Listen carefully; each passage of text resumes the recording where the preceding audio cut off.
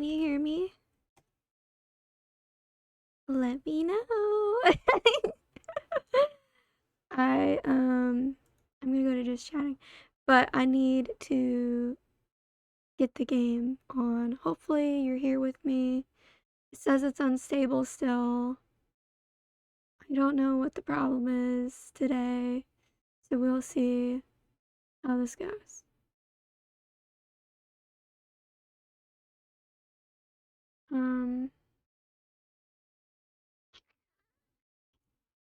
It's making me nervous. I've never had issues like this before. I'm stressy. My bit rate's really whack. And I don't know, like the only thing that is different right now is my parents, like, they decided to change internet providers. But it shouldn't affect OBS specifically because I can get online, like I'm on the internet, but I don't know why my OBS is weird. Well, hopefully this fixes things. Hi. How are you? How's it going? To everybody. I missed a few messages, obviously. Kiri and Z. I miss y'all. I'm so sorry. I don't know if you actually heard me say anything. I was talking and rambling, and then I saw Z said, "Is she even live?" I was like, Long hair. What, are you sad? Are you sad that I have long hair? I decided I was gonna do a wig today. I was gonna wear my my Your wig, but in the time that I had, I couldn't make it look nice like I wanted on camera, and I felt like I looked bad, so I just needed to take it off. And this is like old reliable wig, and I just wear it all the time. I wear it all the time because I like it, and it's pink, and like I want pink hair. Will I ever get pink hair? Probably not. Adrian, hi. I like whatever style you put your hair in. Psh, jeez. Yeah, but we know you have a preference, huh?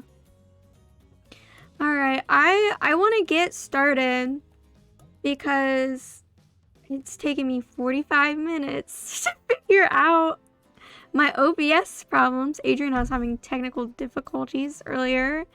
But yeah, if you think this is a good frame, you can see my face. I got a new little thing here. Mr. Skull.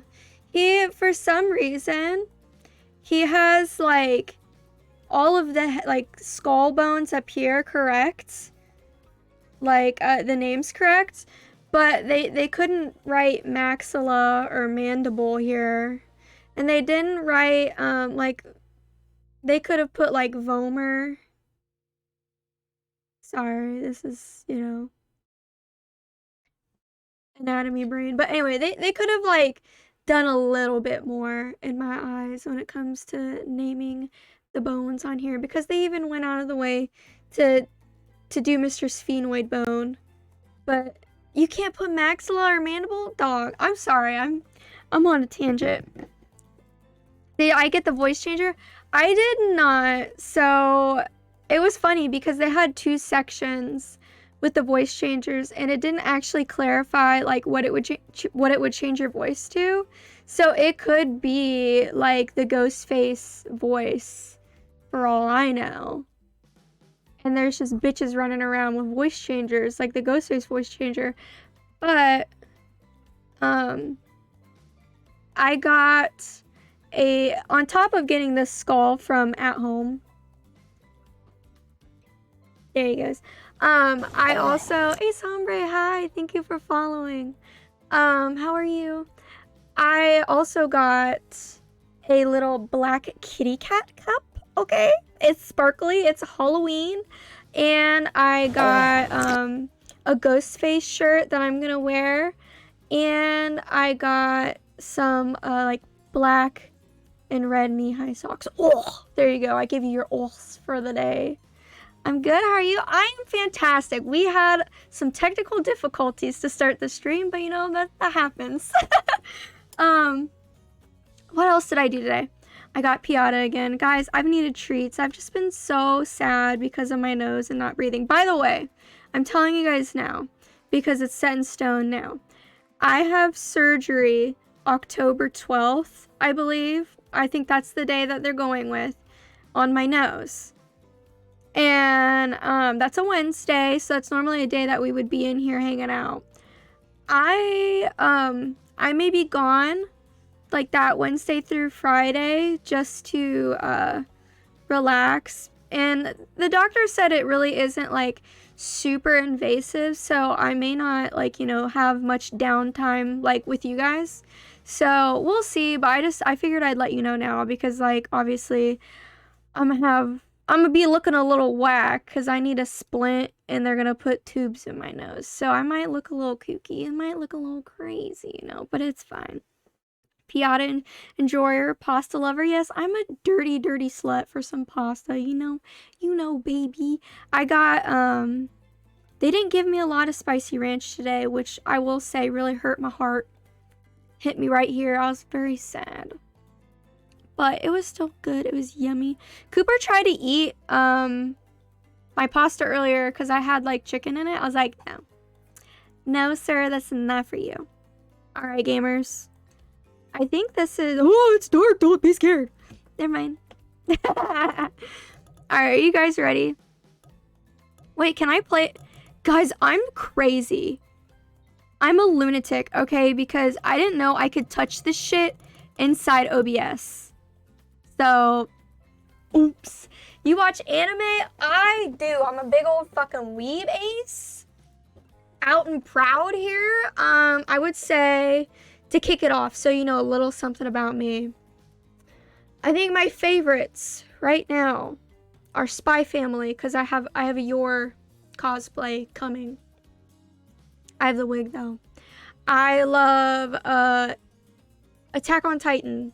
It's not my favorite anymore. What up, baby? Bishop, I love you. It's not my favorite anymore. Attack on Titan isn't.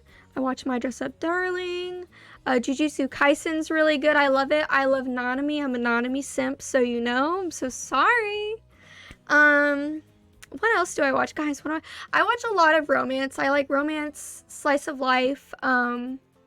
Life is difficult, bitch, you know. I need something nice. I need something easy to watch. I like Fruits Basket. Yeah, I like a little bit of everything. I haven't seen a lot of the classics, but the first anime that I did watch was Naruto. Did you dye your hair? I did not dye my hair. I'm wearing a wig. I just wanted to wear a wig and look cute today. I didn't want to like mess with my regular hair, and I'm gonna take a shower after stream, so. Fruits Basket. Fruits Basket, actually, the funny thing is Adrian, lovely Adrian, friend of the channel, bestie of the channel. If you don't follow them, I will fight you. They make wonderful art, wonderful frogs. Adrian is the one who got me on Fruits Basket, and Adrian got me a cute little Yuki Funko Pop. I would show you later because that requires me to get up there and I'm like wearing shorts. Alright, new file. Before we get started, what shall we call you? Pussy Slayer. No, I'm just kidding. Lily. Bishop, how are you, babe? Also, Rye, hi. Spy, hi. Guys, I really don't know who we're gonna bang in this because I like Wraith, I like Spirit, but I just don't know who I want to pick. But I know for a fact that Spirit is like harder to romance. Sorry, I'm reading. You wake up on the beach, dude. Okay, that was accurate though. That was acting. You wake up on the beach, soaking wet, salt water stinging the inside of your throat. As if you had nearly drowned. Hey, yo. Bang everyone. God, I wish. Water falls from your mouth as you open it to gasp for air. You have no memory of how you got here. In fact, you can only remember your own name, but not where you came from or a single fact about your life. Hey. I've been watching the anime Parallel World Pharmacy. Bishy, I have never heard of that one. What is that? What type of anime is that? Welcome back, Kiri. What you do know is that despite the outrageous beauty of the landscape around you, you feel incredibly sick to your stomach. Yeah, because I'm ill as fuck, baby. Wow, I really went down the wrong pipe, huh? You need a minute or can I go on? Yeah, I'm fine. I'm good. I'm good. Because I can give you a minute. We've got plenty of time. Endless time, really. Isekai pharmacist? Yo, that sounds like something Batty Tree would like. Ocean and eternity, if you catch my drift.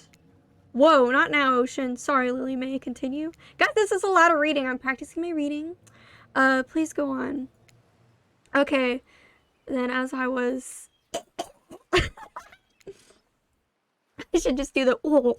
As I was saying... You look down at your feet, ankle deep in the crystal blue water of a newly arrived wave. Did you dye your hair? No, I'm wearing a wig today, Kiri. As the water recedes back into the ocean, it reveals a grotesque discovery. Okay. A decomposing face stares up at you from beneath the sand. All you can do is vomit a stream of dark bile, bugs, worms, and other ick. Oh.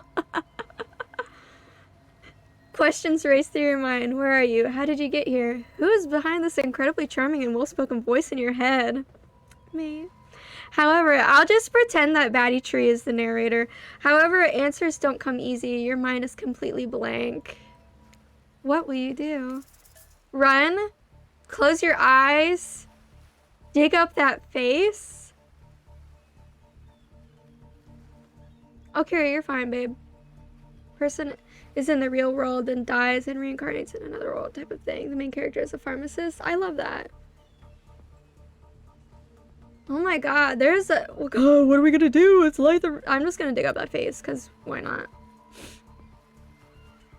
You brush the sand away from the half-buried human head embedded in the ground before you. There's nobody... Oh, nobody. No body, just this head. As you pick it up, flakes of skin fall to the ground. The jaw falls open, revealing a gold coin sitting on the rotting tongue of this poor dead soul. Hey, yo! Cash money? Getting your hands dirty, I see. I like that. You're a take charge type. Ocean, dude, is the ocean about to fuck me? Like, damn. It's a surprise tool for later. Dude. Yeah, we got Bitcoin here. They're like, by the way, guys, we have a new DVD NFT. You examine the gold coin briefly, happily distracted from what has otherwise been an extremely confusing morning. The sun beats down on you, drying your clothes. You check your pockets, but they're empty. Plenty of room for a gold coin, you suppose, and so you deposit it. Yeah, I'm trying not to die, guys. The ocean can get it? Yeah, I feel it. Why? That's a nice coin you got there. What if you were to spend it right now? No thanks. I'm gonna save it for later. Look, I'm gonna level with you here. That coin you found, it's mine. I dropped it yesterday and I've been looking all over for it. Dropped it into a dead person's mouth. Could you just give it back? No. Shh, be that way then. Yeah, dude, you saw how nice that coin fucking looked. You said, let me have that coin. And I said, no, not today. It is mine. I will give it to somebody I like. By the way, do you know if you're a girl or a boy in this game? I think you're whoever you heckin' want to be in this game. Your mind doesn't have a chance to linger any longer on your current situation as you feel something soft bump into your foot. But we're gonna be a girl because it's me, so. Oh, is it Wraith? Because I think he played volleyball. When you look down, you find a volleyball sitting in the sand there next to you. You stare down, frozen. A voice calls out from behind you. Oh, Huntress, little help, please. You turn around, and when you see what's waiting for you, your jaw just about hits the ground. You are an entity. Look at her, she looks so cute. Hi. Oh, she has short hair. Oh, hey. Hey. Hey. Hey. Hey. Hey. Excuse me? Mommy? Sorry. Mommy? Sorry. Mommy? Sorry. Four Mommy? gorgeous Sorry. monsters Mommy? stand halfway between you and a well-tended volleyball court. Yo! Yeah, Mom! baby! Thank you for the That's bits. what it's all about. I believe you're probably... No, you're not leaving for work, but thank you for the bits. Alright, look at these hotties. Dude, they're blinking at me. Oh, she is so fucking cute. I love her. Damn, she got some body yaddy yaddy under here. You got some body yaddy yaddy in here. Y'all, this is gonna be wild. I'm excited. Each of them oozes with undead energy, a magical aura reaching out and penetrating you via your eyes. Oh, that's boring. Not anywhere else, dude. Fine, I guess. Sorry, guys. I'm gonna be insufferable. Tell Lily to take a snack break. You know what? I ate at like 5:36, kind of. Well, not like 5:30. So at 7:30, I will get a snack. I promise. Your heart begins to race. Curiosity, fear, desire. You can't help but stare at these casually dressed, let's call them killers. I don't know. Not to be judgmental, but that's just the energy they put out there. Look, I don't know. Okay, let's go. So many competing feelings rush through your mind at once that you are completely paralyzed. You guys are gonna get them fucking redeems in today. Hello. I wish they had like a brief, you know, in some games like this, they'll have like a voice actor say something like hello or whatever to you. I wish they all had one of those. There are weird days, and then there's this. All you can do is look down at the ball and back up at this monstrous lineup of, well, literal monsters. Sexy ass monsters. What do you do? Oh, look at her. She's so cute. Oh my god, look at him. I can't. Toss it back, kick it back, say no thanks. I'm gonna toss it back because I'm just so, like, fun, carefree. All the VAs say, oh. You bend down and grab the ball. It's warm from sitting in the sand on this beautiful day. When you give the ball a toss, it arcs beautifully through the air and lands right into Huntress's hands. Oh, boo, I don't want Huntress. Not bad, stranger. Thanks. Huntress's muscles ripple as she grips it in her hand. Damn, she is built. You look her up and down and consider what it might be like to be held tightly in those strong arms. Warm, perhaps. Maybe a little sweaty, but that's okay. It's natural. Dude, okay. Try hard much? Blech. Oh, Spirit, don't be a bitch, dude. Don't be a fucking bitch, dude. I just want to impress you. They're speaking directly to you, but you still can't bring yourself to reply. You're entranced. Damn thought, yeah, she does have some thickies on her. Listen, I can't be dating someone with bigger thickies than me. That's just not gonna work. I want Huntress to destroy me. When you step out of it, you realize that everyone has gone back to the volleyball court. Alone again, you look across the beach at these strange residents who casually bat a volleyball back and forth, happily ignoring your intrusion onto their private beach. Should you be frightened, worried, excited? I did refer to them as killers not to give too much away. But at the same time, damn, they're looking very appealing in their own way, and nobody so much as lifted a blood-soaked finger in your direction. Don't be scared, Lily. You were made for this. Dude, Ocean is my hype man. He's gonna bang it. I don't know. It's omnipotent? We'll see. Well, geez. If the spooky Ocean voice says not to be scared, I'm sure it's all going to work out. I mean, with no good reason not to, you decide to head over and see what happens next. Okay. It seems like you've derailed the volleyball game just by showing up. Yeah, because I'm so sexy, dude. You derailed the game just by showing up, nitwit. Okay, Trapper, you don't have to be mean to me. And I guess you're also, yeah. Look, it's best to just go with what Trapper says when he says it. That's a policy I hold for pretty much anyone who always seems to have fresh blood on their hands. Hey, don't worry about it. It's all just a game. Existence, that is. Oh, thanks, Spirit. Besides, you seem a lot more interesting than a silly game. Damn. What's your deal? What brings you here? You mean they're here to do more than distract from my total domination? Dude, Trapper, chill.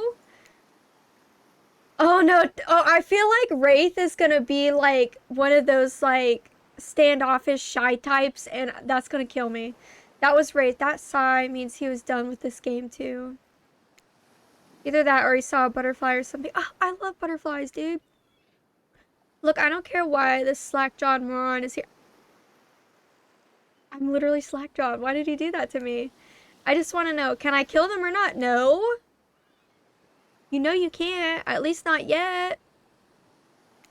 Oh yeah, not yet. Listen, I thought this was straight up just dating and fucking these characters, not I'm actually gonna die. Hey Lily, you might want to, you know, say something. Actually, never mind. There will be plenty of time for that soon enough. Right now, this group has some questions for you. Okay. But be warned, answer quickly and answer well. Fuck. This is a time quiz. Why are we having time quizzes? And it will be very important later. Oh, son of a bitch. Very important, okay? Or not important in any way whatsoever. Probably that one. I can't remember. Oh, fuck off, dude. How attractive would you say you are? I'm very attractive. That's what you think very attractive is compared to the... Trevor flexes his muscles are so tight you can practically see the blood running through his veins. If you could have any superpower, what would it be? Invisibility, flight, super strength. I'll say invisibility. Invisibility? Yeah, girl. You already know. Same, although sometimes I think I already am. What was your best subject in school? Math, history, skipping class, math. Probably math. It's the only thing that makes sense when you think about it. Oh my god, Wraith and I are already like, oh my god, we're hitting it off, dude. What's your favorite animal? Dog, cat? I don't know what that is. It's a cat. Definitely a cat. Oh, nobody liked that one. What? Why is everyone looking at me? You think just because I'm a typical cute goth girl, I have some specific love of all things cats, and more specifically black cats? Well, I do, but you can all go to hell. Anyway, listen, I got one right here, bitch. I got a black cat in here already, baby. What's your favorite color? Blue, blood red, 3-day-old corpse. I'm gonna say blue, because spirit's blue. Blue isn't good for productivity. It makes people want to be lazy. I feel like that's a lie. What's your dream job? Astronaut, nightclub promoter, not working at all. You already know, baby. If we get to do what we really want, why work at all? It takes a lot of courage to break free from society's expectations to climb the ladder. Spirit's anti-capitalist, y'all. Only she could spin laziness into some kind of grand crusade. These damn millennials. Best flavor of ice cream. Vanilla, chocolate, horseflesh.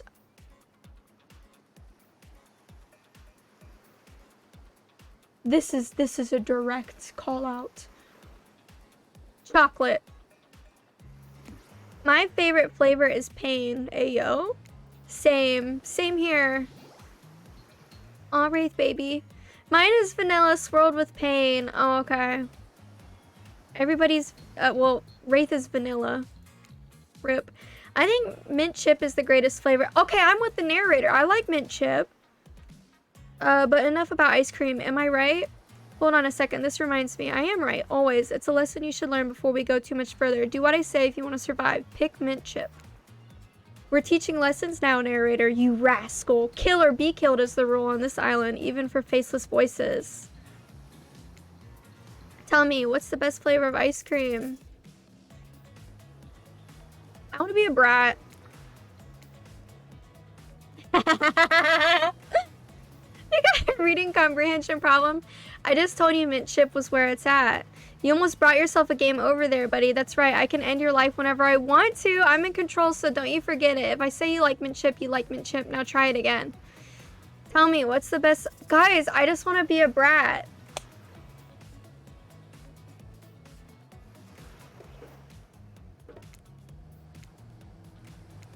You have to understand, it feels very good to end someone else's game. You should try it sometime.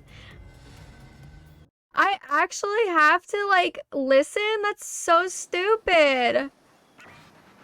That's so dumb. Hold on. Let me go back. I can actually die? Guys. Alright. I'm very attractive. We're gonna go back. Invisibility. What was your best math? Cats. That is crazy. That's bullshit. Blue. What's your dream job? Not working at all. That's why we save just in case. Only she could spin laziness into some kind of crusade, blah, blah, blah. Blah, blah, blah, blah, blah, blah, blah, blah, blah, blah, blah. So obedient. I think you're gonna do just fine. Okay. Anywho, now that they know so much about you, I'm sure the group wants you to start getting to know them. Yeah. I'm Trapper. I pretty much run things around here. I'm the smartest, richest, strongest person on this whole island. Okay, Pog. I don't like losers. If you want to know what a loser is, say hello. Okay, don't talk about Wraith like that again. Hi, I'm Wraith. I'm nothing like everyone else. I like nice people and loathe big, dumb idiots. Okay, so he fucking hates Trapper, dude. I love that. Hey, what's up? I'm Spirit. I don't like most things. Okay, Pog. I don't really hate most things either. It's not worth my time. But the things I do hate, I really hate, you know? Okay. Based on my personal observations, life is nothing but suffering, and society is a carefully calculated lie to keep everyone subservient to those in power. It's better to choose to just not take part. Damn. Jeez, it's like she was downright murdered by society. She hates it so much. Oh no, wait. I'm remembering Spirit's story now. That's almost exactly what happened. Hey, I'm Huntress. Don't let these bummers get you down. There's lots of fun to be had on this island, along with lots of love. Yeah, there is, if you know what I mean. Grow up. Grow a body. I've explained this 1,000 times. I'm dead, but I'm not a literal ghost. I just create a trail of fog. I'm not made of it. Whatever, fog body. Why is that like a slur? Rude. That's not nice. He's not nice. You love it. I fucking hate Trapper. Only sometimes. Ew, really? That's disgusting. That's why she likes it. Don't speak for me. I also hate it. Stop speaking entirely, actually. For the first time ever, suggest a poll. Spirit or Wraith? Adrian, if you're here, will you make a poll for me, babe? If not, that's okay. I'll make it after this. For the first time ever, I agree with Wraith. Let's move on. Otherwise, they'll do this all day. Besides, if I know this crew, and I do, they'll want to show off soon enough. If we're done playing, let's do something else instead. Wow, for once I actually agree with Meathead. Alright.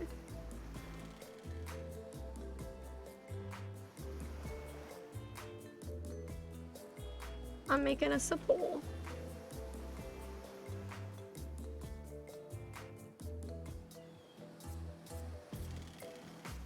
Alright, I got you.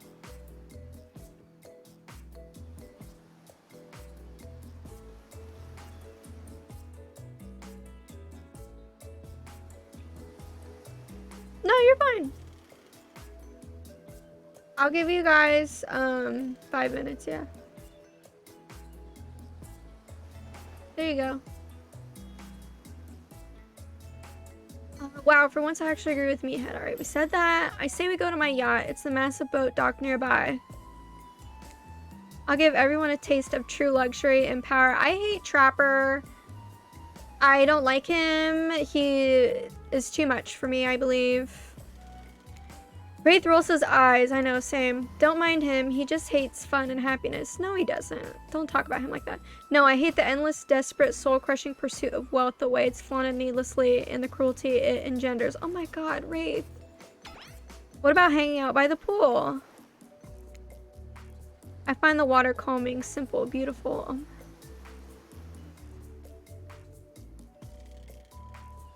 Okay. Hey, what about our volleyball game? We can exercise and have some fun as a group. Are you all serious? There's a perfectly good lounge to chill out at right here. Listen, I kind of agree with both Spirit and Wraith because you missed me at the pool. Sorry, I hit you guys. Miss me at the pool. I'm not gonna really go in the pool, hang out, but I would chill by the pool with Wraith. But also lounge, like we could be under a freaking umbrella. We can drink like a little juicy under, you know, an umbrella in a lounge chair. I like that.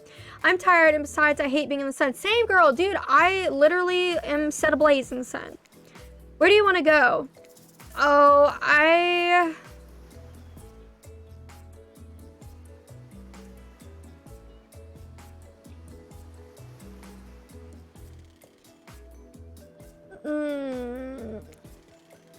I'm gonna dip in the pool with Wraith.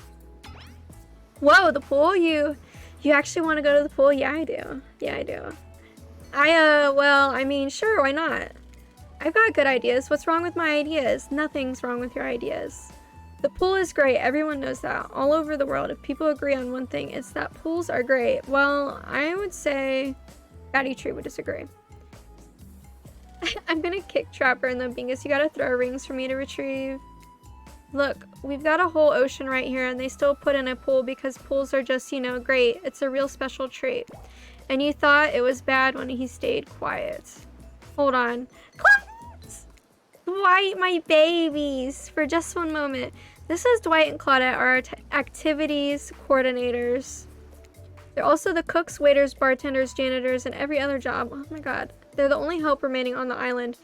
This place we call Murderer's Island. Cue dramatic musical flourish. None of the others survived the interview process, I mean. Hence why we shall heretofore refer to them as survivors with a capital S. These two have worked here a long time, so very long. I don't actually know how long it's been. Sorry, anyway, I should probably let Dwight and Claudette do their mandated jobs. They sure look happy, but they're vibrating with a nervous energy that is starting to give me the creeps. They are really cute. I like this, and these little shorts. Look at how short those are. And her little hair. Oh my god, I love it. We will now escort the group to the venue of your choosing. Thank you. However, in the future, we recommend waiting for us to present you with your options whenever possible, and don't just run off to various activities unsupervised. Okay, so we can't just like go to shit early, like with killers, I think, or they will kill us, maybe? We don't have much autonomy around here. The least you can do is allow us to do our job. The most you could do is help us get off this island. Dwight! Yes, pardon me, please follow us. Hey, narrator. Yes, something I can help you with? Those two, Claudette and Dwight, did they just start to mention something about wanting to escape? Is escape an option? Should I be trying to escape? Escape? Them? Oh, no. I think you're mistaken. It seemed like Dwight was asking for help to get off this island, though. Oh, right, that. Yes, that's true, he was, but he just meant that he wants to get to the other vacation island getaway, a couple miles south of here. It has much fancier accommodations than this island. It's one of those big corporate outfits, quite exclusive, where all the famous celebrities hang out. Very luxurious. Doesn't quite have the charm that this island has, though. Trust me, you wouldn't want to go there. With all that money comes a lot of restrictions. This is where you belong. Now, off you go. It's time for an activity. On this island, your decisions matter, mostly. When I agree with them, not like that other island. So what'll it be? I could have changed my mind. Imagine if I hurt Wraith's feelings because I changed my mind. Wraith moves ahead to the pool. You guys, no way that you made it 50-50. I'm gonna redo the poll. And you guys are gonna pick one. You're not gonna make them even out, okay? You're being little brats here in chat, and it needs to stop.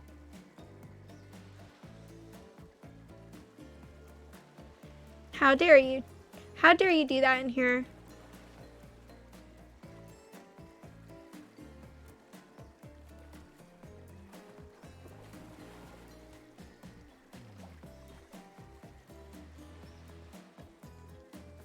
I'm gonna make it last for 5 minutes.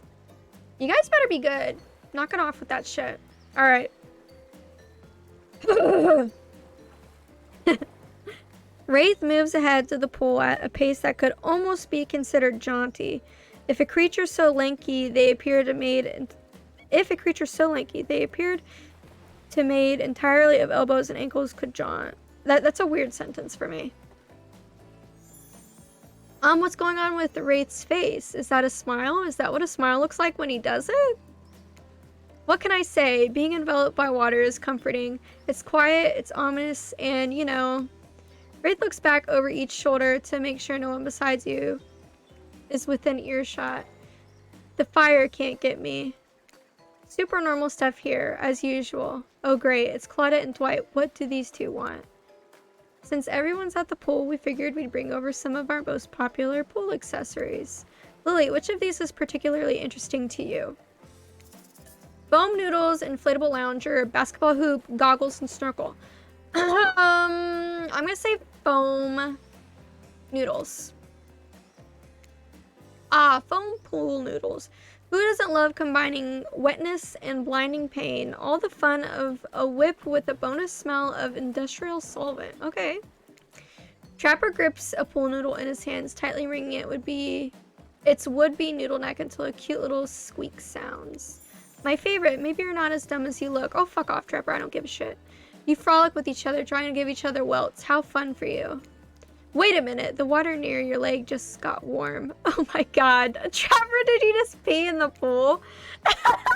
It's important to establish dominance when you enter a new place. Dude, who the fuck is this guy?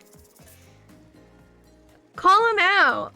You're a disgusting monster.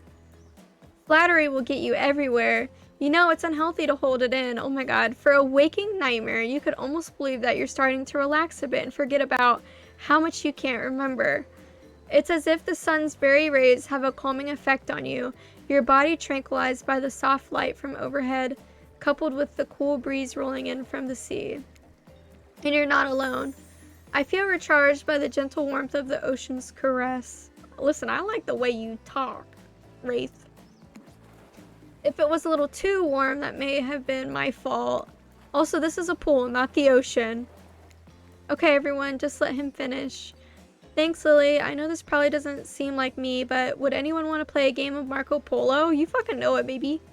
Yes, I love games. I'll go first. Someone blindfold me. Sorry, guys. I'm getting, like, way too excited about this shit. Of course, Trapper has a blindfold ready to go. It's as if he had it in his hands before he even spoke. And did he just wink? And did he just smile? No, I don't want Trapper, dude. Good thing you're getting reined in because it sure seemed like you were about to act up. Minigames consist of 2 parts. On top, a pointer which rotates in a clockwise direction. And on the bottom, a target you're going to be pointing at. Sometimes the target is immediately visible. Sometimes it's hidden under the pointer until the pointer arrives. Press the space bar to stop the pointer while over the target to win. Fail to land on the target and you will lose. And on the target area, not the end. Okay. So is it just a skill check?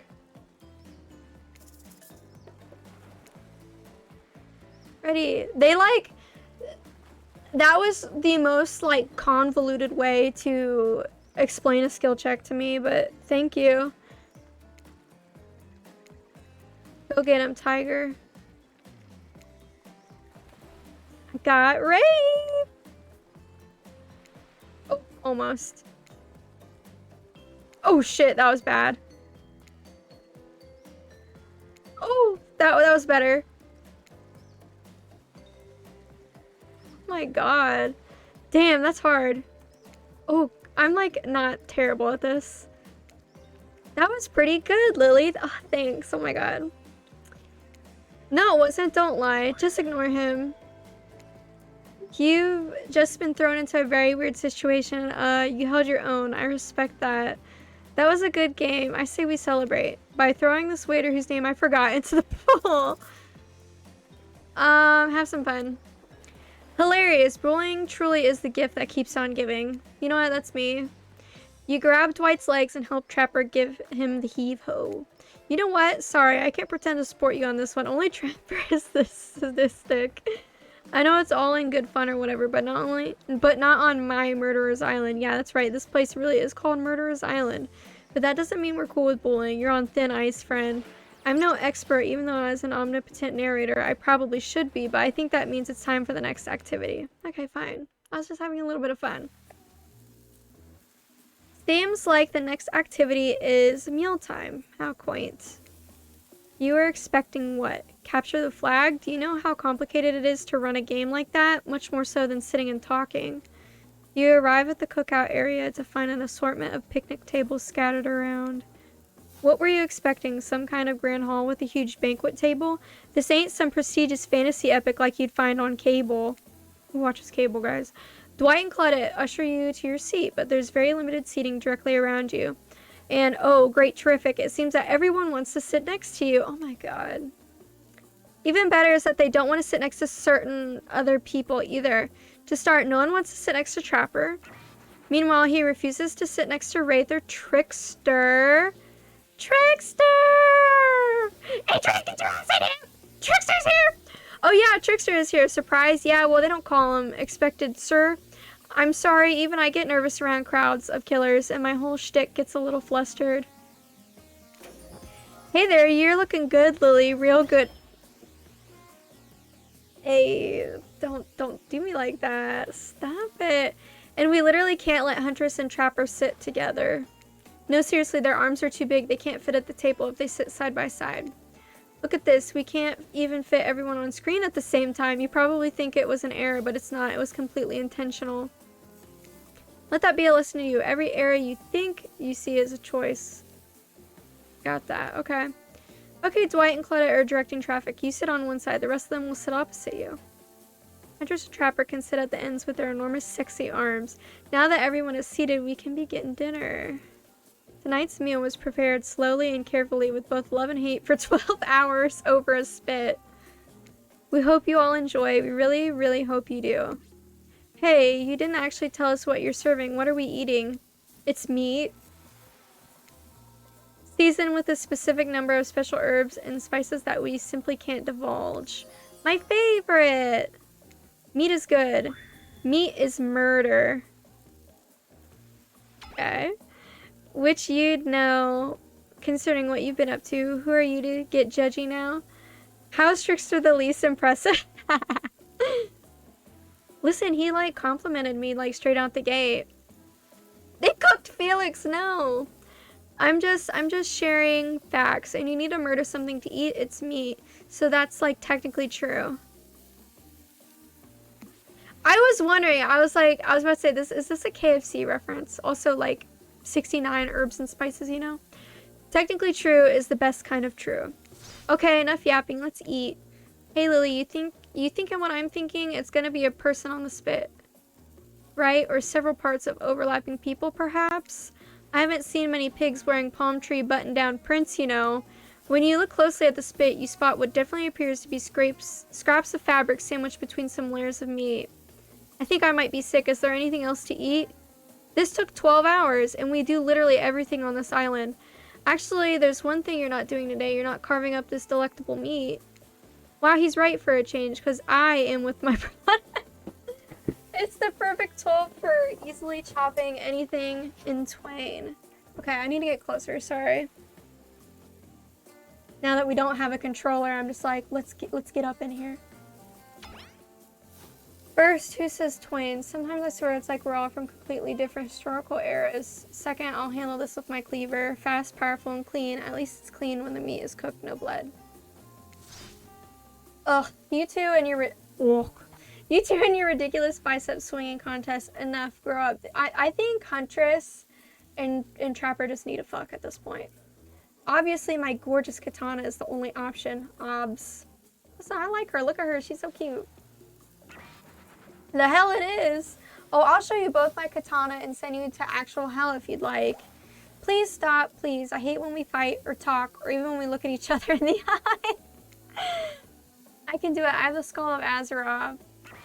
Great. Instead of slicing up, you can club it to a second death. Hey, Lily, I know this isn't what you want to eat, but hurry up and volunteer to carve up Felix. You're right. They actually did cook Felix. I mean, dinner. Otherwise, this will go on for hours. No hyperbole. They once argued over who had the most effective weapons for 72 straight hours. And it doesn't matter which one does it. When they're done, they will take even longer cleaning their weapon, all while explaining the value in maintaining your tools.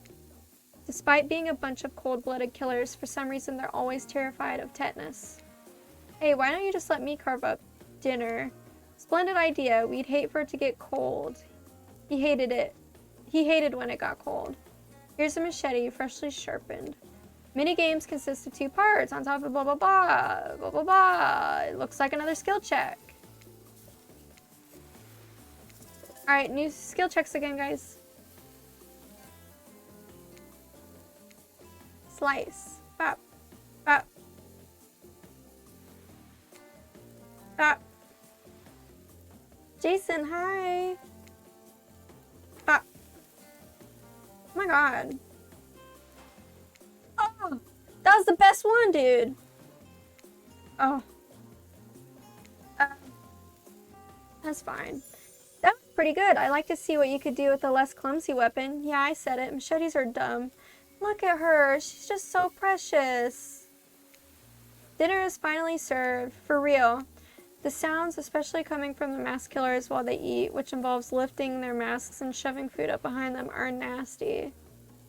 Spirit, meanwhile, doesn't even eat. She's the only one who seems to really be embracing being dead. They're all dead, right? This is obviously hell, I mean. Come on, we're still trying to be mysterious here. You think mystery comes easy? Claudette and Dwight aren't the only ones who've been working their asses off to make this night perfect. Well, at least they're lifting their masks. This is only 99%, as disgusting as it could be if they just tried to mash stuff through there.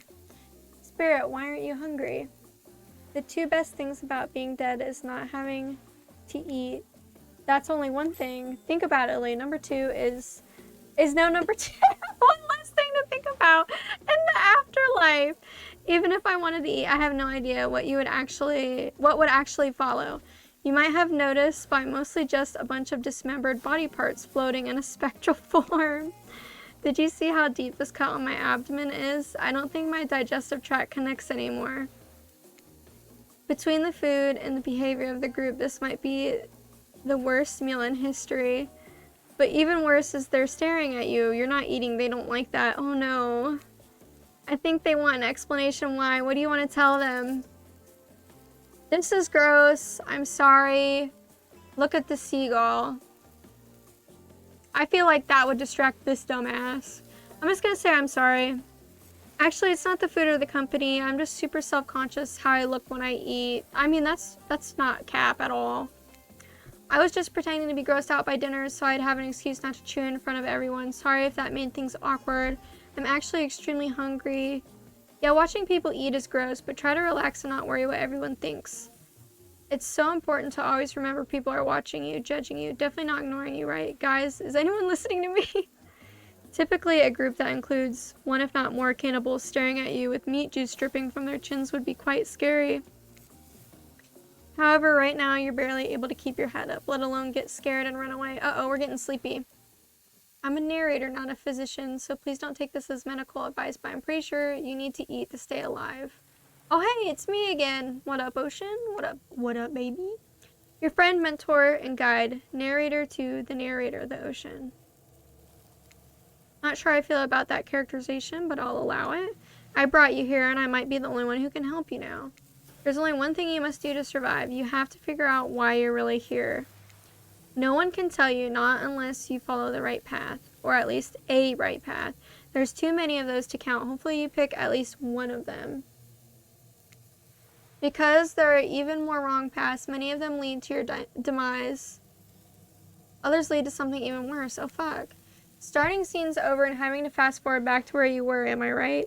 For this place holds many secrets, even from itself. But the one that truly matters can only be learned if you answer the most important question. Why are you here? Why are you here? Answer that and you'll learn the truth. I'm here to get fucked. The ultimate truth. Vague, mysterious. I gotta give it up to this Ocean character. That's some quality early game storytelling. Hold on, I'm back. One more piece of advice. You've made many choices by now. Some of them I liked, some of them I did not. Well, fine. It's in your best interest to make more choices that I like. God, it's like they're like making me do like specific things, and I'm like, I wanna be my own girl. I wanna be my own boss. You wake up to find Wraith holding your limp body, gingerly pouring cool water into your mouth. Now that you're finally alone, Wraith looks at you eagerly. Excuse me? You weren't grossed out, were you? Even when you eat, you know you look like a...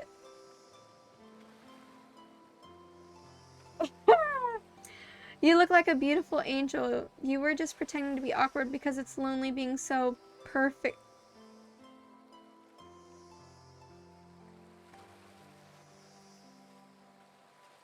Oh, oh no. All we have in this life are those fleeting connections with other living things, something to remind us we're not alone. Yeah, this is gonna be the death of me, dude. Could you possibly be as shy and nervous as someone like me? Oh my god, stop. We can both be shy. I mean, you know, I don't know. I swear it, baby. Faith nods the nod of someone who just realized that Lily is a liar. I'm not a liar. He's disappointed in you. I'm disappointed in you. And you know, deep down, you're disappointed in you also, more so than usual. What? I can be shy. I'm just shy. Oh boy, looks like he's about to monologue. Now you've done it. Fuck! How do I say this? It's just, honesty is important to me. I've been burned too many times. Something about the word burn makes Wraith look away, far away, eyes brimming with tears and yet at the same time dead. I understand. Wraith looks back at you with those sad eyes, wanting so badly to believe you. He looks down at the ground. I have something very important to tell you. It's something very special to me. It's not something I tell everyone, but you know how important honesty is to me. I can't expect that from you if I'm not honest in return. Oh great, I bet he's got cramps. It's about my special bell, Ayo. What? We got our bell. It belonged to my father. He gave it to me before he and my mother, well, they had to go away. If I was ever in danger, I was supposed to ring this bell. It didn't really work, but it's all I have of my family with me. Wow, Wraith, thank you for telling me. Here, hold it. Whoa, Wraith just gave you his bell? Sound the alarms. What are you gonna do with this thing? Hold the bell delicately. You caress the bell, running your fingers over its rusty... Is that dried blood? Why are you touching this thing? Thank you for sharing this important part of yourself. You hand the bell back. Wraith is looking out wistfully at the ocean. The ocean is beautiful. It's not real. None of this is. Wraith looks at you more intensely than ever. I don't know if you're ready to hear the truth. Just as things are really heating up, you hear a flurry of footsteps behind you and you quickly spin around, ready to fend off whatever new danger has popped up on this strange island. Only to find that it's Dwight and Claudette sprinting across the beach, clipboards in hand, which they're waving in the air above their heads. It's very important that we stick to the itinerary and attend each event as scheduled. Playing sick for cute flirt points was not a part of this evening's activities. That's strictly slotted in for after campfire story time. At this rate, we'll be late. Playing sick? No, no time for excuses. Well, there is, but that's scheduled for after what comes after the flirting. Go, go, go! Oh my goodness, okay. More activities, let's go! Once everyone has gathered at the fire pit, Dwight and Claudette quickly make an announcement. We're not going to blame anyone in particular, but someone, and we're not going to say who, so don't worry, you hasn't been sticking to the schedule. That means that we're behind on time for evening activities, and we only have time for one person to share their special spooky nighttime story. Just one story? But story time is my favorite activity. This is a narrative-heavy experience. You're telling us that the only one person gets to share? How will we decide who? Oh great, we have to decide as a group? That never goes well. Whoever did this, step up now. I swear I won't be angry. I'll merely chop your head clean off. No fuss, no muss. Voice trembling, you realize this is probably it for you, but you embrace your fate. Sorry, everyone. I think they're talking about me. To be honest, I still don't understand how this whole schedule thing works. I guess I lost track of time. While I was passed out? Been there before, even though it's taking some pressure off of me, which is an absolute dream come true. Is it really fair to pick on the newbie? Seriously, has anything here ever happened on schedule even once? Damn it, Donald, if you try to flex the authority gimmick one more time, so help me, I'll snap your head off so quick, and then I'll drown you in his blood, Cynthia. Fuss and muss are back on. You two know I love to hack, slash, and slice. We all know you love to kill. It's almost all you talk about. Dude, look. Thicky. Nobody named any names. Who even knows any names? Not us. I renounced my name. Who's Donald? Who's Dwight? Who even knows anymore? Call me nobody. But we still gotta get started on story time. Lily, who do you think should go? Please pick somebody quickly so that this tropical vacation doesn't... Okay. I pick Wraith. Whoa. This entire experience is being carefully crafted to avoid an IP infringement lawsuit. Let's be careful with that catchphrase. Oh my god. I'm not really one for scary stories. Life is scary enough as it is. You literally carry around a skull and a spine as your little prop. As the other killers laugh, Wraith holds up his skull and gazes into its hollow, dark eye sockets. Oh no. If you're looking for something Shakespearean in the story, look elsewhere. This is a tale of madness, of staring at the soul of death and never returning. Once upon a time, a young man worked at a junkyard. The man was quiet, kept to himself, just wanted to avoid trouble. While the boss dealt with clients, the young man operated the crusher, turning old cars into cubes of twisted metal. One day, right before crushing a car, he noticed something. Blood. Drip, drip, dripping. From the trunk. He opened it and found a frightened stranger, bound and gagged. It would be cool if we got their beach outfits. Oh, that would be cool. The young man reeled. Was he about to accidentally murder the stranger? How could this have happened? He freed the stranger, who ran off into the waiting arms of the boss, the owner of the junkyard. Before his shaken employee could tell him about the mistakes they had nearly made, the boss took out a knife and swiftly slit the stranger's throat. The young man fell to his knees, unable to comprehend what was happening. As he stared at the ground, too shocked to cry, the boss approached him. What did you do? He asked the boss. I did your job for you. What do you mean? That's not my job. My job is to crush the cars. The boss let out a miserable scoff, his face contorting in evil disdain for the pathetic wretch in front of him. Why do you think we're crushing these cars? To save space? Who do you think my clients are? I don't know, mumbled the young man. Yes, you do, screamed the boss. Deep down, you've always known what was happening here. You just didn't want to admit it to yourself. Your hands aren't clean. My clients give me money and I take care of their problems and eliminate their witnesses, tie up their loose ends, or actually, you do. No, the young man whimpered as the boss towered above him. No, Wraith. Yes, you're nothing more than the executioner, and you've reaped hundreds of souls. Wraith. The young man's body shook with soft spasms as he tried to stop crying. It was when the boss started laughing that it happened. Something in the young man changed. He stood up, now taller than the boss. A faint glimmer of fear overtook the snarl on the older man's face. The young man's face was empty. Empty as he grabbed the boss's throat and dragged him to the car in the crusher. Empty as he picked up the boss and stuffed him inside. Empty as he slammed the trunk down on him, its stupid fat head sticking out, begging for mercy. Empty as he started the machine, staring at the boss and its sniveling, crying, wet face. Empty as he grabbed the boss's head, dug his fingers in, farther piercing the skin. Empty as he squeezed and pulled, empty as he heard bones popping and snapping. But when the boss's head, still attached to his spine, pulled cleanly out of its disgusting sack of a body, he smiled. Wraith stares back into the eye sockets of his skull. It doesn't matter how good you are, how innocent, how kind, how full of love you once were. When you look into the eyes of evil, you will surely go mad.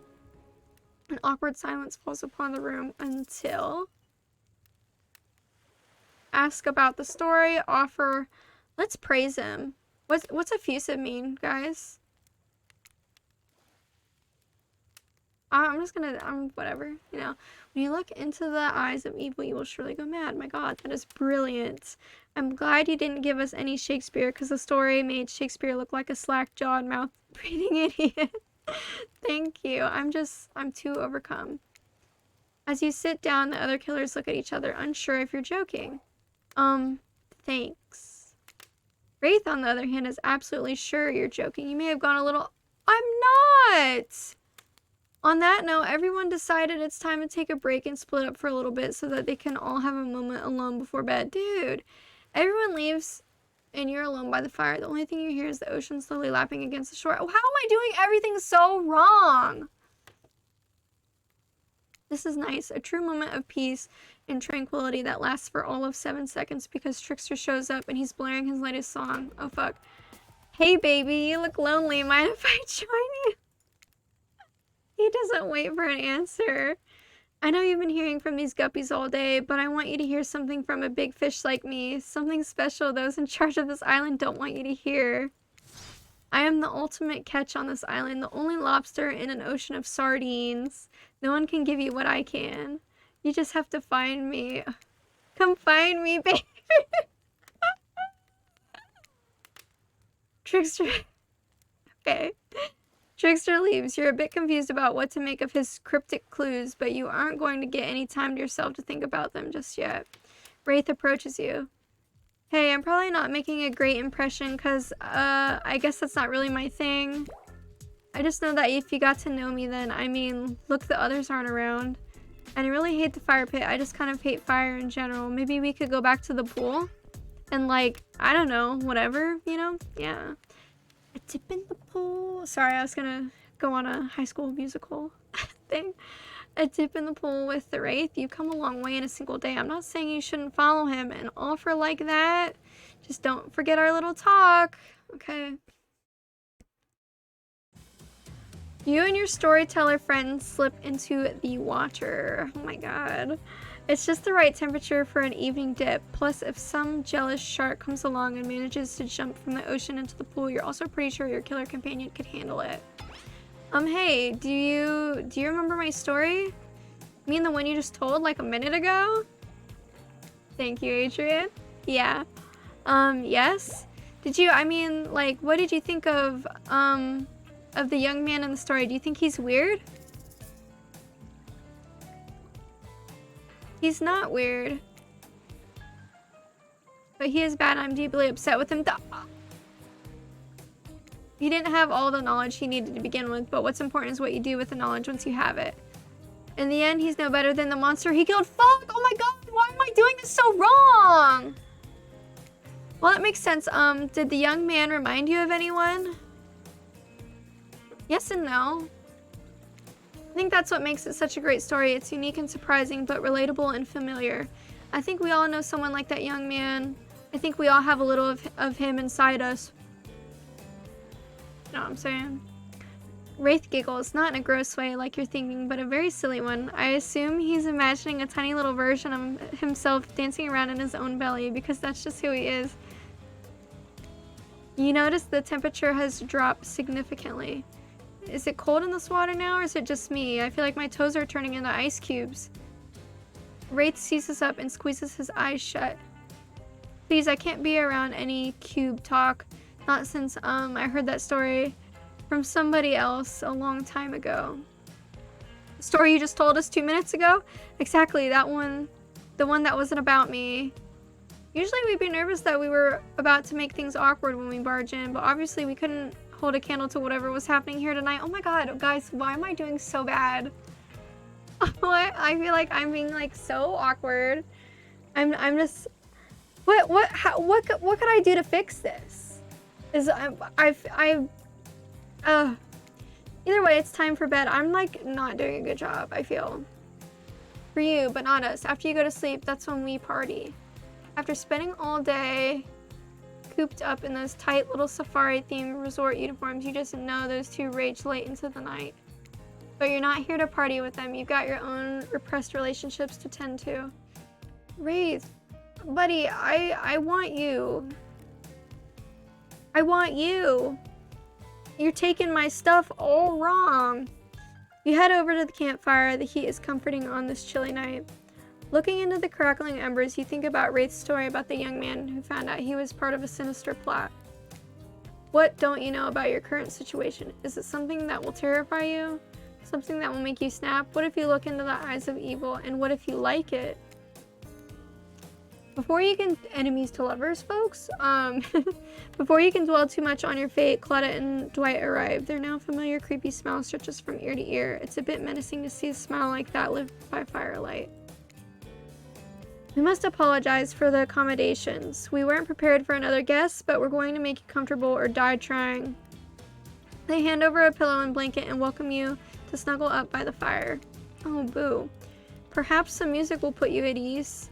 Just try to keep the volume to a minimum. Our other guests aren't the type you'll want to rob of their beauty sleep. Oh my god, so many skill checks.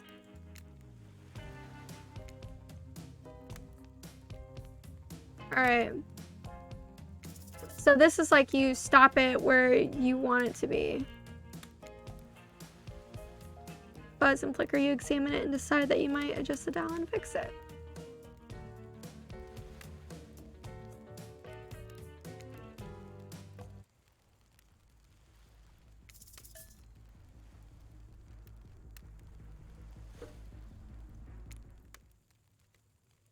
Try to ask one of the killers to spend a little more time with you until you're sleepier. Who would you like to summon to your side as you lay by the fire? I want Wraith again! Can't really sleep. It's the problem is, like, we're by the fire, so I don't want to, like, bother him. Oh, that happens to me a lot. Okay, don't laugh. Promise? I promise. I guess my secret to falling asleep is listening to the sounds of bells or chimes. Think of it as white noise to drown out anything you might be hearing that's keeping you out. Like what, Wraith? Like those distant screams we can all hear coming from beyond the mountain? If that's, a bit morbid, I guess you could hold on to this chest piece of mine. Oh, thank you. He gave me a little thing. He gave me a gift. It's a knight. They're brave, like I wish I were. And the horsey is cute. You finally start to feel sleepy, except maybe this isn't really a sleepy feeling. Maybe you're paralyzed. Oh, I fucked up, didn't I? You try to keep your eyes open, but you can't. Darkness overtakes you. No, I'm in trouble! I did something wrong! The dark voice from earlier speaks to you again. It shouldn't still be as spooky. By now you've had a whole day of strange voices in your head, but this one is still undeniably odd. Look, I'm not saying that my feelings are hurt because you chose to swim in some pathetic little teacup when you could have swam in the vastness of an entire, me, I guess. I'm just saying that you've made a foolish decision and I won't forget it. My feelings aren't hurt. I just lost some respect for you, that's all. You awake suddenly to see someone looming over you. When you wake up, you find Spirit sitting beside you, reading a warm paperback. Okay, hey girl. Oh, hey, what? Shh. Clearly she has noticed that you're awake, but she hasn't actually looked at you. Seems like she's pretty focused on that book. It seems like forever as she stares at the page before finally shutting the book and setting it down. Oh, you're awake. Yeah, never mind. I saw you with the Wraith right before bedtime. I wouldn't tell you how to live your life, but if you ask me, you could do a lot better. Is that you, this spirit? It's completely by accident. I even saw them over here. It's not like I was looking out for you or anything. This was, what is she? A tsundere, guys? This was, simply the best reading light. And the text in my book is very, very fine print, so it's tough to read in the dark. Don't get the wrong idea. Can I do it this way? Oh, I can. You and I are obviously mind our own business types, not phony look out for each other as an excuse for just being nosy types. But well, since you're here and I'm here, maybe we've got other things in common, who knows? If we spent a little bit more time together tomorrow, we might find that, I don't know, we get along. And by get along, I mean exist simply and comfortably without feeling any burning desire to assassinate the other person. Oh, Jesus. Or not, whatever, I don't even care. Bye. Bye. Good night and sweet dreams to you too, I guess. Alright. Finally alone for real this time, maybe. Damn, these bitches on my dick. You drift off to sleep. Again, hopefully you're not poisoned. Why do they have to do this to me? I'm getting achievements. You don't see them, but I'm getting achievements. Spirit is cute, and she just wants to read books. Like, maybe she'll read fanfic with me. Wait a second, where are we? This isn't... Oh, geez, it is. It's one of those reality show confessional rooms where all the contestants talk directly to camera. Look, I don't need anyone. I've been perfectly fine on my own since my mother died. I eat an all-organic diet of raw deer, bear, and human, and I'm fit as a fiddle. That being said, something about this newcomer makes me think I might be missing out on some huge part of this thing called life. There's always time to turn things around, like that one time I spent day and night searching for food in vain. Only returned to my cabin spent and starving to find a family of squirrels nesting in my chimney. They were delicious. If I'm being honest, I want to kill just about every person I meet within a minute of meeting them. Even the few people I can tolerate, I want to see suffer for a long time before I kill them. But this person, for some reason, I would like them to continue living for now. One false step and, haha, well, you know, everyone calls me Trapper for a reason, and they better call me Trapper. I swear if I watch this later and you listen to me as Evan, I'm going to kill... Oh my gosh. Kudal, thank you for lurking. What is it? Is it Chiron guy? I don't know. Yeah, today was fun. I don't want to get ahead of myself or really invest in something that might hurt me, so I don't know. Oh, Wraith, come on, buddy. Listen, I want you, babe. I want you. It's just I'm making bad decisions and I'm not realizing that, like, you don't like those answers. Maybe we'll just see how it goes, or maybe they'll realize I'm not the one for them. They seem pretty smart, so that's probably what'll happen. Oh my god. Evan's got issues. Yes, he does. I gotta learn to go easier on myself. Who could love me if I can't love myself? Listen, Wraith, that's a lie. That's a lie. That's a scam. Don't think that of yourself. You know, I think I learned a lot about myself today. I always thought I was doomed to be alone for eternity. Only my creeping desire for revenge to keep me company. Now I know it. Oh, fine. I don't think we're gonna get anywhere with Spirit. What are you guys thinking so far of the game? You open your eyes, the sun is shining, there's not a cloud in the sky, and you feel great, totally well rested. You're not even suspicious of the fact that you fell asleep by the campfire but woke up several yards down the beach. Wait, are you on vacation? Was yesterday nothing more than a strange dream? No, not a dream. You really are here for another day. Why, I have no idea. You're obviously a weirdo. Speaking of weirdos, I see the rest of the gang is hanging out on the beach. This is definitely not a dream. I wouldn't rule out a nightmare just yet, though. Alright. At least they make for a sexy bunch, no? And talk about sexy, here comes Trickster carrying coffee. Oh my god! Trickster! Morning, beautiful. I thought you might like a nice cup of joe to start this incredible day off, right? Listen, he's gonna woo me because he's just calling me all the things I like. I don't think I'm gonna drink that. Trickster seems suspiciously cheerful. I'm sure there's nothing nefarious behind. Yeah, I feel like I'm not gonna drink this. Everyone knows musicians are morning people. Who told you that? Also want to wish you luck. Today is an important one. My only regret is that I won't be a bigger part of it. Budgeting issues. Also, I am just swamped with engagements, especially on the other island. Trickster winks at you. If you want to ask him how to reach the other island, now is the time. Never mind, he left. Well, at least he brought me a cup of... No, wait, don't drink that! What the hell was that? They don't call him Trickster because he's good on a skateboard, and he definitely didn't get that name because he brings people drinks so they can have a good morning.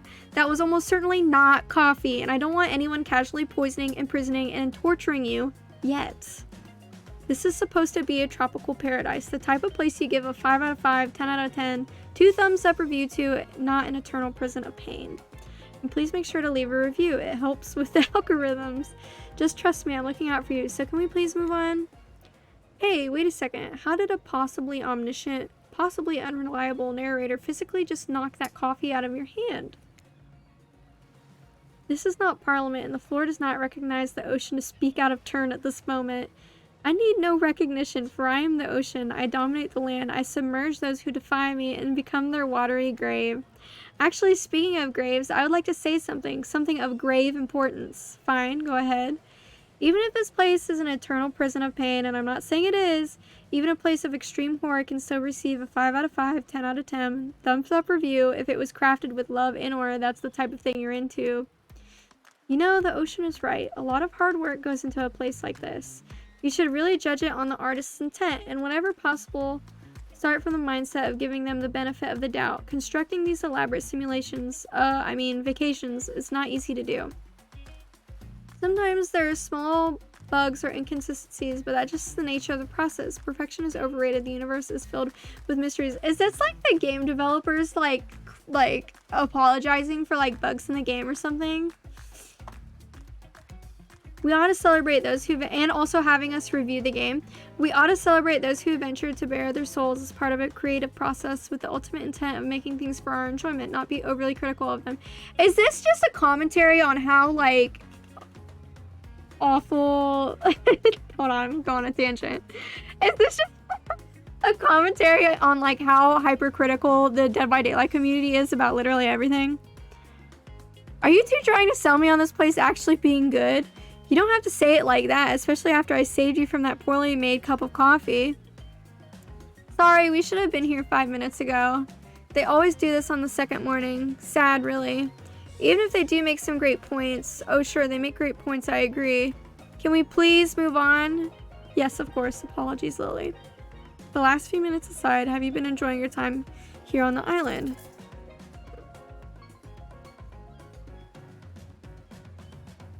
Yes, I'm not suspicious that there's no option. What an encouraging response! And we're so glad you're not suspicious! Hey Claudette, maybe Lily isn't suspicious because they figured out what they're actually doing here. Zero chance, they're still clicking, even right now, to see how you'll respond. Hey, look at that! Yeah, they don't know anything. It doesn't matter though, Lily. We're so happy to hear you're having fun. I didn't say I was having fun. We're all having fun, Lily. Do you hear us? We're all having fun. We do need to ask you one more question, though. We all had to sign away our rights to say anything negative about this place. Would you please sign this non-disparagement agreement? Yeah. Yes, I would hereby agree to participate into a verbal contract saying that I, Lily, will never say anything negative about my stay here on this island. Perfect! Delightful! Excellent! Yes, yes. Hey, Lily, it's still totally cool if you have constructive feedback. The place to leave that is in a positive review because we all know that nobody reads negative reviews of games or resorts like this. Yeah, I knew it. Like, oh my god. How are we gonna do this? Anyway, I see Dwight and Claudette have gone into a trance, and with the grumbling I hear from your belly, that can mean only one thing. Breakfast! Perfect timing. Everyone rolls into the dining area to lard up those sexy little bellies with pancakes and bacon and... So much for maintaining these beach bonds. We're all half naked in a tropical paradise. Can we get some strawberries here? A yogurt? Magic powers will only get you so far. Even killers watch their sodium intake. You take your plate and sit down, thinking about yesterday and the whirlwind of feelings you experienced. Danger, dread, disorientation. It was like going through puberty again, except all in one day on a beautiful and mysterious island. Guys, I just realized you can't see how I'm sitting, but I am quite literally sitting like this. I am 100% sitting like that. Oops. It looks like you're not the only one doing some introspection, though. Trapper stands up to talk about how his day went, in case anyone was wondering. Well, I fucking wasn't, actually, so... Yeah, personally, I wasn't either. I'll be honest. I didn't expect you to survive yesterday, so congrats, I guess. Whether you survive today is 50-50 at best. Good luck. Well, that was bizarre. Back to your breakfast... Nope. Now Hunter steps up to talk about her feelings. This island is treacherous. I don't know what the newcomer thinks they're doing here, but it certainly isn't helping any of us. Whoa, Huntress pretends to be all independent, but is she secretly kind of miffed you and her aren't getting along? Oh, well, that surely must be it. No one else would really stand up during breakfast too. And just like that, here comes Spirit. Oh, I forgot Bobby Spice is in here, guys. If I look especially well rested this morning, it's not because I slept well, as you know. I'm much too dedicated to finding revenge to ever sleep again, but because you all really left me alone yesterday to be my best, not constantly annoyed self, and I thank you for that. Now, if you don't mind, I'm going to go back to quietly resenting being trapped here with you all while looking cute doing so. Okay, girl. Okay, queen, pop off. Guessing Wraith has had enough time to work up the courage to speak in front of a group. Ah, perfect. There he is. Take us home, Wraith. Oh, hey, that was fun yesterday, huh? Yeah, I mean, not like too much fun. That would be weird. But like a good amount? Oh my god. Who is this? Who is this, folks? Who is this? I'm not gonna name names. Who acts like this?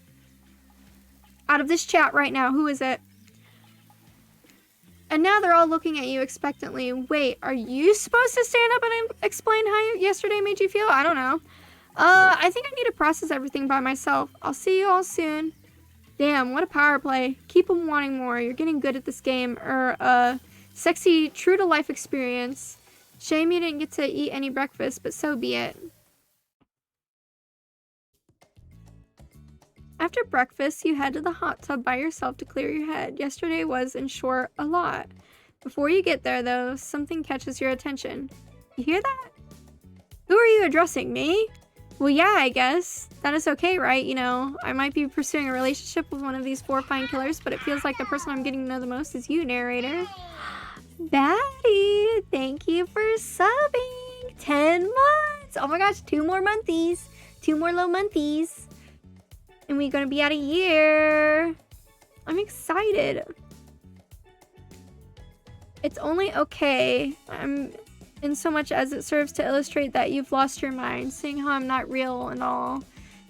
Yeah, I heard it this time. I think it's coming from behind the pool shed. No, stick it in there. A little more. How does that feel? Intense.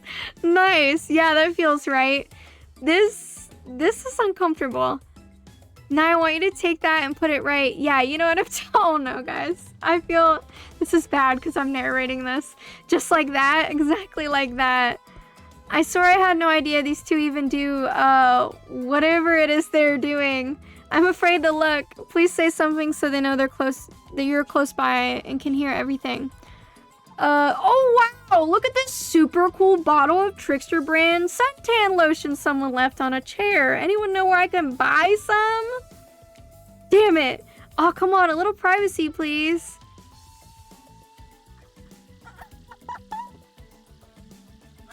Dwight is panting and Claudette has a crazed look in her eyes. Sorry, I didn't know how else to let you know I was here and I couldn't hear you well, you know. No, what? What do you think we were doing? You were doing... I don't know exactly what you were doing, but it sounded like, fun? You think 2 people trying to find new ways to kill each other in a desperate search to make their own death permanent is fun?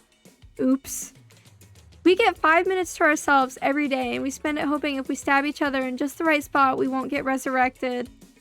I've come to believe that the key is finding the exact place we need to bleed out from, and I believe that place is in our appendix. Why else would it be there? Makes sense to me. Did you actually think we were me and him? Dwight? You don't have to laugh that hard. They get it. Oh my goodness.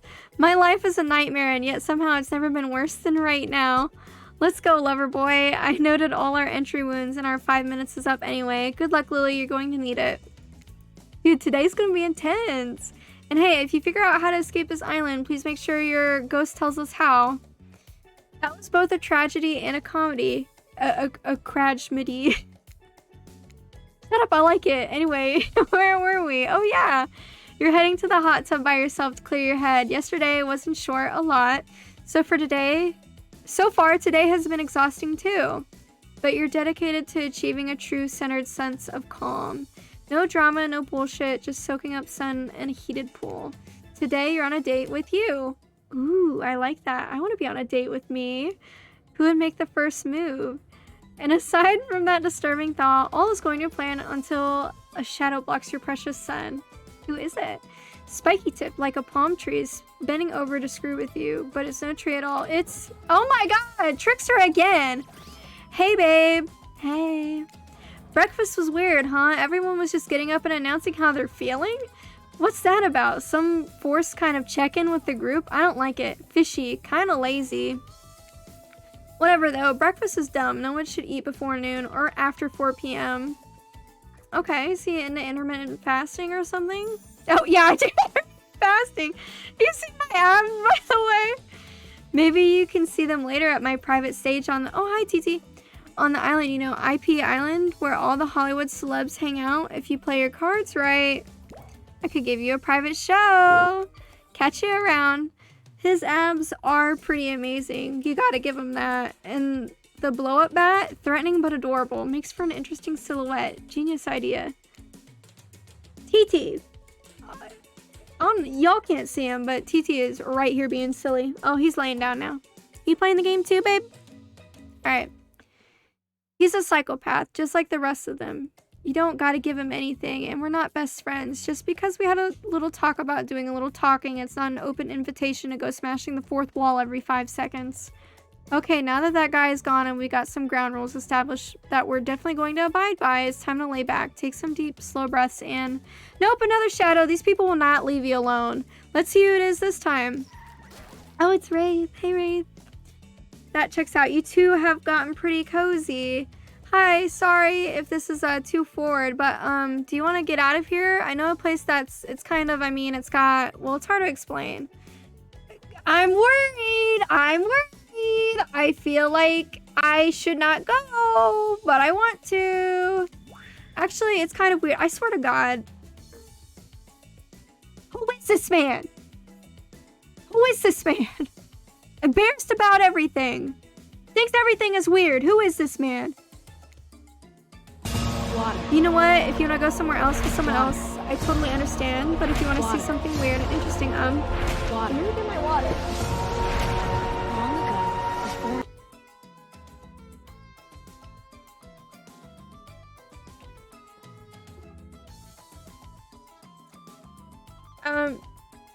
Am I close? Oh, sorry, I'm not close enough for you. Can you see TT? The music is kind of lit. Let me know, I guess. You've been around Wraith long enough to realize that this rambling speech was actually him being incredibly brave and asking you out. But before you can decide if you want to go off with Wraith, the Trapper interjects. I demand that you reconsider. Actually, I strongly recommend you do. Wraith is half of the man I am. If that, I could deadlift 4 of him wrapped together. He can't even say a sentence without getting flustered. He's off-putting, disquieting, unnerving, bothersome, plus he doesn't even own a thesaurus. I have 7, all leather-bound. Tough choice. You weigh your options quickly because you can only go on 1 date today, and you also don't want to be hacked to pieces for saying the wrong thing. It's always good to remember that these are all cold-blooded killers, but you know what they say, when life gives you lemons, you make lemonade.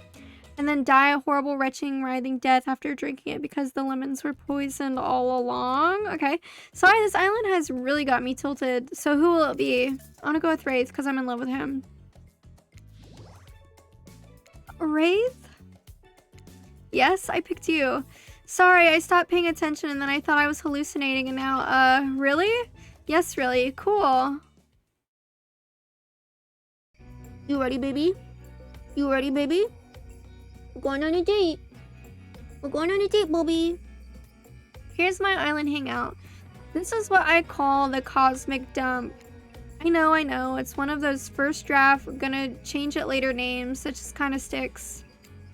Dump is being kind. It's a massive collection of seemingly ancient ruins that simultaneously appear to have been recently abandoned.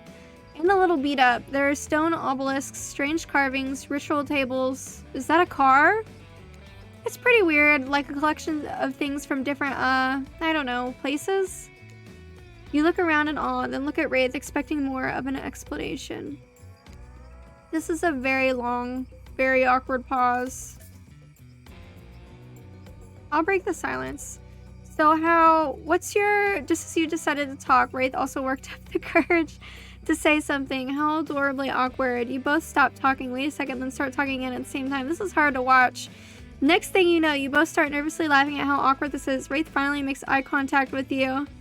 And after what seems like an eternity, Wraith finally manages an entire sentence. So, what brings you to the island? I have no idea.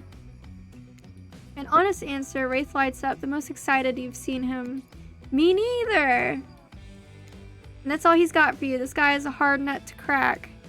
Wraith looks at you with his always sad puppy dog eyes, searching for something to say, anything to talk about. He clears his throat. You remember my bell? I showed it to you yesterday? Of course. Wraith pulls it out. Pulls what out? The bell! You Oh my god! Why does it know me? Well, I just think it's really nice you picked me to hang out with. And, is he gonna give me the spell? Wraith gives it to you. The bell. He gives you the bell. Get your mind out of the gutter. Jeez. I want you to have it. Please take care of it. You know how much it means to me. I promise I'll take such good care of it. This is the sweetest gift. Wraith smiles, but even when smiling, his eyes seem sad. You smile back, knowing what a gift he's just given you. I mean, it's kind of shitty because you can't really do anything with it, but it means a lot. Still, cool gift. You both search for something to say, anything to talk about. During the awkward silence, you look around the dump, spotting some kind of ritual table stained with blood and littered with various bottles. Nearby is what looks like some dangerous potions. What was this ancient called up to? Oh, why am I picking this shit up? Looking to shake up this date? Is this a date? Yikes. Anyways, looking to shake it up, you approach the potions and pick up the fanciest one. So what will we do next? Ooh, I don't have options that are don't fuck with the potions. Pour out those potions, mix those potions, drink that potion.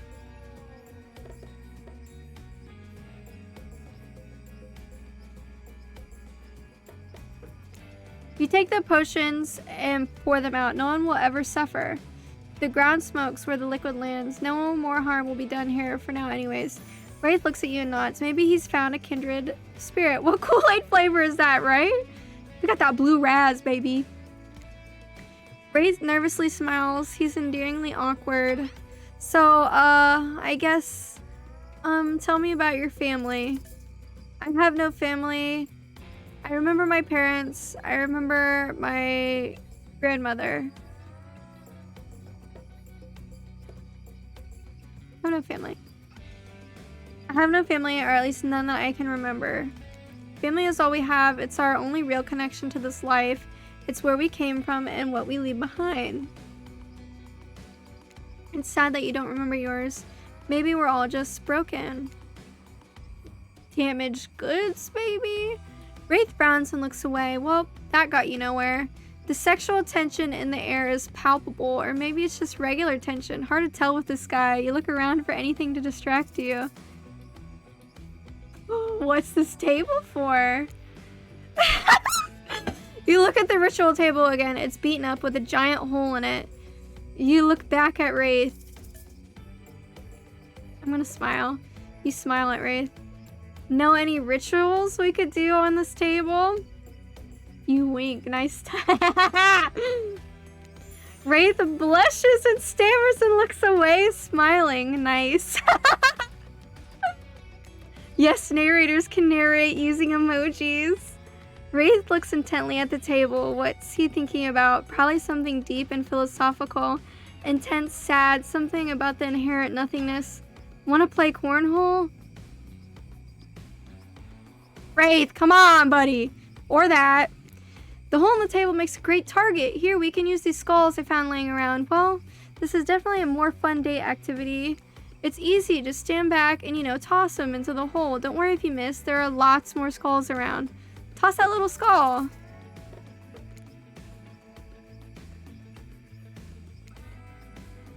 Oh, perfect. Oh, shoot.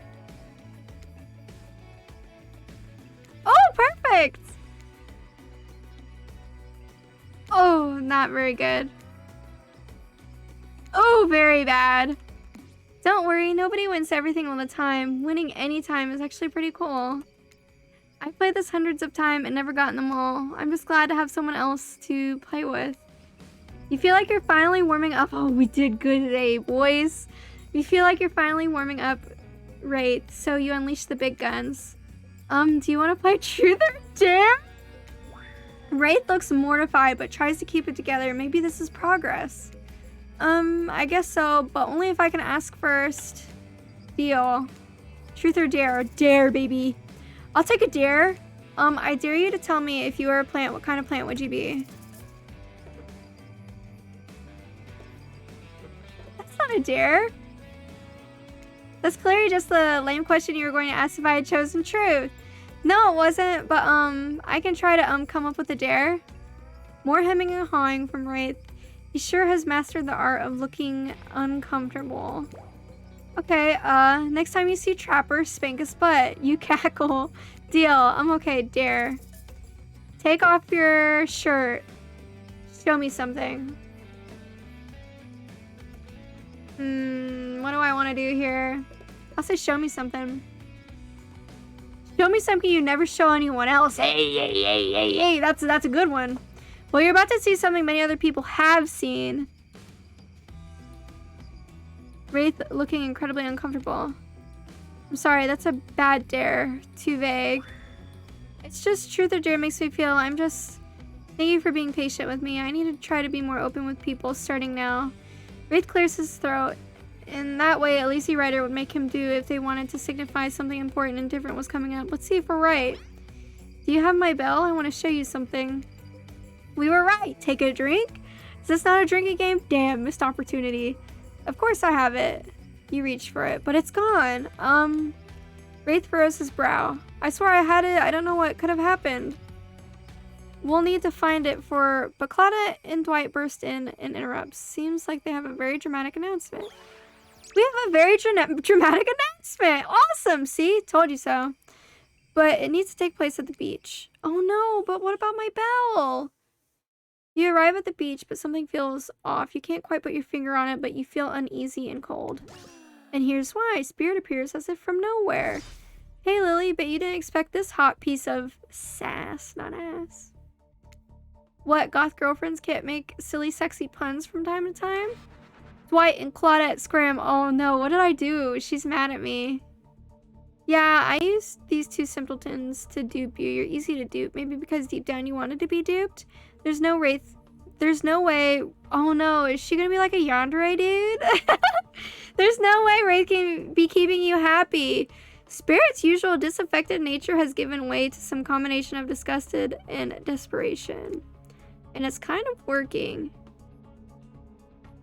Wraith's a fake. He's not even a real ghost. He only pretends he doesn't want people to care about him, but really that's all he wants, and he wants it more than anything. Ugh, can you imagine wanting something? So cringe. Yeah, cringe, dude. I bet he won't even tell you his theory about this island. What a fake. You deserve to be with someone real, a real ghost, someone who really doesn't give a shit, someone who doesn't even care if you say yes or no to me. I'm not even gonna answer. You see through her desperate last-minute attempt to win your affection. It's almost sad. You turn around and walk back to Wraith without so much as saying a word. He came back. No one ever comes back. Wraith is shook. Are those tears welling up in his eyes? Oh, hold on. TT wants to leave. Give me 1 second.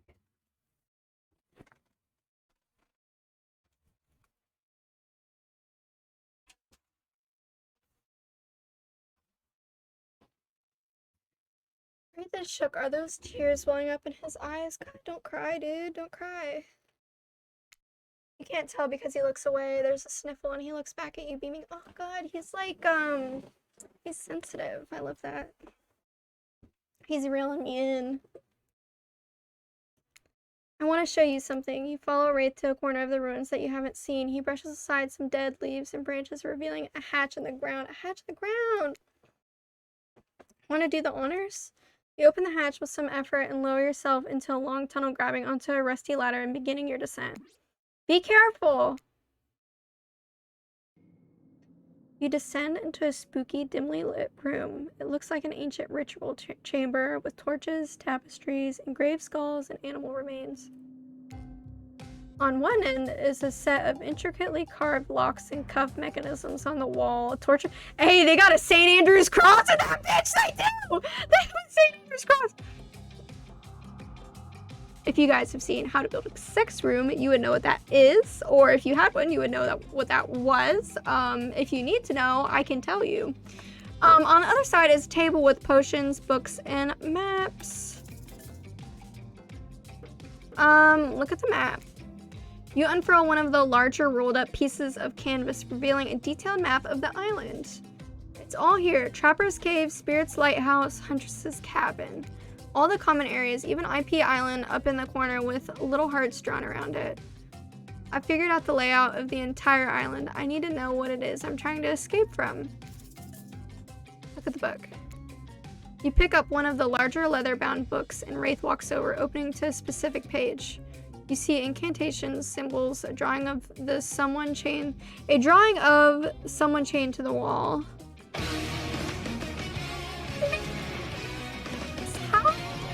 Kurapika is now How are drowning in an you? indescribable Thank you emptiness. for the raid. How was your stream? Hi, everybody. How's it going? Hi, how are you? Guys, if you're new here, I'm Lily. Hex Kitty Cat, you call me either one. I love horror. Right now we're playing the Hooked on You dating simulator. I have not played it yet, so this is like a new look at it right now. Gosh, my stream crashed and I was like, bet we're raiding Hex. Oh my gosh, no! What did you get up to today? I was having problems with my OBS today for some reason. It wasn't, like connecting to Twitch for some reason, and I had to restart my whole PC and turn it back on. We played DVD for 8 hours. That sounds like fun. I need to get back to DVD. I told Zombie that I was going to play Killer at some point because I've been watching them play Killer, and I'm like, hey, that's fun. Also, yeah, you're going down Wraiths. Yes, listen. We should do collab. Yes, we should. Wraith is just a shy little man. He's shy. He's a bit awkward. I love him shy and awkward, dude. I was like, I need this man. Yeah, and Trapper, I don't know what I was expecting of like Trapper, but he was just too much for me. He's too flamboyant. He like loves his money. He loves flaunting it, and I don't like it. And Spirit, like, she's being a little yandere, you know. She tried to grab me for my date with Wraith earlier. I said, no, baby. No, not today. I'm with my man. I gotta go. We love a shy little man. Mimics, by the way, take care of yourself after your stream. You were playing for a very long time. Get a drink, get a snack, hang out, relax. And we are going to go straight back in here. We're in a hatch right now. I don't actually know how far I'm in this game. I've been playing for about 2 hours. I'll be lurking. Thank you. All right. Also, I didn't like Spirit. I know. I'm upset. I don't like her attitude right now. She's kind of bothering me. A different language you can't read, except for the words "Cult of the Black Veil." Conveniently, those words are in exactly the language you can read. From everything I've found, I think these are the ruins of an ancient cult. They seem to be devoted to some type of sentient evil. I think they used this island, or maybe the person they worship did, and I think they used this ritual site to travel to and from the island. I think they sacrificed people on this torture wall in order to open some portal out there. Listen, put me on that torture wall. Put me on that St. Andrew's cross, please. You walk over to the wall and examine the chains and locks. It looks like some kind of torture wall. Wow, what happened to people here? Did they keep prisoners? It looks like they were tortured, but from what I've been able to dig up, it was something more ritualistic, serving a larger purpose. I have reason to believe those prisoners weren't alive for long. Do you think the cult of the Black Veil is still around? Are we in danger? I don't know, maybe, but I have a plan. All we need. And right as you're finally about to get some of that sweet, sweet information you've been lusting after, Claudia and Dwight pop in again. Myers fans, where you at? Big Daddy Baby Michael Myers, hello? You're in the right place. I will say we do love Ghostface here, though. We are Ghostface simps. But I like me and Mikey Myers. This time I swear it's a good reason. I promise we're not being manipulated this time, honest. It's time for dinner, you silly gooses. Come get some food. White, for the last time, the pearl of goose is geese. Sorry, I keep forgetting. Oh my god. Where's my bell? I lost Wraith's bell. What a fun day you've been having. I can see it written all over your face. You're shining, and that's not just the remaining anxious sweat from spending an afternoon courting a psycho killer. Psycho killer. Qu'est-ce que c'est? No, you're really feeling this whole romantic experience. Don't worry, I'll keep your dirty little secrets. Stop it. Ghostface, I have the costume fellowship. Hey, yo, let's go. Hold on, let me get some of my Ghostface emotes in the chat. My friend Adrian made these for me. I love them. We actually went to Spirit Halloween today, and they had a voice changer, but like it was in a package, so I can't confirm that it was like the Ghostface voice, but it was with like the scream stuff, and I was like, But enough gentle ribbing. It's time to get back to business. All the appetizing singles have arrived for dinner, including Trickster. Trickster, dog! What do you want from me, dude? Wraith is here, too. We're not going to do the gag where we cram them all on screen at the same time again, so just believe me, they're all here, and they're just as sexy and demented as you remember them. With your love on the line, everyone is being very careful not to offend you by saying the wrong thing. Congrats, by the way, on getting this far. I'm as surprised as you are that these four are falling for you. No, not because of your personality, but because you just met them yesterday. Listen, I'm, what is it, tantalizing? However, since Spirit seems like the biggest long shot to end up holding onto your heart, she throws caution to the wind and speaks up. It's a pretty small consolation prize for being the least loved killer on Murder's Island, but hey, letting them have this one moment in the spotlight is the least we can do, and heaven knows they won't do any better than that. eBay sells the real voice changer from the movie. Ayo. Ayo. Clearly, I need to do a little bit more to be part of this group, or I'll be alone forever. However, I don't eat, and I like being alone, so I take that all back. I don't care what the group has for dinner, as long as we start with shrimp cocktail. I saw a movie once where these ghosts turned shrimp cocktail into a haunted synchronized dance, and I'm still working on how they did that. Lily, stop them from saying it. Beetle shrimp? The most rare and delicious type of shrimp. Beetle shrimp? Is this some new species? Because I've hunted many beetle and many shrimp, and I've never heard of beetle shrimp. Of course you haven't. Like Spirit says, they've got hypnotic power. Anyone who sees them soon forgets. Also, something to do with dancing? I wasn't going to say anything that dumb. No, I was going to say, achoo! I sneezed, achoo! Excuse you, Lily, now you're saying crap? I can't even talk at this point. I've been talking way too much. Thank you, Mikey. Thank you, Mikey Myers. Alfie, hello. Welcome to Horny Jail. I am currently fucking with Wraith now. I'm losing all ability to read. I've read so much. I didn't realize how much I was reading at this point. You've done all you can. I can appreciate it. I'm gonna have to narrate us out of this somehow. Hold on. Are you afraid we might accidentally recite some spell and conjure a ghost? Because I hate to break it to you, but it's a bit late for that. And then a giant osprey swooped down and dropped a severed head on the table, distracting everybody. Ah! Trapper! Hey, I've never seen this particular severed head before. What? This time I'm being honest. Sorry, not my finest work, but something had to be done. We've got to be careful about which cultural references we get mixed up with, is all. Dinner will be served shortly, but certain power brokers would like to know about your day. Would you like to share your day with the rest of the group? You've had an interesting day, that's for sure, but how will you describe it to the others? Say too much or too little, and it could affect your standing with the group. Okay, but don't just sit there saying nothing. Nothing is not an option. Okay, Huntress looks caked up. Be right back. Okay. Okay, I'll be here. Well, first off, I just want to say, true to your word, you leap up, run over to Trapper, and smack his ass hard. You walk back to your seat, smiling at Wraith. He stifles a giggle. I don't know what just happened, but I didn't not like it. Anyways, yeah, I spent some time with Wraith today.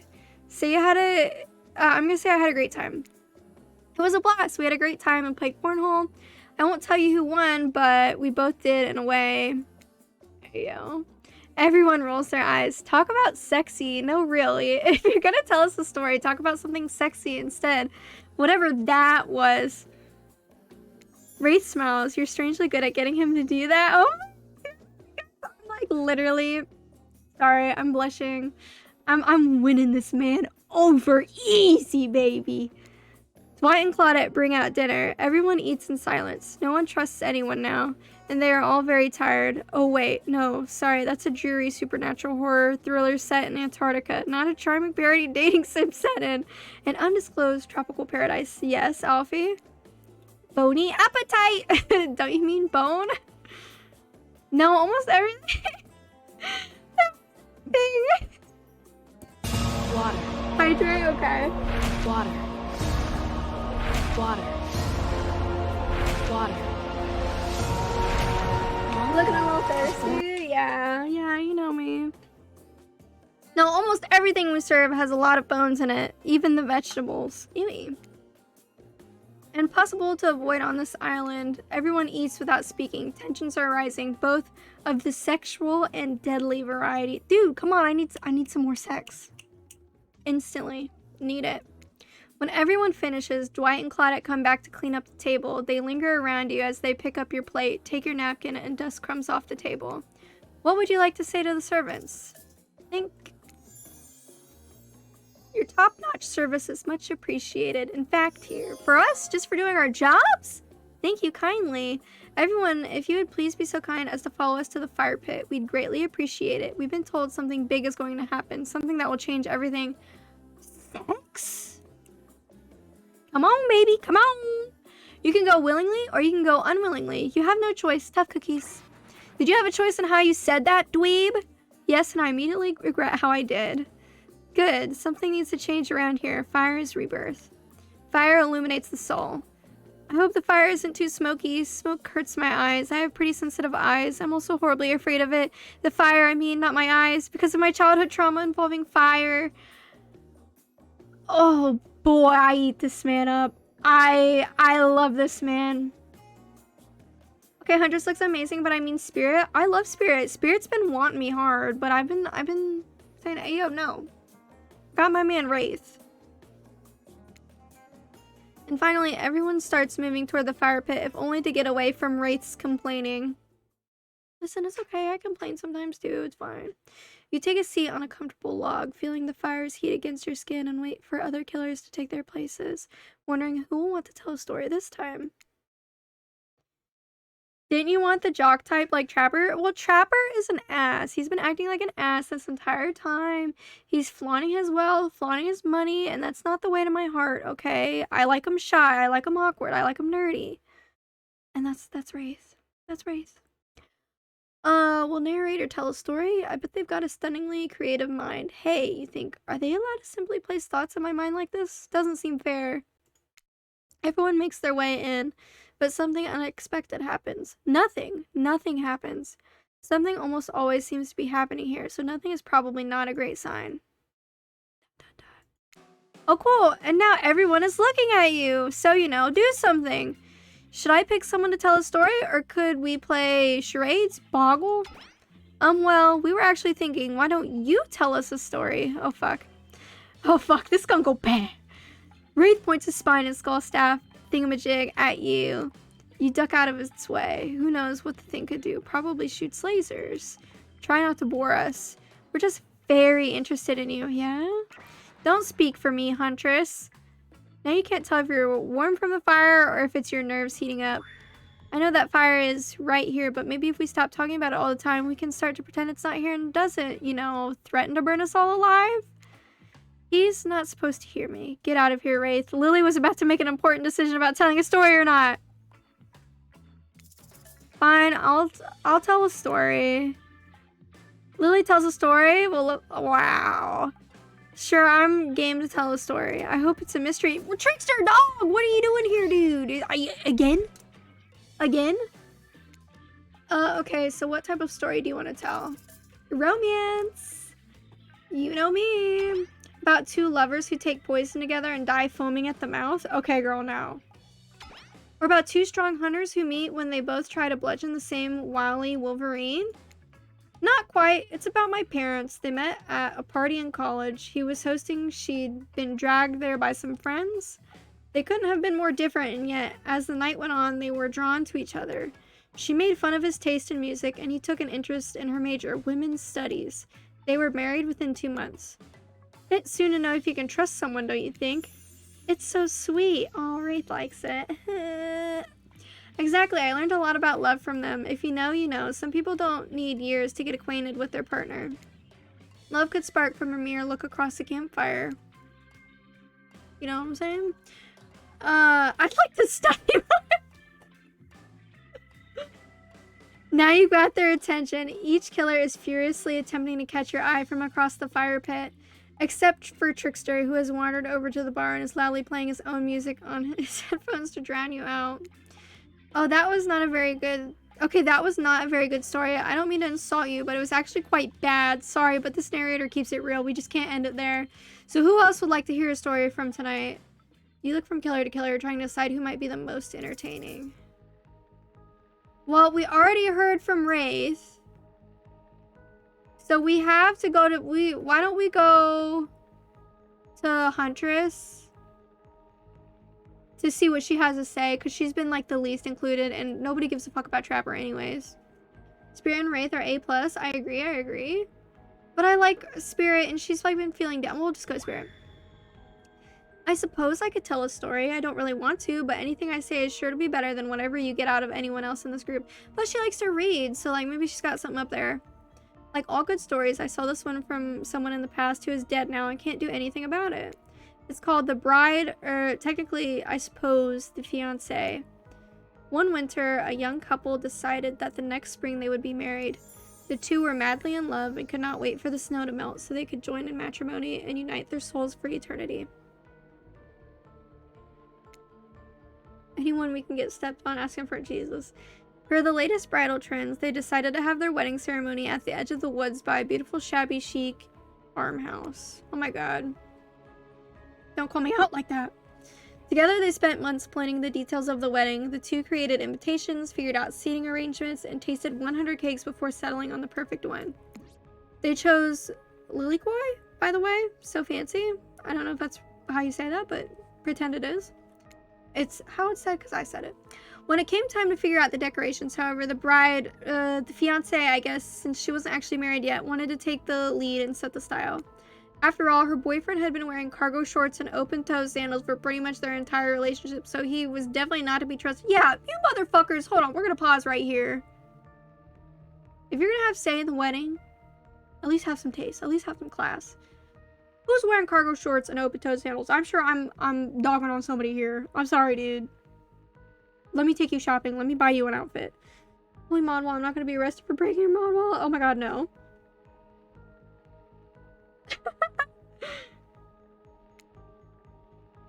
Kudo, I love you. I'll give you a kiss. Having decided on such a lovely natural setting for the ceremony, the fiancé decided that she would create unique floral arrangements from the local wildflowers that surrounded the farmhouse. Sugar Mom Hex.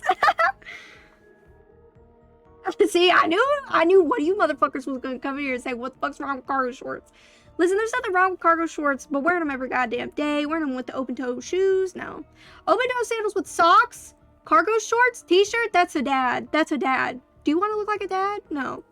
As soon as the sun rose on the first day of spring, she set off into the woods. Each day, she spent hours mapping out where the best blooms could be found and prepared to pick them herself the morning of the wedding so that they'd be at the height of their freshness and beauty. Enamored with the incredible variety of flowers in the woods, she surveyed the the fiancé, since they had not yet been married, became obsessed with knowing just how many there were so that she could choose the absolute best. Until I only wear cargo shorts and open-toed shoes. Please get me clothes, Mom. Listen, come on, baby. We're going to the store. Baby, you looking a little different? Yeah, I'm looking a little different today. I'm wearing a wig. You know, I'm going crazy. I'm wearing pink. I'm looking cute. You're looking a little different today. No, I'm just kidding. You don't. I cannot see you, but I love you. Yes. I love my little honey bun. How are you?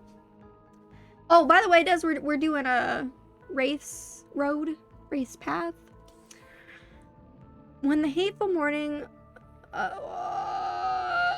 me restart. Okay. When the fateful morning of her big day finally came, the fiancé told her husband-to-be that she had one final errand before the wedding. Lab, you should feel special. You deserve the best. Excited for the ceremony to come, she dressed in her beautiful white gown and set off into the woods to gather flowers. Treading carefully, she followed her route, selecting only the best stems and collecting them in a basket. However, when she came upon a once familiar clearing, something was not as she expected. Somehow, it was more beautiful now than it had ever been before, and just on the edge of her view was a new bush filled with blossoms so vibrant and colorful she became dizzy just looking at them. But the fiancé ignored her sudden spell and pressed ahead, scooping up flower after flower, and every time she did, she noticed just further ahead and possibly even more beautiful blossoms. And yeah, you look cute or whatever. Oh my god, thank you. Thank you. A dream would be to have a sugar mom who I just needed to be super good friends with in exchange. Basically, I want rich friends to take care of me, please and thank you. Oh my god, for real, if I can find, listen, no, I'm down with a sugar daddy. I'll give you a little sugar. I'll send you a little something spicy. Send you a little pickies. I don't know. I'll do it. If you're taking care of me, I'll do it. I'll do it. Hey, look, I know that person. But the fiance, yeah. So he went on and he wasn't like admiring. Carried by the sweet fragrance of spring air, the the fiance crept farther and farther into the woods until she turned a corner, stepped over a mossy fallen tree trunk, and realized she had been here before. But this wasn't the clearing she remembered, or at least not how she remembered it. The flowers were suddenly overripe, decaying, falling from their stems into festering moldy piles on the floor. Where bees had been, now only flies buzzed. Where the scenes of flowers had once intoxicated her, the odor of mildew now made her sick. Oh no. How's banging going? We haven't banged anybody yet, dude. I'm waiting for it. We're getting close with Wraith, though. You're uber happy? Yes? Hello? Tell me why. If I'm ever rich, I'll pay people to send me pics of their favorite stuff. Ah! I stuffed myself with mini tacos and chicken nuggets from Jack in the Box. Ooh, that sounds yummy. Sounds yummy. She turned and looked back, but the path was dark. Into a shadowy glen she walked and walked and walked. That day, as guests gathered at the farmhouse, the fiancé was nowhere to be seen. Her friends, family, and love began to look for her, but to no avail. They searched the pasture, the tree line, and into the forest, but there was no beautiful wildflowers or young lovers to be seen.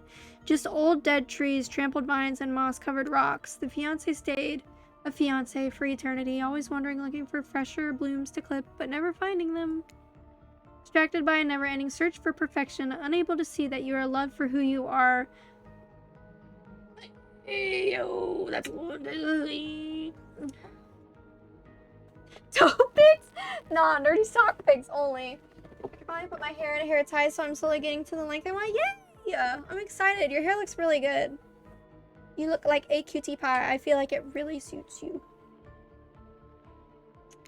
Out there all alone, I thought it was beautiful and sad. Just like someone we know. That was story time. A lot of people like to take pot shots at sequels, but I think every good story baby? deserves a follow-up. Sup, baby? How you doing? When you think it's the end, the sequel is almost never as rewarding as the original. That's why I'm much more of a fan of the episodic style of storytelling. Knowing it's a series takes a lot of pressure off of any individual installment and builds a greater sense of communal... I can't talk, guys. Wow. A sense of community between audience and creator.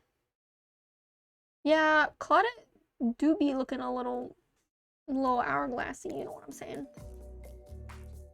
Tell me, Lily, if you could delete any sequel from existence, what would it be? Don't answer that. We don't actually care. We're just here to make sure that we seamlessly move on to the next segment of the evening. Oh, thank you. God forbid my small talk get in the way of a romantic Twilight moment. Yeah, I would like to get back to Wraith, please. Dwight, I'm not gonna need you to shut your yap. I'm gonna need you to shut your yap trap. You know what we need to get back to? That thing we do whenever we're not on screen? Okay, you have fun tonight. Try not to wink, end up dead. Listen, I better be getting something. Why did you say the words wink wink out loud? And what kind of double entendre are you getting at with that end up dead? Dwight looks too suave to be Dwight. Don't shit on Dwight. Leave him alone, he's kinda cute. Dwight is physically incapable of winking, not since the accident, and you do know that all of these people are despicable criminals with double-digit kill counts, right? Well, except for Spirit. She really doesn't belong here. She's strictly a victim, not a perpetrator. No wonder she's pissed. Did I hear somebody trash-talking Spirit? Dear me in. Oh my god. What do you say we take this talk to the hot tub so I can soak this bond while I roast that ghost with some killer hot takes? Please, enough talk of burns, things that are lit or getting blazed. It's enough that these activities have to be set next to a literal fire. Must I be surrounded by figurative flames as well? What if we turned and ran as far away from those places as we could, just you and me? On those spindly legs, you'd probably tire before you got too far. If it's running away to someplace more secluded Lily is after, they should obviously join me. Have you seen these legs? Pure power.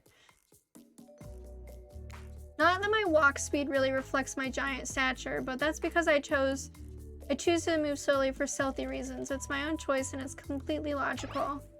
Why is everyone so obsessed with comparing themselves to each other and creating drama? I'm so over all that.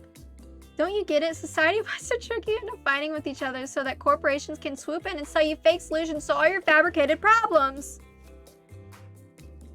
I'll be sitting in the shade and drinking something locally sourced while thumbing through a public domain novella printed on recycled paper because I refuse to play their game anymore.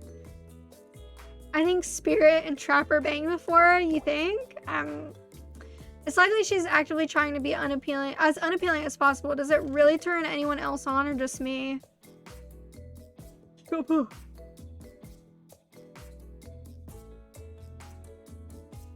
I don't think it's the same devs as DBD.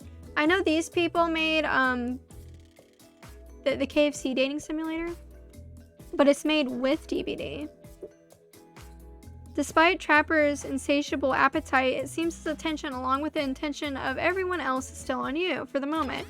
If you could, I don't know, just pick one of us, maybe we could all move on with our lives. Or, you know, some special projects we might have going. Oh my god, Wraith, do you have like a project for me? Do you have something for me? You heard him. Who will it be? Who will you head off with for an evening activity? I'm just saying, you may not get a ton of chances to raid around like this before your time on Murderer's Island comes to a close. And no, I'm not satisfied with that name either, but with this streaming reality TV dating show boom happening, it's pretty much all that wasn't taken. Which killer will you pick? And yes, we're back to excluding Trickster because, ugh, that guy. I want to go with Wraith again, and I feel like my thing is, like, if we don't go with him, is he gonna, like, make us a project or something, or, like, you know, make us something? But I want to go with him again because they're, like, you know, oh my god. I'm like, I don't have any sort of rep with the other people, but I really like Wraith. Sorry, I have to. I knew you'd never pick me. Who am I kidding? But I did pick you. Wraith immediately turns and runs away. It's not like he didn't tell you what you were getting into. Well, follow him. Oh my god, he's gonna make me chase him, dude. Oh my god. You catch up to Wraith, and as usual, he appears a little anxious. Ask what's wrong. Hey, you seem a little off. What's wrong? Wraith stops and tries not to look at you. After a moment, he relaxes. You can tell, huh? You must be getting to know me pretty well. There's that big sigh again. Sorry, sometimes I get too in my head. You nod understandingly. Well, maybe there's some way we can get you out of there.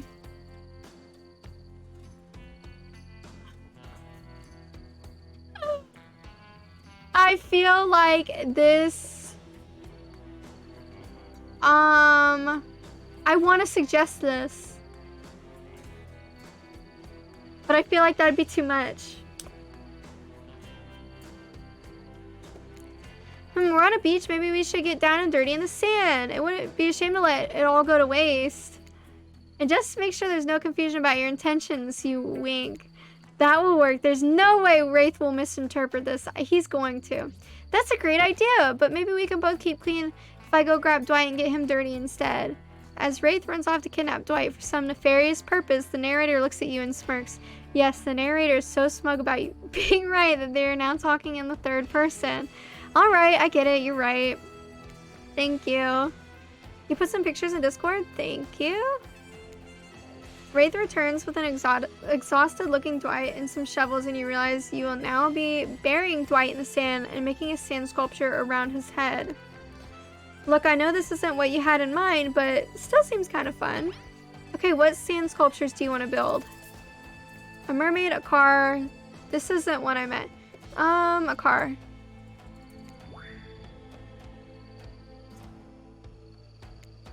I shouldn't have picked the car. I'll hug him. You envelop him in a wordless hug. Sometimes silence is the best thing you know. I wish Trapper understood that. Spirit could use a reminder too. What a downer she can be. Wraith eventually calms down, still looking away. Thank you. Sorry, you don't need to apologize or explain. Wraith turns to you, smiling sheepishly. Wow, this day went by so fast, but I guess it's over. I don't understand. Why is it... You strange... What? Oh my god, I'm like dying. I am not a chaser. God. Why do I have to? This is a lot of work. The gang's all together again on the volleyball court. Seems like only yesterday you were sitting on the sidelines watching everyone get sweaty. Jesse, oh my god. Jesus. That's because it was. Oi. Feels like I've been here a lot longer than that, actually. It's so late that the sun is already beginning to rise. Better get this over with quickly so that I mean you, can get some beauty rest. Do not recommend the eternal damnation of perpetual narratordom. Good thing you've really used your time well since then. Really getting to know the gang. The brain, the mobile, the basket case, the psychotic bunny girl. You know, the 4 types of people. Guys, am I the psychotic bunny girl? There you go. Anyway, everyone is gathered on the volleyball court for a new type of game. Pitch your dream date and see who Lily chooses. Ooh.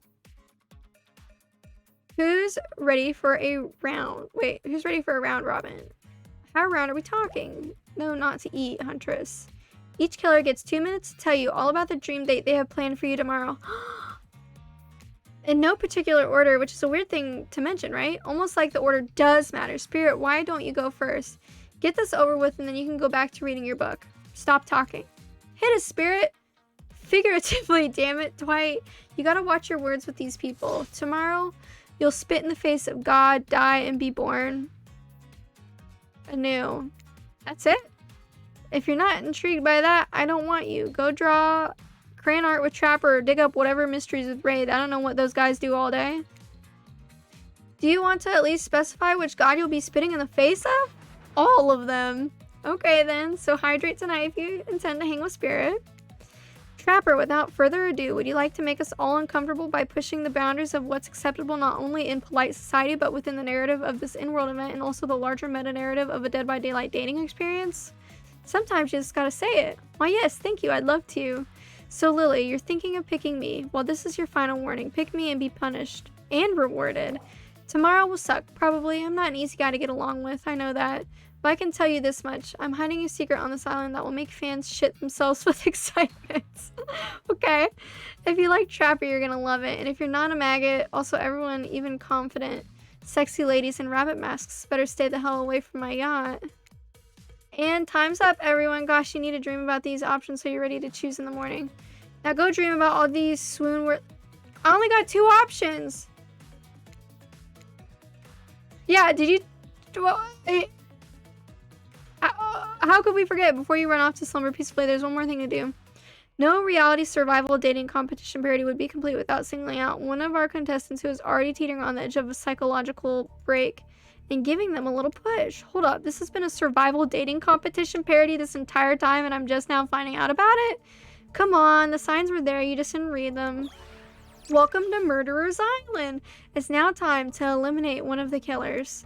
Oof, it's like a butchering, but it hurts even worse. You can't kill a killer, but can you break their heart? Do you dare to even try? You mean... That's right, tomorrow one of these sexy slicers will not be eligible to take you on a date. Who's it gonna be? But why? Because it's dramatic? Because it's surprising? Because it's a classic reversal of fate? And it will hurt someone's feelings. Someone dangerous. What's it gonna be, champ? What's your thought process here? Trapper seems like he might throttle you in your sleep if you eliminate. That being said, at least you'd see him coming. Spirit could be anywhere. She floats and I hear she can disappear hard to track. Eek, if you get rid of Wraith, he might cry, and although I totally support normalized men crying and being vulnerable, it just seems like he might be an ugly crier. Huntress, she might pretend to be okay with it, but then you'll start seeing her behind every tree. What I'm trying to say is, I don't envy you, boss, so which sociopath are you eliminating?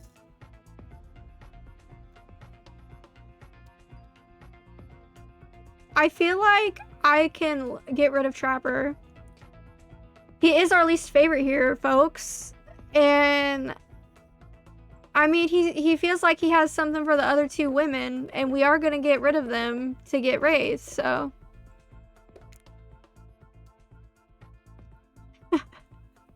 This is very simple, Trapper. You scared the living shit out of me. Here, eliminated.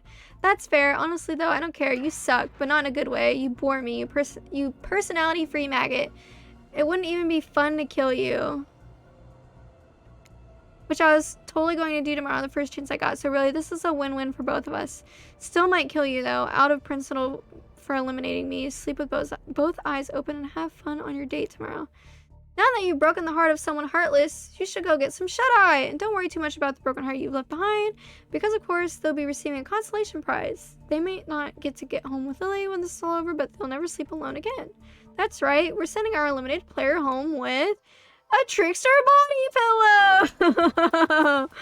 The next best thing to the real trickster. It might not hug you back, but it definitely won't try and stab you. And how do we know? Because I've tried it. That's right, it's Dwight tested. Claudette approved. I hope you sleep well tonight, Lily. You're my hero for what you've accomplished. How can you sleep tonight knowing what you've done? No, not because of the guilt. I mean knowing that there's a legit homicidal maniac who hates you close by. How can you sleep tonight knowing what you'll do tomorrow? I don't know how you'll do it, but you better go before Dwight and Claudette come back and put you to sleep themselves. You know those two. Schedule, schedule, schedule. Alright, I mean, it's whatever. Wow, what a crazy way to end the day. An elimination I didn't even know was that kind of game. Adrian, I love you. Let's check in with everyone, especially with our loser. Everyone deserves a send-off. We'll see how things go tomorrow, I suppose. I'm not expecting anything. I tend to shut my mind off during hard times. I know I seem all excited and devil-may-care, but the truth is, I'm really a pessimist at heart. Girl, same. That tends to happen when your mother is skewered by an elk when you were young. Yeah, how'd you know? Wild guess, it's also the only thing you talk about. If you'll excuse me, I think I saw a raccoon over in that tree and I'm feeling peckish. I don't remember the last time I felt this nervous, excited. Oh my god, he's nervous to go on a date with me? Chemically, those two feelings are very similar, but I don't know. Lily is really great. What else do you want me to say? I don't handle rejection well, at least I don't think I do. No one has ever been dumb enough to reject me before. Yeah, the more I think about it, the angrier I'm getting, and I'm a giant rage monster, so everyone in this room should be scared right now. Turn the camera off. Did I think there was a chance I might get eliminated? Yeah, I did. Did I care if I got eliminated? Not even a little. Does the volume of words I spend talking about how much I don't care about things signify a deeper yearning within me to be seen, heard, and validated by those around me? Nah. What? No, you're not a part of this. You don't get a confessional. It's cool, man. I'm not a part of anything, you feel me? I'm not a cog in anyone's machine. I'm my own machine. This whole thing is pretty cute, though. Charmingly low budget, old school marketing vibes. Not gonna lie, I kind of wish I wasn't so busy right now. I'd definitely be down with a reality show style dating competition with survival elements. But I got my new album, upcoming tour, finalizing the new sneaker line, producing a limited series on my life, starting a new social media NFT crypto app, and doing these private gigs over on IP Island. My dudes, you gotta come check it out. IP Island, it's dope. It's where the real killers are hanging out. Fully licensed, no legal drama. Lawyers, take a hike. Those faces over there. I'm dreaming of them. If only. I'm gonna tell everyone that Trickster said that about them. Don't worry. I'm talking your favorite established characters. From all over pop culture that can't be seen on this island. Hell, you probably even mentioned them like Ghost... Don't you say it! Look, we get it. You're very popular and in demand, but we have a game to get back to and I don't want to get sued. Ghostface. I want to fuck Ghostface, guys. Please, somebody let me. I want to. Come on. Whatever, I don't even care. I'm the trickster. See you around, Lily. You too, narrator. I have a name, you know. You do? Yes, seriously, they do not pay me enough to deal with you people. Is it my turn? What? No, it's not your turn. You're sentient water. How are you even sitting in that chair? What's a chair? It's the thing you're getting all wet. Now it's gonna smell like mildew. Okay, rude. Fine, let's just get this over with. It's your turn, Ocean. Do your check-in. Check-in? I was just looking for the bathroom. Bathroom? Are you serious? It's down the hall to the left. It's okay. Never mind. Never mind? What does that mean? No, not you two. This wasn't meant to be a confessional time for literally every character in this game. It's okay, we don't have to confess anything. We've just been working our asses off for 2 days straight and wanted to sit down somewhere. The chair is wet. Yeah, I think the Ocean just peed on it. How's that You know what? I don't care. You two are looking pretty pleased with yourselves. I've got something to confess. Oh great, what's it gonna be? You ate glue in the 2nd grade? You cheated on an algebra test once? Watching Trapper get eliminated was the first time in this unending spiral staircase of pain that is my life that I felt even a modicum of joy. Every minute that I'm alive is a nightmare. This place, the sun, these sweet sugary drinks, it sounds fun for a long weekend, but for an eternity, the unrelenting rhythm of crashing waves and wailing seagulls, it's like a crescendoing song of evil that makes me question the very foundation of the universe. Why am I here? Why are any of us here? What kind of sentient being would do this? Please erase me from this existence. Make it so I was never born. Pull the plug on this experiment and let my soul be free. And please, please get me out of this polo shirt. Okay, let's get you to bed, buddy. I don't want to go to bed. Going to bed means eventually I'll have to wake up. Yikes, huh? That was a weird way to end.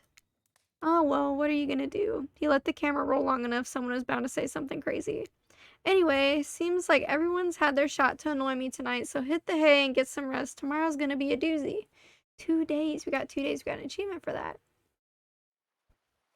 Soft sunlight warms your skin, nudging you awake. Also, you're using a killer crab as a pillow, which it's sort of okay with. What's that? You don't know about the killer crabs? Oh, right. You didn't go on that hunter state. You really missed out. It was thrilling, or I guess it would have been. You'll have to play the game again to get that reference, I suppose. You pull on your beach attire and splash water on your face. Dwight and Claudette approach. Is that look on their faces excitement? Terror?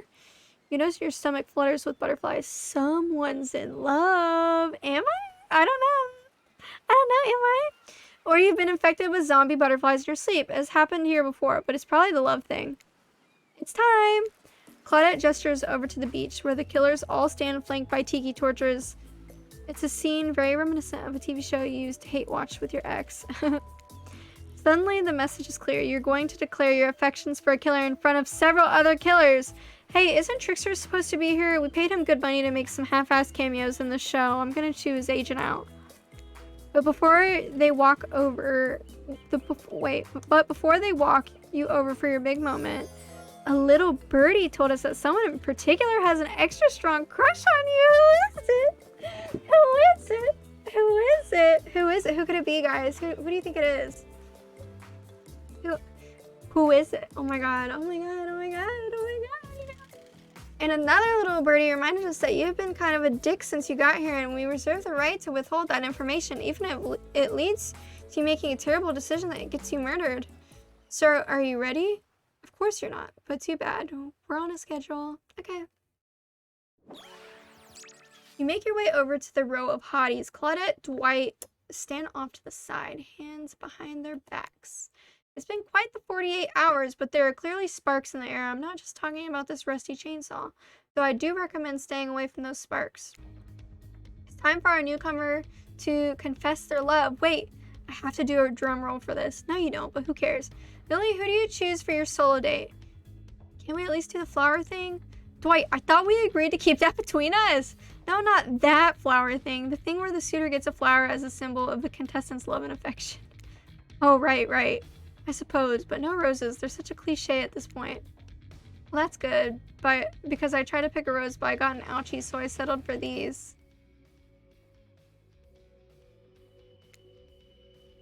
They're like lilies, guys. You've done good. This is a lovely bouquet. I hope Dwight saves some of these for Claudette. They're a thing, right? You're getting that vibe too? Just me? Sorry. You've got other things to think about right now. Lily, who do you select to receive these flowers and spend the day with you today? You already fucking know, baby. You turn to Wraith and let out a sigh. Wow, are you becoming more like him? Wraith, since I got to this island, I have been drawn to your quiet nature, your unassuming good looks, the nervous energy you bring to every situation, no matter how normal and mundane. I love the way your brain works, I love the way your body moves, and I love how we are together. Wraith looks like he just watched the Earth explode from an orbiting space shuttle. His mouth hangs open a little, his eyebrows twitch. No one can tell if he's too excited to process or partially dead. Got anything to say, Wraith? Sounds about right. Oh my goodness. As you board the yacht, Wraith is unsurprisingly quiet, but the awkward vibes are down by about 60%. Good job, I guess. It was nice of Trapper to volunteer his yacht for the start of this day. Long date, but a bit dismissive of him to say that you two were so boring that the yacht itself wouldn't even notice you were there. What would he know about fun anyway? He wears an old-timey one-piece bathing suit like the strongman from some bygone carnival. Come to think of it, that actually is a little fun. Wraith just has a regular old button-up shirt and shorts on. No, now's not the time to think about Trapper and the way his vintage singlet hugs his curves just right. That's what he wants. Classic Trapper trap. You're here with Wraith, remember? Who you chose for some very good reasons you must have, I'm sure. You cast all other thoughts out of your mind and stand at the edge of the deck looking out at the ocean, wondering what's out there. Where you even are. The gentle rocking of the waves feel comforting as you turn to face your paramour. Wraith can barely look at you. Is it nerves or something else? I can't believe after spending so much time with me, you'd still want to do it more. I'm only going to disappoint you. You could never disappoint me. Well, we'll see about that. We still have a full day ahead of us. Speaking of which, what exactly do you have planned for me today? Before we get into that, I need to tell you something. It's about me, but ultimately more about you. We spent a lot of time together. You know me pretty well. You know how easily I get flustered, how introverted and in my head I am. You know I'm awkward around other people, triggered by the sight or talk of money, weird about intimacy. But you are incredible and kind and patient. You put up with my quirks, and after spending so much time with you, I feel like I've changed. Something about you puts me at ease. I feel different, and that's good. I had to change in order to spend this day with you the way I want. Oh my god. Dude, because whoa! Almost there, he still can't... Is he gonna say he loved me? Oh my god. You should do audiobooks. Tease me, jeez. Almost there, he still can't say it. That's okay though, you smile at him warmly. See, there it is. You always know how to comfort me. I haven't had that in a long time. Anyway, anyone I've been close to has abandoned me, usually against their will, but it still hurts. So why bother trying to connect with anyone? They're just going to be brutally murdered while I watch or overhear or sleep through it. You put your hand on his shoulder. All I want is someone to love, a family to care for, not touched by evil or greed or power, a small house in the middle of nowhere, never bothered by anyone. Oh my god, Wraith, dude, yes! That's what I want, cottagecore life. You're the first person in forever I felt like I could see a future with. Wraith holds up Azerov's skull. My story about the man who pulled out his boss's skull and spine, that was about me. You almost tell him that you know, everyone knows, but decide against it.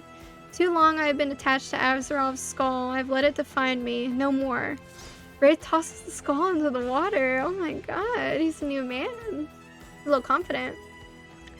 As he watches it sink, you notice a gold coin on the ground that dislodged from it. You know how Wraith is with gold coins. Oh,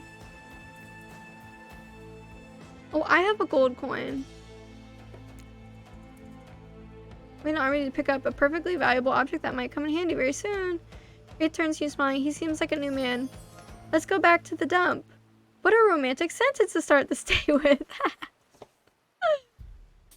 As you walk into... Listen, he better put me on that table today. He better put me on the table today.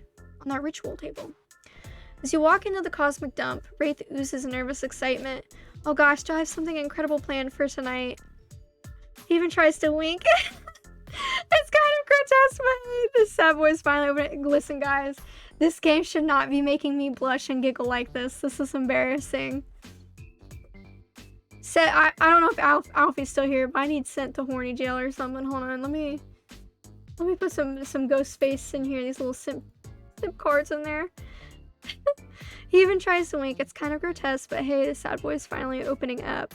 He pulls out some lotions and oils. Sensual. Ooh. You ready?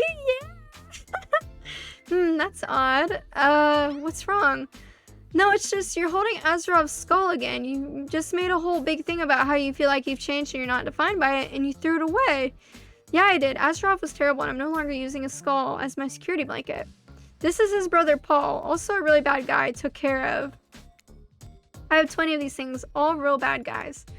Ah, well, I guess you can't really change some people. Anyways, back to our exciting night. You end all nights.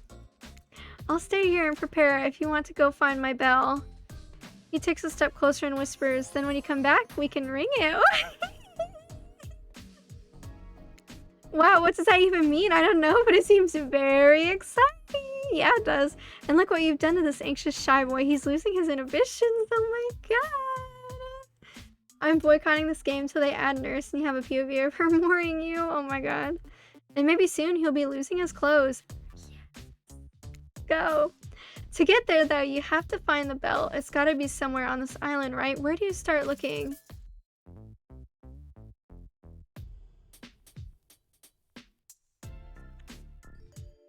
I'll look, I love a cabin in the woods. Great things are always happening at those. People are walking into them and back out of them unscathed all the time. You turn to leave and catch Wraith winking at you again as you exit. You know what? Maybe that wasn't a wink at all. Some of the mud he uses to cover up his face is probably dripping while he sweats anxiously. Hey, it's fine, it's fine. We'll pretend he was winking. You enter Huntress's cabin and relax. It's disarmingly cozy with a warm, quirky vibe. You feel like you could live here if a kooky killer didn't already. You spot something shiny. Is it a bell? You reach out for it, but you're tackled from behind. It's Huntress. She holds an axe to your throat. I found you! Now I get to kill you!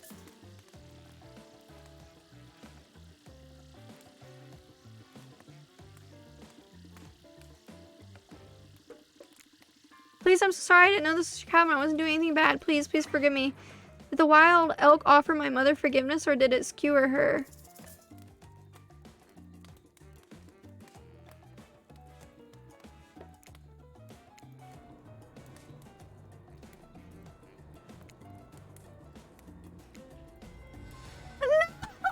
No! No! Oh, fuck. Okay. Fuck.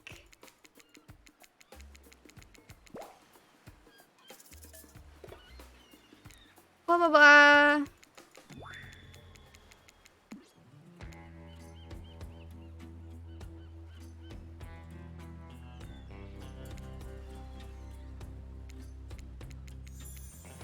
Alright, let's skip through this shit again.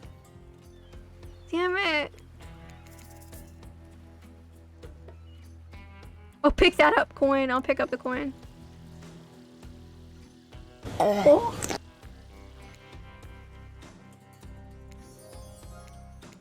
Oh my god. Okay, let's try this again.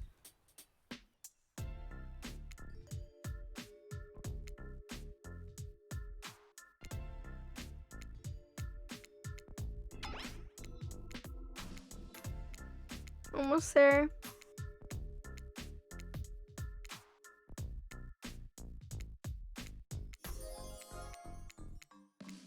God, I just want to ring his bell, baby.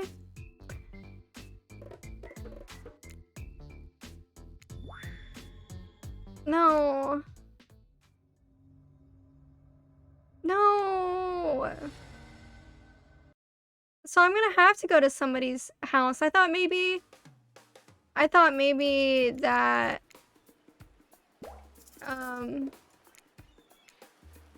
I couldn't. Maybe I'll go to Trapper since he got eliminated. But we're still gonna pick up the coin again. Damn it. Oh my god, just rub me with like essential oils and lotion, Wraith.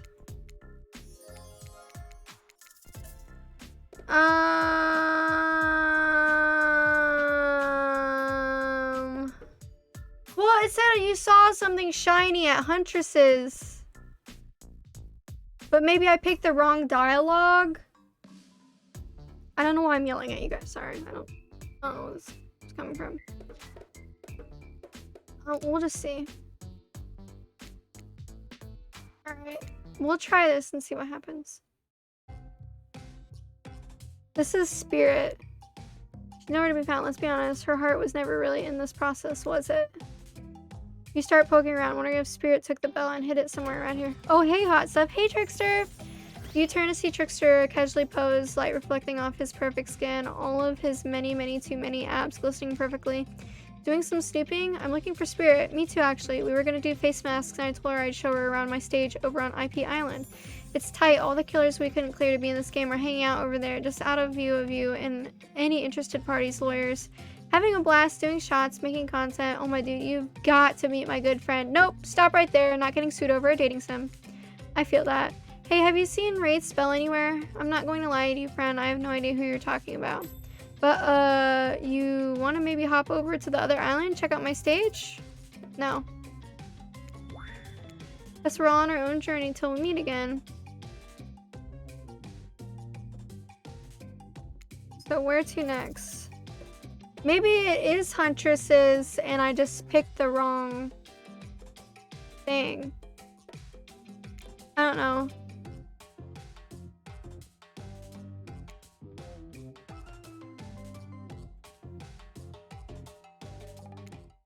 Oh, wow, I really need to play this game a few times to grasp it. Oh, you're so funny.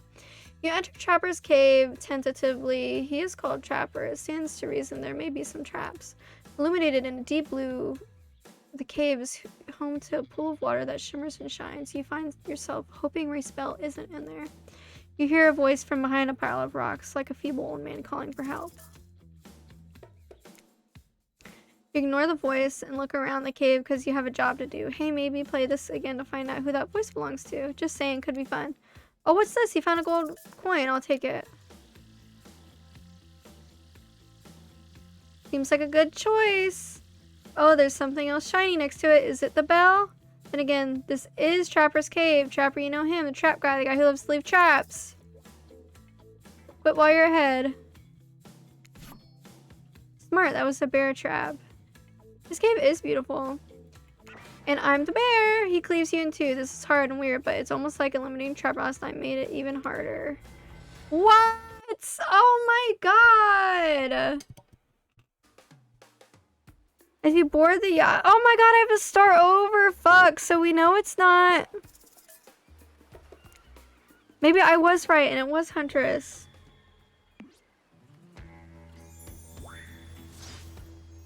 Oh my god, I'm so confused. What am I doing wrong?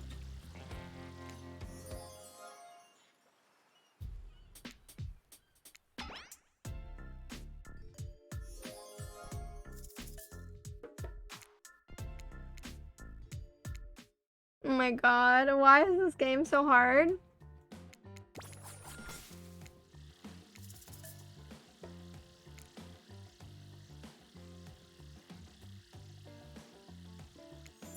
Okay, thank god. I got the perfect game in mind. Hide and seek, bet you can't find me. Ready or not, here I come.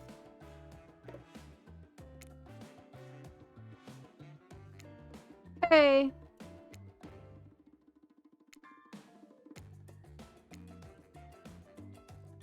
Ooh, that was a good one.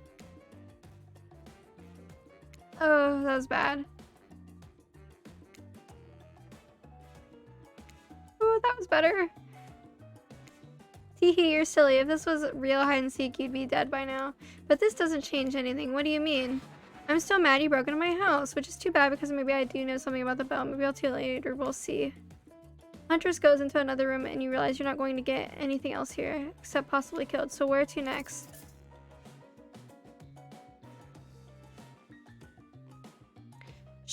What do you guys think? Should I go to Trapper again and... Do I need to, like, go through all of these scenarios safely? And then realize I can't find his bell?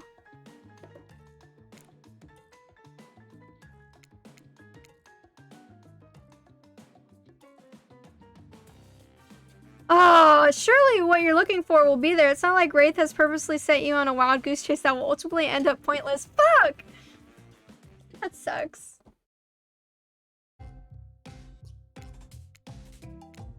Alright, Trickster's here. I hate hot stuff. Blah, blah, blah. Doing some souping. I'm looking for spirit. Blah, blah, blah. Blah, blah, blah. We've done this. Blah, blah, blah. No, blah, blah, blah, blah, blah, blah. Go to Trapper's cave.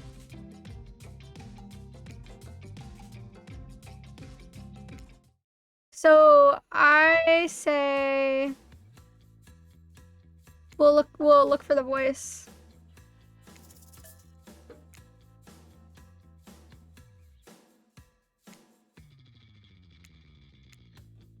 You push against the rocks with all your might. Sorry, I wasn't reading for you.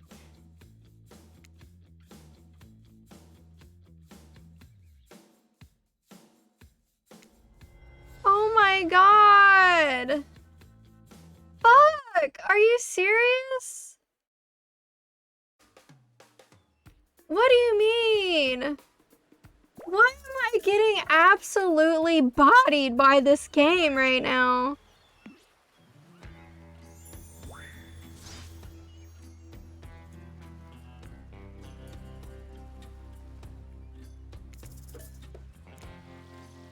Why is this happening to me? We know all this. I just want him to touch me with some oils, some lotions.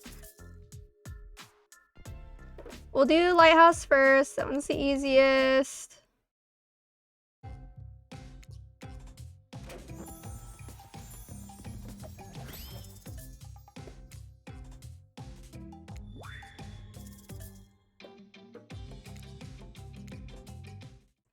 You're near the end, it looks like, really?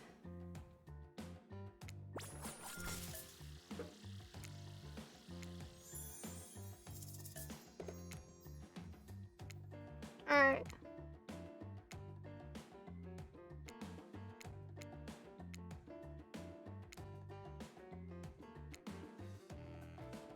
Dude, I'm not good at these skill checks.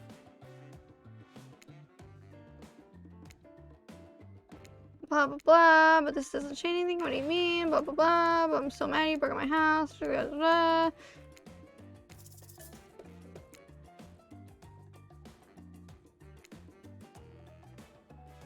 Alright.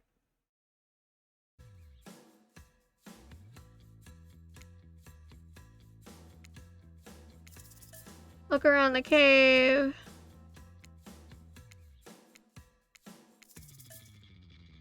I'll leave it.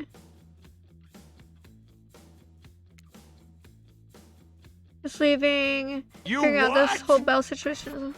Well, if it isn't Lily, you decide against spending time with me, and yet here you are in my cave. You can't help but be drawn to me, can you? What is it? My animal magnetism? My musk? My hopeless devotion to leg day? I don't think Wraith has ever set foot in leg day. No time to figure out what the hell that even means. You think fast. Oh, you're right, Trapper. It's the leg day thing. I love your leg days. Also, the musk. Love a good musk. Knew it. Listen, I know I made the wrong choice eliminating you and going with Wraith. How could I have been so stupid?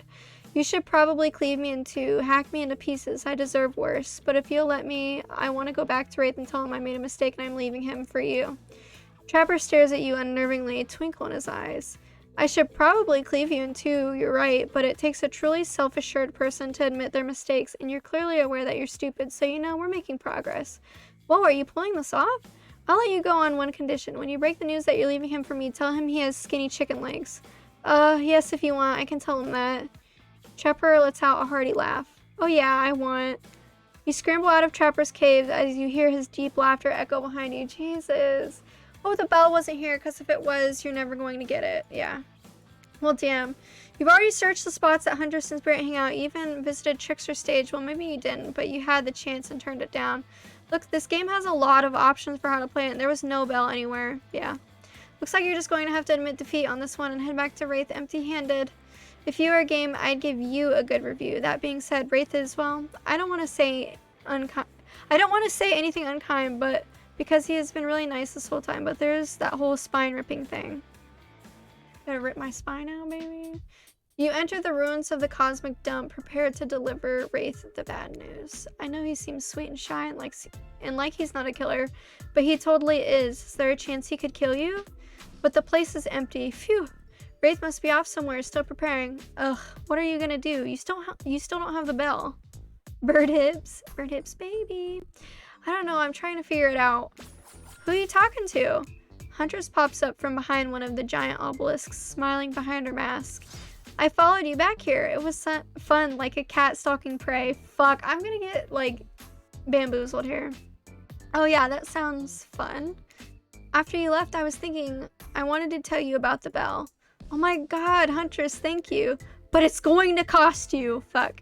You empty your pockets and hand over all your gold coins. Ooh, sparkly. Okay, so Wraith's spell. I saw a spirit with it yesterday. She was walking back from here and she said she was eavesdropping on your date. So when you weren't looking, she stole it to sabotage your budding relationship with Wraith. I think she said something about a cringy truth or dare game. I think they had a fling or something and she's still mad about it. Or not. Who knows? She's definitely mad about something. Even though it's rusty and old, it's still kind of shiny, so I offered to pay her for it. But she said she had the perfect spot for it picked out, at the top of her lighthouse. Oh great, I need to go back to the lighthouse and deal with Spirit. Tell her I'll still buy it from her. Oh great, I need to go back to the lighthouse and deal with Spirit. Well, yeah, you already said that. Goofy Goober. You return to the lighthouse and head right upstairs. No more messing around. And this time, Spirit is waiting for you. Word on the street is you're looking for me. Or are you looking for me? Yeah, no. I have literally no idea why I'd want to be around you, especially after you picked Wraith. Did you already get sick of the sad boy and wonder if the sad girl would do it for you? Cut the crap and give me the bell. I don't have time for this. Oh my. Spirit seems aroused by your aggression. Okay. Honestly, so am I. Just a little though. Let's not let things get weird between us. So you want Wraith's spell? How about we play a little game? I call it don't look into the light or die. You can only open your eyes when I'm blocking the light. If you look directly at it, I'll die? Precisely, you're much smarter than you look. No offense. Stop on Spirit and don't look straight into the light. If you look directly at it, your brain probably won't survive the stress.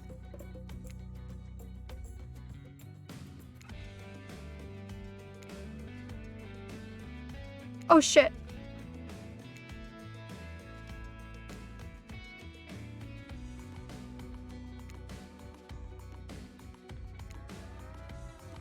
Oh my god, these are really hard. Shit. So the light isn't completely fatal, I guess. Only half of your brain and a portion of your soul was damaged. The rest seems to be mostly okay as far as I can tell. Spirit hands over the bell. Yay, we got our bell back! Let's go! Now please leave me alone. Gladly. And with that, you march triumphantly back to Wraith. Thank God, we getting fucked, boy. Let's go. You excitedly walk in to see Wraith in his sexiest outfit yet. Let's go, boy. Your eyes do that cartoon thing where they bug out of your skull. Auga. Let's go. We did it. We got here. Look at how the little text bubble is. It's like he's naked. They did that on purpose. In truth Wraith fashion, his reaction is a little more subdued. He just looks at you and sort of smiles.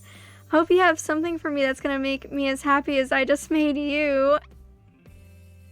I mean, look at this guy, so open and comfortable in his own skin, cloak, painted, burnt flesh thing. Beaming, you hold up the bell. It took me all over the island, but I found it. Spirit stole it because it's a long story. Now you want to tell me what we'll be doing with it? Wraith holds the bell and tears up. He kisses it. Weird. Only one more thing until we can finish this. What are we finishing? Or should I say who? You wink, always a nice touch. You know, I can't tell you that, okay? But while we wait, Wraith hands you a super sexy outfit. Outfit is maybe too strong of a word. This is barely more than just a tiny bit of cloth connected by various thin elastic bits. You look at it and bite your lip. Hey, yo! Oh my god, am I changing into something cute? Should I change? You'd better. Okay. You duck behind one of the obelisks and take off your clothes, slipping into your new sheer, barely there collection of straps. It is incredibly revealing. Somehow you look more naked with this on than you would if you were actually naked. It's really something. Eyes up here! Sorry, it's impressive. I know. We got yitties and a dump truck, baby. You return to Wraith and model your new outfit. I'm wearing basically nothing. Oh, just you wait. The lights dim. Oh dang, is this what you've been waiting for, you little freak? Okay. Relaxed and confident, Wraith is totally a different person than the introverted loner you met when you arrived on the island. Are you ready? I want to give you my heart. Okay. Okay, damn. I'm ready. The lights go out. It's so chilly. Don't worry, we'll warm you up. Wait! He's not wrong. Wraith's naked skin feels like fire on yours. The fire he's been so afraid of this whole time. You melt into his arms, his lips exploring. I should probably leave you two alone. Feels weird to be documenting this. Before I give you my heart, I'm going to give you something else. Ah!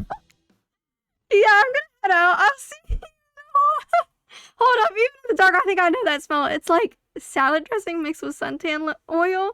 Dwight and Claudette guess like they like to watch. Hold that thought, lovebirds. Wraith, your special guest is here a little early. Wow, I didn't know human bodies could fit that way together. Sure they can. I'll show you when we're done tonight. The light pops back on. You and Wraith still wearing virtually nothing. No time to get dressed. We've got to go immediately. That's right. It's secret hatch reveal time. And no, that's not some double entendre. Follow us.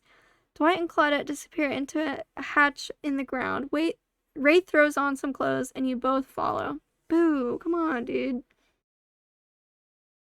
It's even colder down here. Well, have fun. Our job pretty much stops at getting you here. Contrary to what you may have heard, we don't like to watch. Not this. See you later. They climb back up the ladder as you turn around. Across from you stands a very old Nigerian woman. Okay. Grandma! We meeting the family? Mimics, hey, what up? Philip! They embrace. You are suddenly very aware of how exposed your skin is and how chill you are. Yeah, I'm a little awkward now that Grandma's seeing me, like, titties out, dude. Forgive me, Lily. This is my grandmother. Abigail, pleased to meet you, Lily. So you're the one my little Philip has chosen. Interesting. Interesting. What does that mean? Do you need to earn the respect of Grandma Abby now? I can't wait to get to know the person my Philip has decided to give his heart to. Come help me make drinks. You go with Grandma Abby. I have to prepare the bell. Happy to Philip. Okay. Wraith looks sheepish, like he's reverted a little back to his old self. Oh yeah, I guess I never told you my real name. Philip, is it Ojomo? Philip Ojomo? You bow deeply. Nice to meet you, Philip Ojomo. Wraith laughs, grabs the bell, and leaves. Grandma Abby takes your hand and guides you to the table with potions. We do rituals, baby! Come, let's get some refreshments. I'm an old lady and it's not so easy for me to mix these exactly. My hands just aren't as steady as they once were. You'll need to help me pour. Now, it doesn't seem like the time for questions like, what is this? Or are we supposed to drink these possibly poisonous liquids just to get it? Fill the cup up. Okay. Oh, shoot. Okay, that was perfect. Oh, that was better. Okay. Oh, that was not good. That was not good. That could have been better, but I certainly wouldn't be able to manage it. I suppose it will have to do. Come while we wait. I want to make sure you're the one. You sit across from her and she smiles brightly at you. Philip has been through so much. He saw things as a child that no child should ever have to think about. I fear what that could do to a person. But not Philip. He is thoughtful and strong-willed. He is a good boy. I agree. He's a good boy. Although, thinking back to what you two were getting up to right before this, maybe you don't agree. Tell me, Lily, Philip's birthday is coming up. What would you get him as a gift? Statue of a horse. You have no idea why you said that. You immediately... No, because candles need fire and he doesn't like money. Wonderful. That would remind him of the night, his favorite chest. That's what I'm saying, yeah. I'm not a liar. I knew that. Okay, tell me this. If Philip could be a tree, what kind of tree would he be? I don't know. Rhododendron? With colorful, beautiful blossoms, they make me explode with energy and feel alive inside like Wraith. Grandma Abby furrows her brow just enough to make you concerned. He makes you feel that way? But that's not who Philip is. Maybe you're just nervous. This is a strange situation, I admit. She considers you for another beat, then calls out. Philip, we're ready. Give me a couple more minutes. She turns back to you. Well then, how about a game to lighten the mood before our big event? Maybe we can do some constellation trivia or play cornhole? Wow, how convenient. You may have played one of these before. Never mind the fact that they were in a different location and it makes no sense that you could do them here underground in a completely different area. We had plenty of money to make some other minigames, okay? This is Dead by Daylight. Just have some goddamn fun for once in your life. Since one of these games may be familiar to you, who knows, you might get an extra relationship status boost if you try the one you haven't before. Okay, I know a thing or two about constellations. You're on. Hey, who doesn't like answering random questions about constellations in a bizarre and high-stakes situation? And look at us, we're an educational game too. Grandma Abby sizes you up. Okay then, what's the answer to this? This constellation roughly translates to sea whale and is located in a region of the sky along other water-related constellations. Is it Aquarius? Hold on, I don't want to fuck this up. I'm actually looking this up.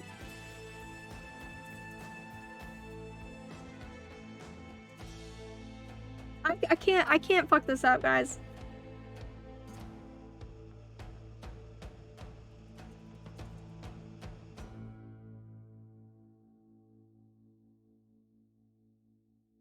Acetus?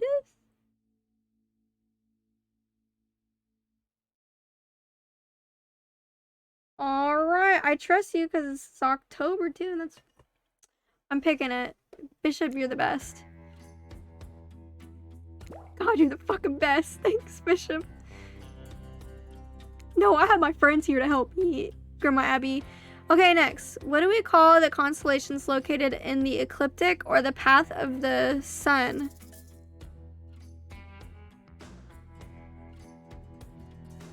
I don't know. I'm not a fucking scientist.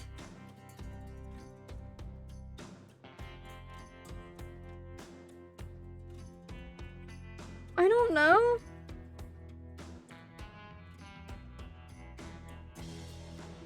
I can't fuck this up. What the fuck is the first word? What is the first word? I don't even know how to pronounce that.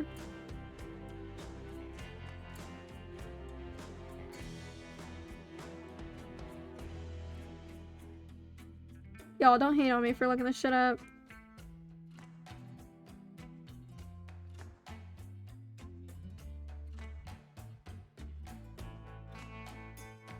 Okay, well that's a plant. I don't know.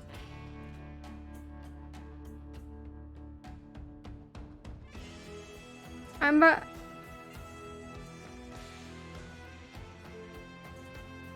Okay. I'm just gonna say the Zodiac. I'm saying the Zodiac. I don't know shit about that. The easy ones. The constellation was first described by Nicholas Lewis, whatever, and roughly translates to pendulum clock. Probably Horologium. I want to get this boost.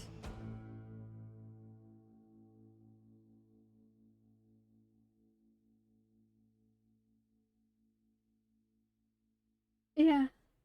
Yeah. Yeah, let's go for it. Let's go. Hey, you got all three right. Looks like Grandma Abby is pretty impressed with you. Let's go. I'm glad you got a moment to relax. Sorry I yelled at you earlier. It's been a long game. Wraith re-enters holding the bell. It looks brand new. I think we're ready. Time to drink up. Grandma Abby hands out the potions or drinks you made. First to Wraith, then herself, then you. She stops and looks at you. She stares you down intensely with a sweet smile on her face. No matter what you do, you cannot abandon my Philip. Do you understand? He has been abandoned his whole life. I regret leaving that bunker. His parents regret leaving our village. But here he is now, and he's opened up to you of all people. You cannot betray him.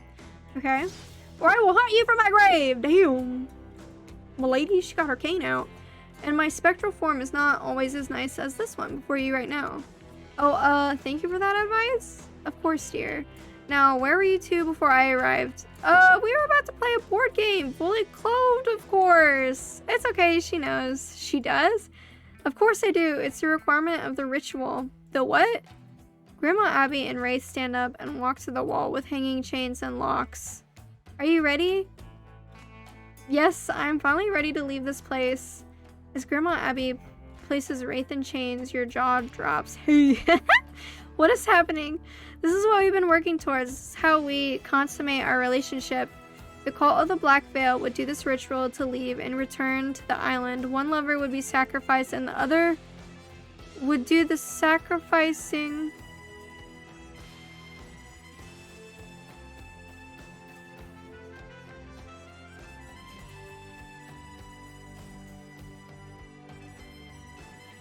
So here I am, ready to move on, to be sacrificed. Oh, boy. No, this is crazy. I don't even know what to do. That's why Grandma Abby's ghost was summoned to help. Philip's heart must be removed, lit on fire, and the bell rung. Oh, no. Everything you've done here has been building to this. No, I'm sorry. I can't do this. I can't do this. Grandma Abby, don't give Lily the dagger. What? What's happening?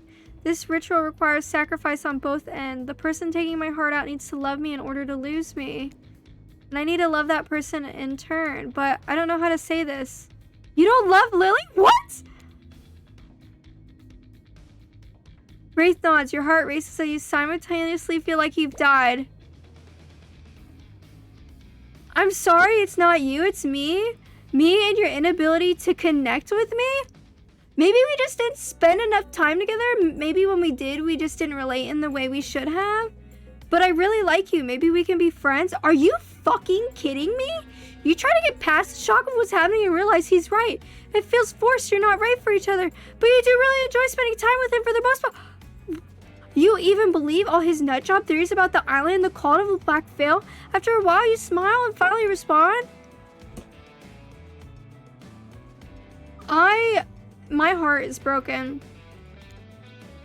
Grandma Abby also smiles. Tricks her enters and smiles for some reason. Look at everyone, just a bunch of smiling idiots. How wonderful for you all. What does life on the island look like for you now? Maybe you can try to hook up with another killer. Maybe you can develop your friendship with Wraith. Maybe you can help him find someone that he'll really love. Can you be Igor to his Victor Frankenstein? What about the cute nurse who just showed up at reception? Oh, you haven't heard? She's unpacking her stuff back at the cabanas. I hear him and her have a thing. I guess I probably should have told you that 20 scenes ago, huh? No matter, this is the end for you. Welcome to the friend zone. Enjoy your stay.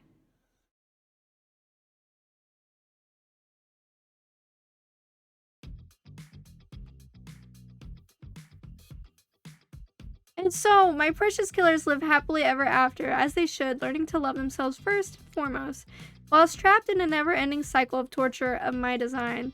Wait, did I just spoil my true identity? You made it this far, you should probably know that. That you'll have to play again to find out more. Goodbye, Lily. See you again later, and again and again and again. Forever! I'm fucking pissed. I'm pissed.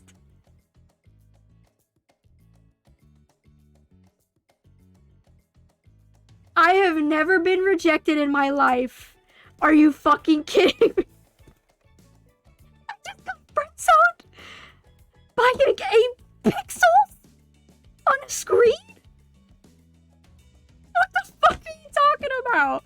There is no way that happened. It is 9:45, folks. I've invested my life, my soul, my heart into this man, and he fucking friend-zoned me. Are you serious? So is there like a true person for you?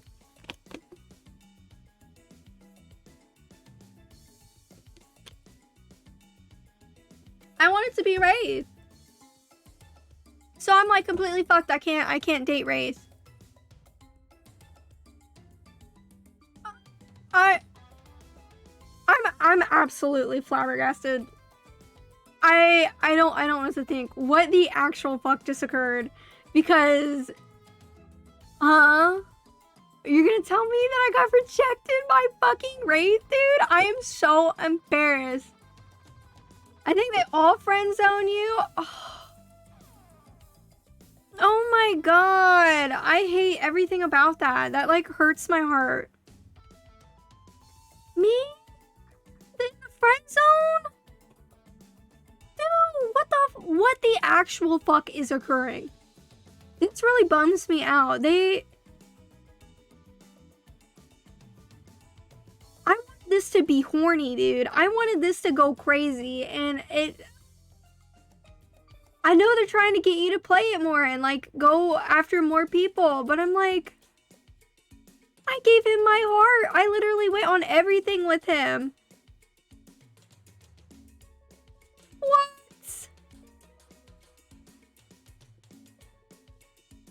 Guys, is this what rejection feels like? I don't like it. I also cut myself, I think, on my little leggy. Oh my god. The actual fuck, dog. This This should have been R-rated. This should have been rated T for big old T's, dog. Or rated F for friend zone. I'm so sad. I want a sex minigame. Yeah, I thought we were gonna get it. They were like, really, I was sold. I was convinced when we got in her cute little outfit that we were gonna get something crazy, get something a little juicy, and we just didn't. How did you cut yourself? I don't know, but it like actually really fucking hurts. My mom, she literally cut her hand on glass earlier, but she only took a chunk out. She didn't actually like cut herself bad. This is like really upsetting. Hold on. I want to see something. Okay, I look cute. Anyway, sorry, I just had to check what I look like in this webcam because I'm just not used to it being at this angle, so I don't know if I look stupid or not. Do you guys want to like go back in?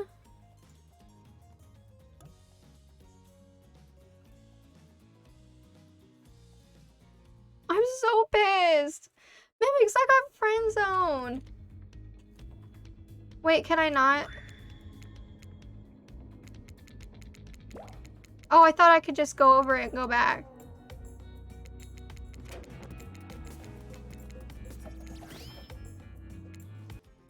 Do I have to make a new save?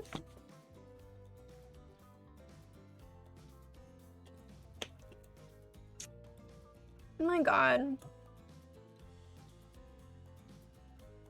What should my name be? Must be... Is this terms of... Is this... Y'all didn't see that. Y'all didn't see that. Can't be Pussy Slayer on stream, I guess. I got fucking friend zoned, Ryan. I went all the way through that. I literally went on every single fucking date with Wraith. He even got me a sexy little outfit at the end. And we were going to do a ritual so one of us could, like, be sacrificed to leave the beach, like, forever. And he was like, well, you have to do this with someone you love, and I don't love Lily. Are you fucking kidding me? Like, you gotta be fucking kidding me, bud.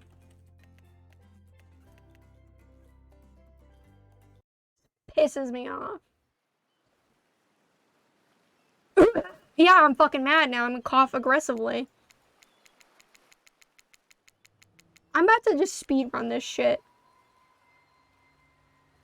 I'm taking the coin.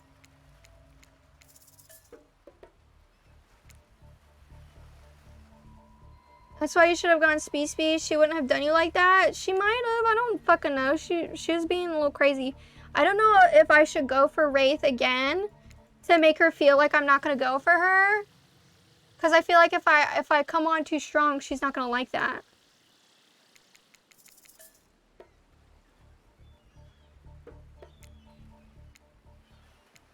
Alright, we'll take that. Claudette quickly relieves you of your gold coin and tosses it to Dwight, who bites down on it like an old-timey prospector before handing it back to you.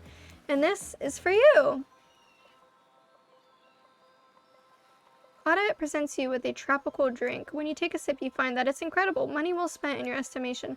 But I gotta ask, could somebody maybe design the next one of these dating sims to be all-inclusive? It really takes some of the fun out of a fantasy vacation to be watching your wallet the entire time.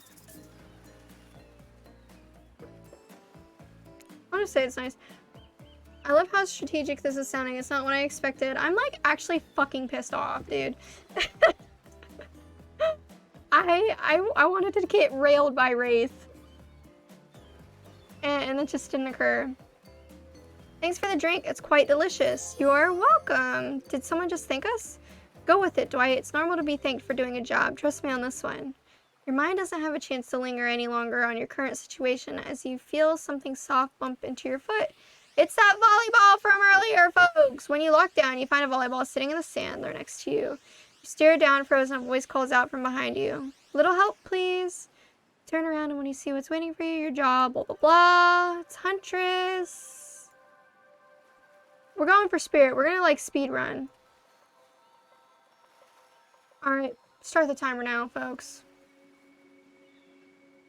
Start the timer now. We are speed running this shit. What if we had to go with Trapper, even though he's like Got the most annoying fucking personality.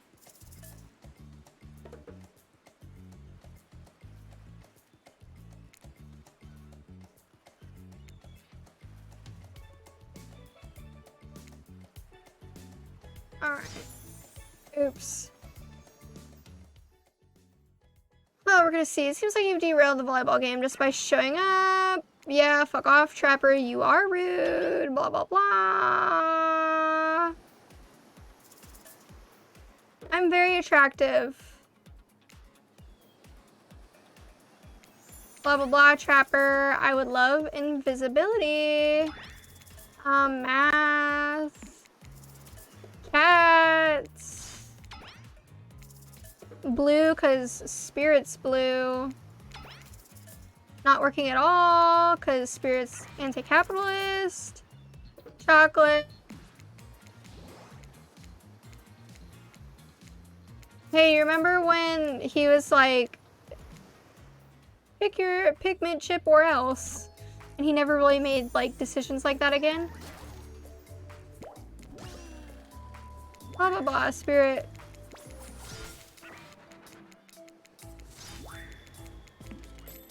We are speedrunning. Absolutely demolishing. Let's go to the lounge, because that's where fucking Spirit's gonna be. To kick up your feet, look out over the ocean and relax on your own terms. Who would you want? Anything else? Who would want anything else? Dry, comfortable, enjoying a cool drink on a hot day. It's the best day. I mean, what kind of fool, what kind of monster, what kind of mask-wearing psychopath would finally be granted a break from the constant grind of chasing and finding to get ahead, and then choose to exert themselves in, quite frankly, any way whatsoever? Why am I the only one who gets it? It's time to stop living by their rules. I won't do it any longer. Dude, poor Spirit. Yeah, we should probably give her a second to calm down. Hold on, just for one moment. This is Dwight and Claudette, our activities coordinators. We know who they are.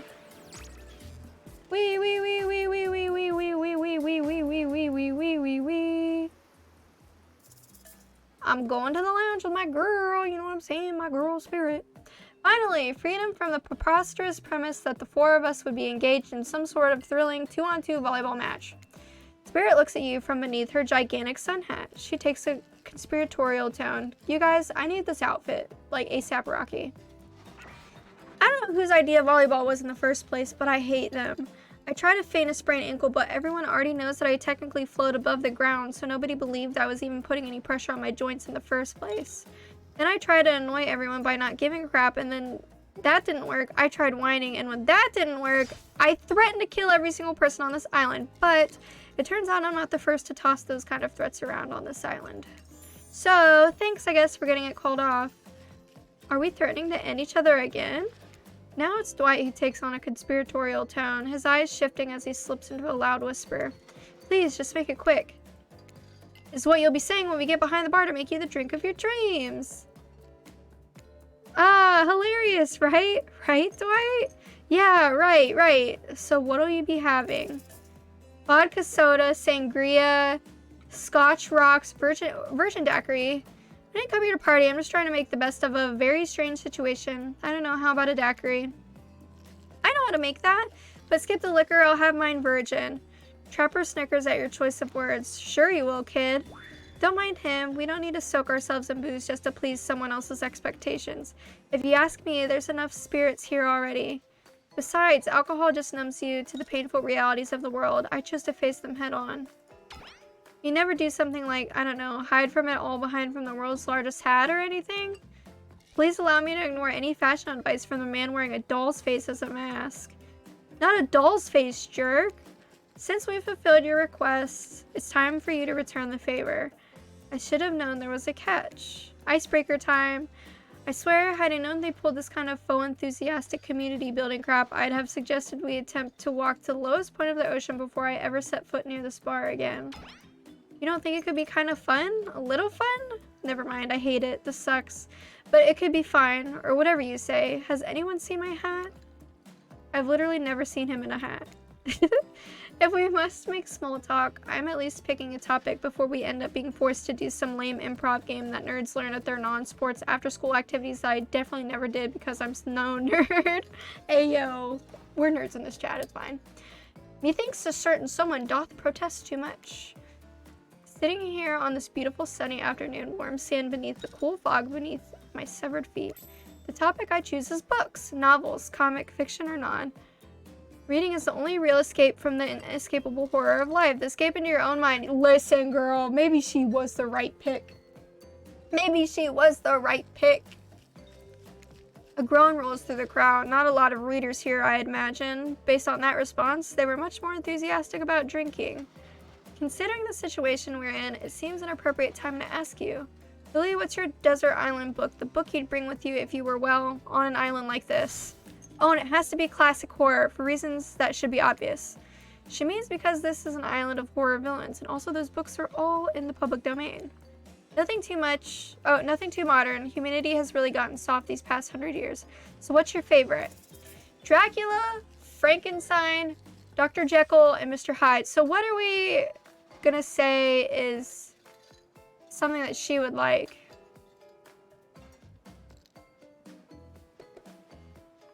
I'll go with Dracula.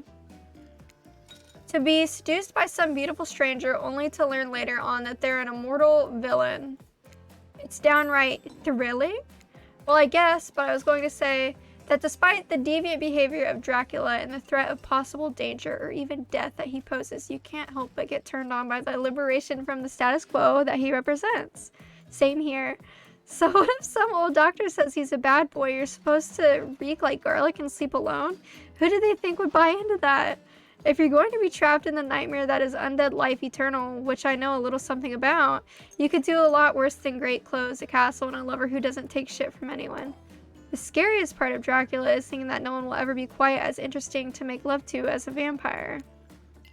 Enough about these old stories that belong to someone else. I think it's time to make up some new stories of our own. Before you know what's going on, Huntress is waving an empty vodka bottle in the air, a devilish twinkle in her half-mask-covered eye. Might I suggest something a little naughty? Let's all get in a circle and spin this bad boy. Hey, let's talk about naughty books. We could read Ice Planet Barbarians at the beach. Great idea, Trickster. Trickster, isn't it a bit late to introduce a new character? I thought I was the one who gets to make the rules, so I'm not sure who I'm asking. But I wasn't ready for this. Well, hello, and who is this new fan in the waiting? Beat it, Hack. I don't know, what's the harm in inviting one more person to join the circle for our game? Oh, I can't stay. I was just saying it's a great idea while also teasing the secret Trickster ending. I've got much better things to do than hang out here. I'm famous. Toodaloo. The rules are simple. First you spin, then you swap, spit. That is. Oh, but let's be clear. This ain't a peep show. We're here to have a good time, but in a classy way. All makeouts will happen out of view of the public eye. Real romantic-like.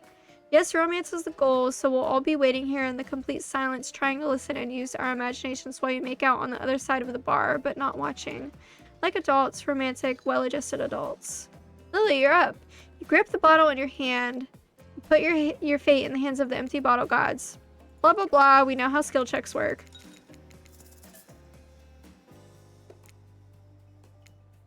Okay. Spin the bottle and see who you're gonna smooch. Oh, shit. You got Huntress. You two are meant to be. Psych! You have to actually spin multiple times to get your real result. First, to get to 3 times is your true match. It's how we play hardcore spin the bottle on this island. Now get your spin on.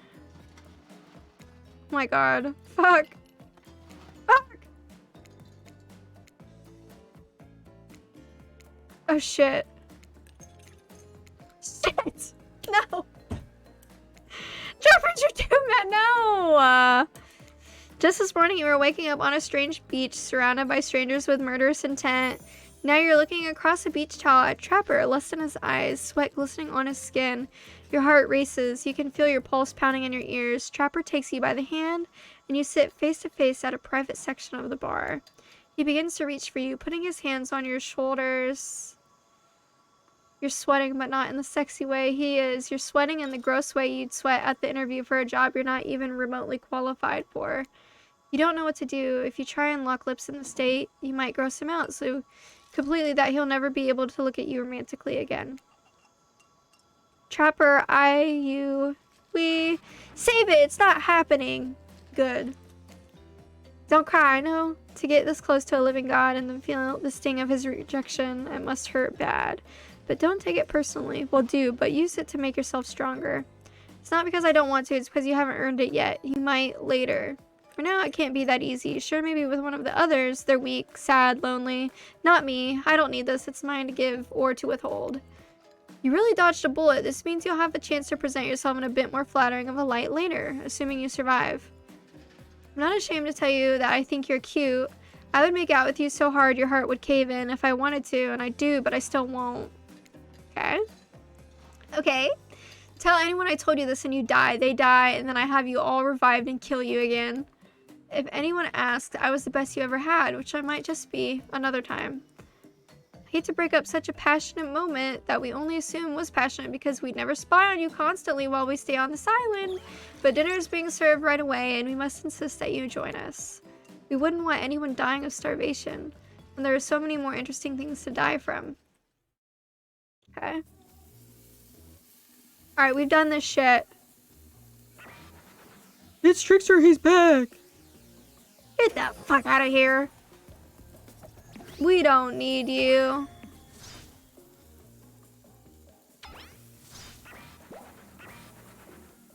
We're moving so fast. Alright, skill check. Slice it. Slice it. Slice it. Oh my god. Oh, that was not good. Oh, no, that wasn't good either. That was pretty good. I'd like to see what you could do with a less clumsy weapon. Yeah, I said it. Machetes were dumb. Dinner is finally served for real. The sounds, especially coming from the mass killers, blah, blah, blah. Blah.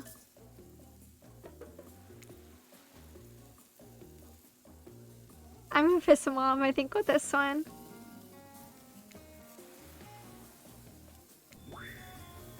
Jamerson. Am I furious you just ruined the meal? I have a whole leg to eat. Even though you're in the hot seat now, you're not nearly as panicked as you probably should be.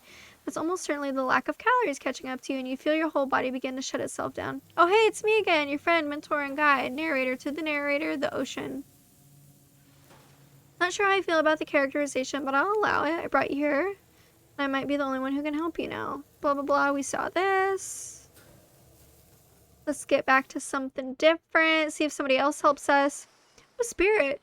You wake up to find Spirit holding your limp body, gingerly pouring cool water into your mouth. Don't you just love the ocean at night? I do. Staring out over the vast darkness of the ocean really validates the feelings inside me that we're all truly insignificant and the only things worth pursuing is revenge. I have to wonder, how could anyone believe anything else? She's so pretty. You look out into the darkness of night and ponder her question. Well, it's a simple question. How could they? How could anyone not feel small and alone in the face of such massive nothingness?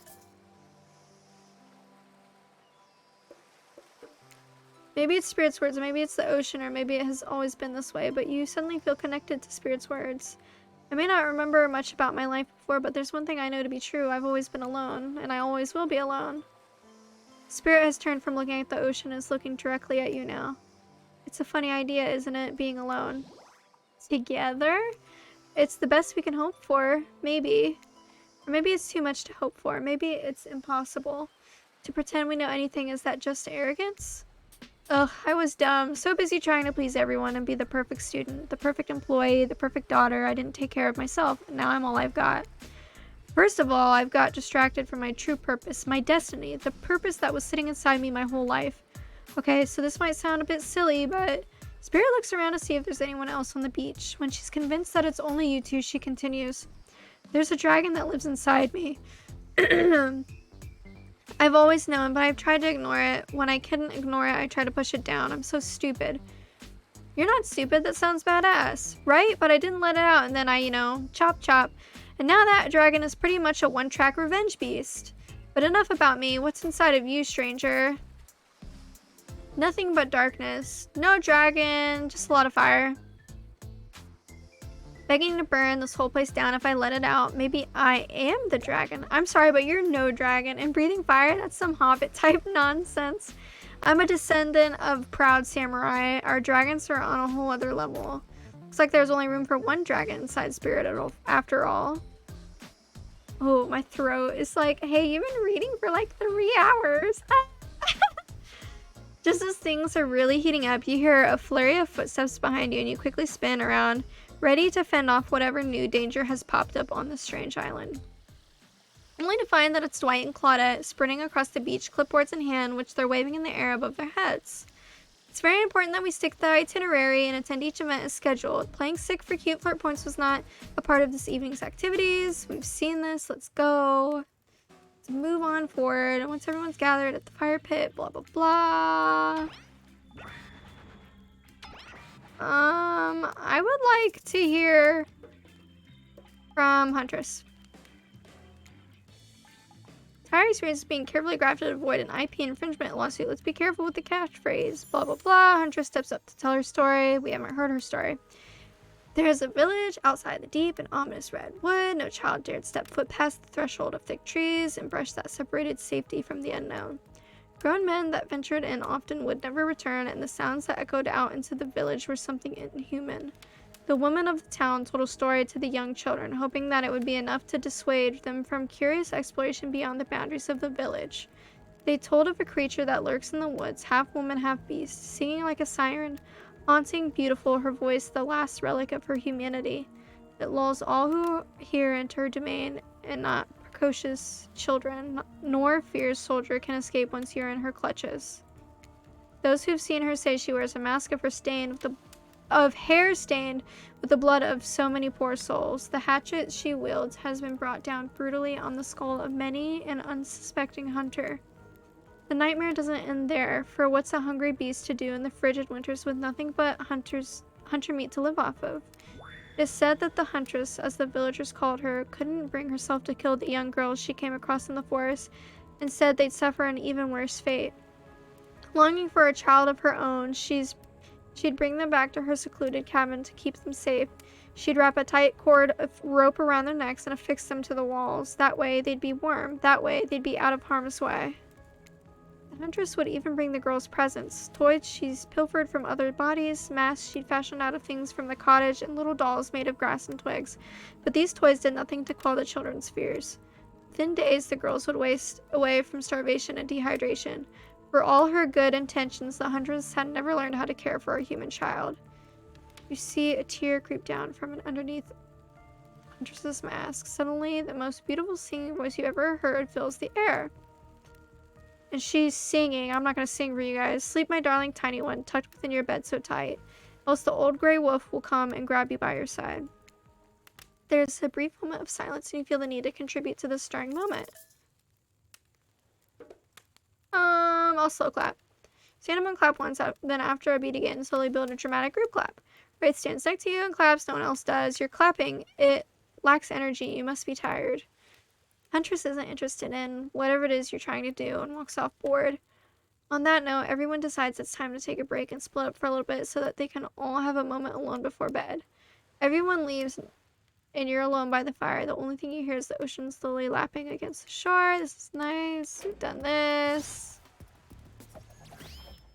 Okay, to be a hot tub with the Huntress. You've come a long way in a single day. Okay, so now we're gonna do Huntress. I don't know how long I can go because this reading has like fucked with my voice. Now I understand how teachers are like, I have a throat cold because I've been talking so much and you lose your voice. You and your storyteller friends slip into the water. It's just the right temperature for an evening dip, plus if some jealous shark comes along and manages to jump from the ocean into the pool, you're also pretty sure your killer companion could handle it. Before you run off, I wanted to make something clear. You know that half woman, half beast I was talking about in my story? That's me, I'm her. Yeah, I got that. Figured it out pretty quickly, actually. Oh, well, I just wanted you to know, in case you thought. You see, I was doing a thing where I tell a story in third person, but it turns out the story is about me. Huntress's eyes leer at you from behind her mask. She's had her time in the spotlight and is playing coy now. You chuckle awkwardly at Huntress's statement of the obvious. Why are you laughing? I can't help but giggle when I'm both about to die and also maybe falling in love. You can't believe how awkward this intimidating woman seems right now. It's actually pretty endearing. You notice the temperature has dropped significantly despite your steamy company. It's a little chilly and your bare shoulders must be freezing. Let's head back to the fire and put me to bed, eh? I hate to intrude on whatever smooth moves we're about to unveil themselves, but it's time for bed. Usually nighttime is when I do my best hunting, but after a day like today, even I'm pretty tuckered out. Will I see you tomorrow, Lily?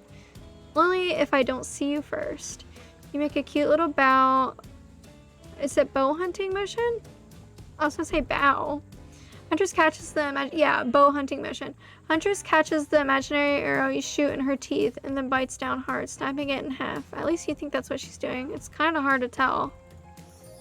Good night, my little snack. I'm sure that wasn't a reference to actually eating you. What if I give everybody a little bit of attention? You head over to the campfire. The heat is comforting on this chilly night. Looking into the crackling embers, you think about Huntress's story of the half-human beast. Maybe a taken prisoner here on this island. Is this your salvation, or will it be your demise?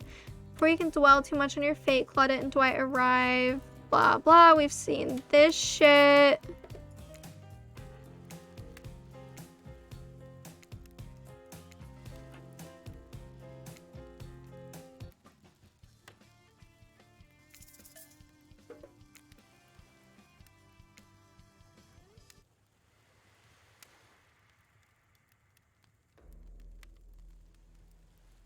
Why do we have ominous stations? Shit, we did this one already. I want that.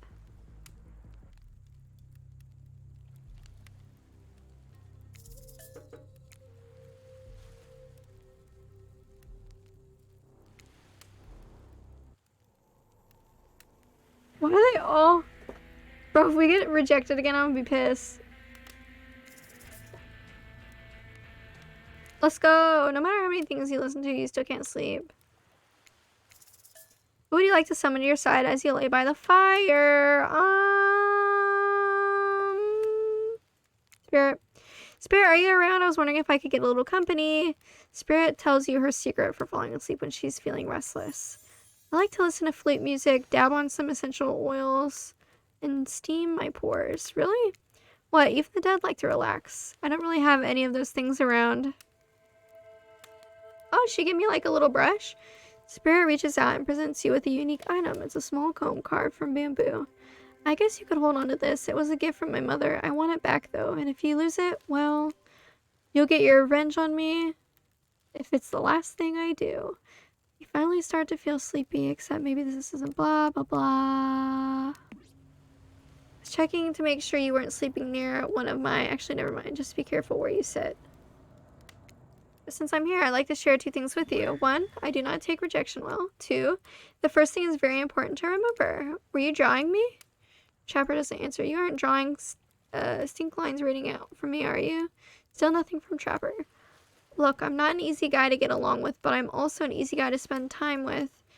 That will make sense if you choose to spend time with me tomorrow. The rest of the scum live like rats. They wouldn't know a good time if it bit them on the ass. I mean that literally. Point is, if you select me in for a day of luxury, extravagance, and fun. Yes, I said fun. If I don't pick you, remember what I said earlier, or it might be the last thing you ever forget. But hey, you look tired. Get some rest. Sleep. Maybe even sleep well if you can. Just try not to roll over to the about 15 feet to your left. Finally alone for real this time. Maybe you drift off to sleep. Okay. Let's see. We've done this shit. Blah, blah, blah, blah, blah, blah, blah, blah, blah, blah, blah.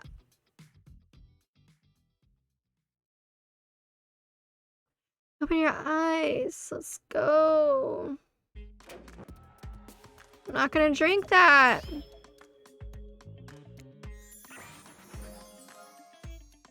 I'm not drinking it. Blah, blah, blah. Yeah, I'm not suspicious about there being no option, but...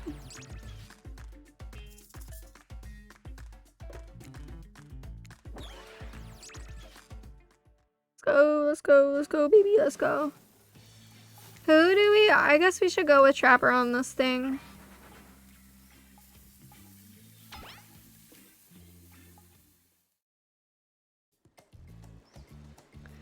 Today was in short a lot. You hear that? Who are you dressing? Yeah, we've done this.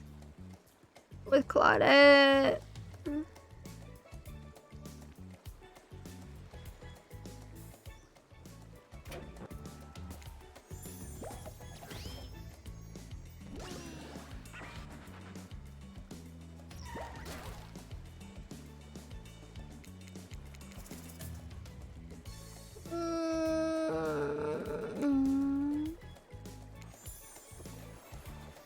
Pick me doesn't mean I'm going to slobber all over you like a dog. You've still got a lot to prove. I want to believe that our connection is real, but I've been hurt before, literally with a katana that I now wield in spectral form. You feel me because you will feel me if you try any of the macho trapper crap. Yeah, I feel you. Before you ask Claudette and Dwight to clarify, whatever. Let's go, baby. You and Spirit arrive at the coast overlooking the Black Lighthouse. It's old and decrepit, but still impressive. There's something magnetic about it, and you can see why Spirit would be drawn to such a place.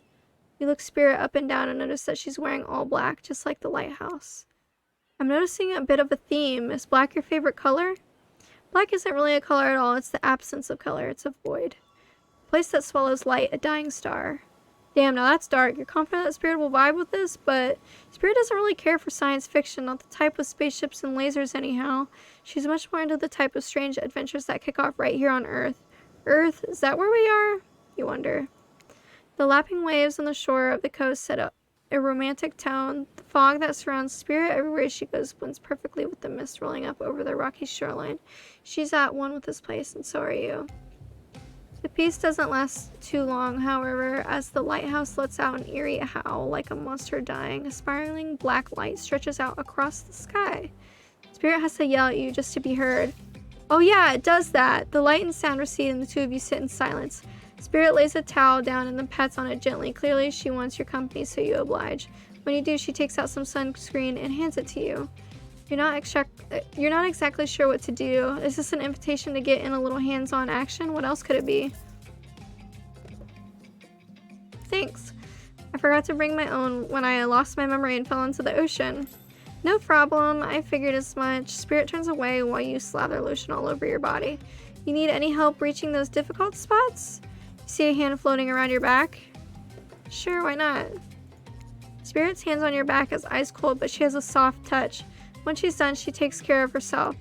You watch as Spirit applies sunscreen to herself in the most unique way by floating her own hand around her back to spread it on.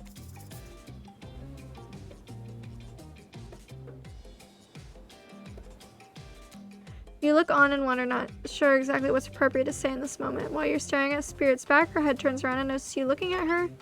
I'm sorry, is something wrong? I was just thinking about what you must have gone through to end up like that. It had to have been horrible. It was worse than death. At least death ends eventually. But I wouldn't want to forget it. It literally made me who I am right now. Truth is, I could pull all of these bits of glass that are stuck in my flesh out right now if I wanted to, but I don't want to. Each shard is a reminder of what my father did to me and what the world did to him. That's why I refuse to play the universe's game. I hate the idea that I'll be forced to succumb to pressure the way he did in the end. The way that fear and anger filled him up and then came bursting out. The way his misery flooded our home and drowned us all. Yeesh. It's hard not to think about it. Revenge, the dragon inside me. It's doing to me what the world did to him. I have to fight it. Even though it gives me strength, I must maintain control. You're stronger than he ever was, I'm sure of it. I appreciate that, Lily. I suppose a little help isn't a bad thing in life. In love, this world is a lot to endure alone. Maybe I could use a little assistance reaching my delicate toes for a bit of lotion, you know, having your body contorted into these vengeful poses, it really does a number on my joints. It rubs the lotion on its skin. Alright, let's get her tootsies.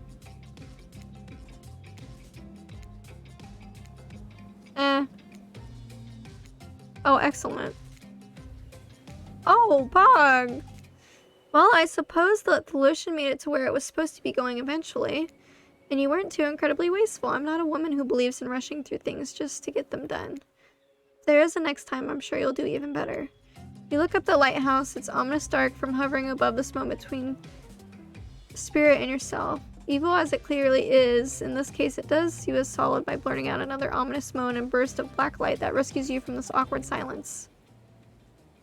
What is this? From seemingly out of nowhere, an ancient-looking ship appears in the water. It glows itself a thing of death, the spirit of a ship that once sailed these seas centuries ago. Tattered black flag whips in the ocean air above the ship as it careens towards the shore. Before crashing on the rocks, it must have been drawn in by the lighthouse. You hear the distant shouting of sailors as the old wooden ghost ship breaks up and sinks into the water. Oh right, it does that sometimes too. Should we, do something? Nah, the sharks will take care of it. Within a minute, the ocean is quiet again, except for the waves. Note to self, hungry sharks. These time-traveling pirates, or whoever they were, you're half sure you saw one of those skull and crossbone flags, aren't the only ones drawn here today. It's Wraith. He has emerged from the palm trees behind you. I didn't come here to break up your date or something. I came here for that. Wraith points to the lighthouse. It is indifferent to his intention. I've been seeing it in my dreams, shining its strangles light on me. Oh, wow. Shining its strange light on me. I can't avoid it through woods and walls. Nothing seems to stop it from reaching out to me. Duh, it's a haunted lighthouse. It does that to everyone at some point. You're no more special than me, those dead pirates, or that mermaid I saw washed up on the shore that one time. Ew. Mermaids, by the way, aren't even close to as beautiful in person as they are in movies. More sea witch than underwater princess, if you get my drift. It's all part of a vast conspiracy, an epic river of lies that runs beneath the island, or something. I'm pretty sure I figured it out, the basics anyhow. If you come with me, you can get cut. Spirit waves her katana, nearly trimming a couple buttons off of Wraith's tropical top. He takes the hint and backs away and a few steps slowly. For the quiet guy, he never really shuts up. Okay, be that way, you'll see. Alone at last, tension broken, deathly moans quiet, and Wraith vanished back to wherever he hangs out. You scooch closer to Spirit, breathing in the damp, foggy air that seems to emanate from her. It's not quite clear how the whole fog thing works, but you don't even care. You're feeling this moment. Spirit seems to be feeling it too. She starts to adjust her robe, and you get a peek at that bathing suit beneath. For someone who seems intent on proving how little she cares about what everyone else thinks, she puts a lot of work into getting into that suit. It's got straps for days. However, you're so focused on what's happening with Spirit, you don't see the next interruption coming. And Claudette, and wow, fuck y'all. And we've done this. Let's go this. There's a beach, blah, blah, blah. Sap my secret. There's a flap on my secret chair. Don't change the subject. Don't ask me what he's talking about. You're trying to make a mess of this first nice day I've had, and I don't know how long. Because it's not even clear what year it is, but it's been a while. I'm not about to be ditched for the likes of you. It's not me messing things up, like I keep trying to tell you. It's a staying island. I've come to accept the difficult truth. What's happening here, well, I'm convinced that it's our fate. It's not anyone's decision. It's simply the way it will be. There's no use fighting it. What would you even know about fighting? All you know is hiding your spooky little secret hair and crying like a baby while ringing your little bell. So don't tell me what I can and can't fight back against. I was born a fighter. A dragon lives inside me. I cannot fight. I can't not fight even when all I might want to do is hide. Don't you see this giant hat? It's a metaphor. If I don't have a fate, my fate is to win every fight that comes my way. Got it? Folks. Oh, you hide. I've seen you hide. You do your phase walking routine. What do you call that? It's basically cloaking, and we all know that cloaking is a type of hiding. You cloak, I don't cloak. I'm not a cloaker. I phase walk out in the open. You just can't see me. You have no idea what they're talking about, but this sure sounds like some video game community forum thread. Minutia if there ever such a thing. Not that you know about that either. Sure doesn't seem like Dwight and Claudette are going to stop this, so it's on you. I think I was brought here to make this choice, so I'm going to do that now. And I choose...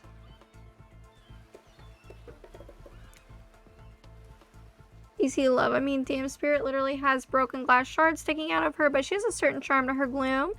Spirit and I actually were having a really nice time. Besides, if it's my fate to end up on this island, well, to hell with fate, really.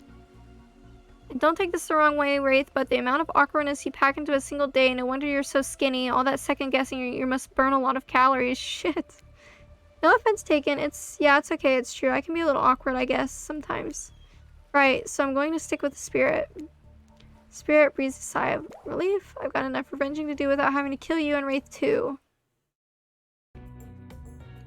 Spirit walks you around a corner to show you something that she discovered in this place and knew was meant to be connected with her journey. A cherry tree. It is just a small sapling, but it has begun to sprout flowers. It doesn't make sense to see a cherry tree here in this place. It also doesn't make sense to see a ghost in a black bathing suit, so you just accept it.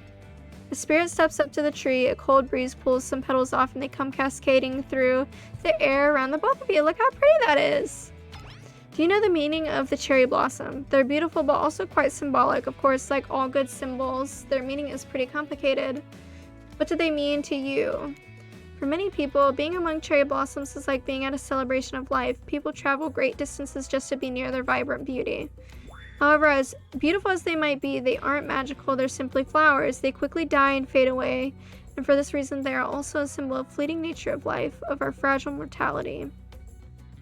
In a way, it's the specter of looming death that calls attention to this special moment to see and appreciate life. How does that duality make you feel? Empowered, sure.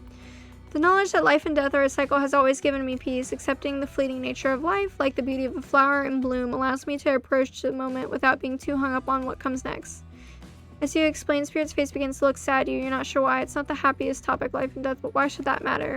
And then it dawns on you. Spirit has been trapped in this ghastly state of death with no hope to cycle back, no rebirth. Her moment of blossoming life long gone. That scary time of death and decay that comes after the good part, that's Spirit's eternity. I feel like an idiot. I wasn't talking about you. I wasn't even thinking about you. You just answered from the heart. I can't let that bother me. Our priorities are not the same. I have my mission. Once the fallen cherry blossoms represented the souls of samurai warriors, I feel like I want to restart this one. I feel like I didn't like her answer for that.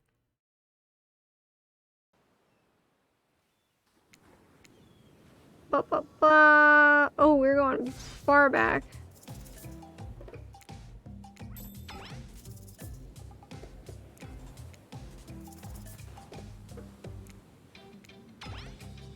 Don't mind me, like, having to redo this.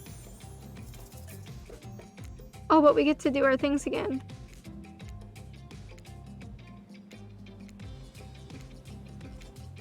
Ooh, easy money.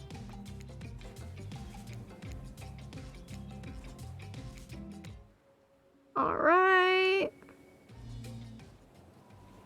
Blah, blah, blah. Blah, blah, blah. Fuck off, Wraith. You suck. You friend-zoned me. You hurt my feelings.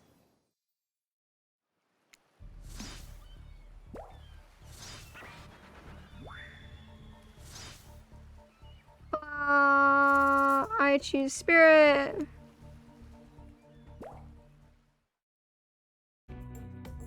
Alright, here we are, folks.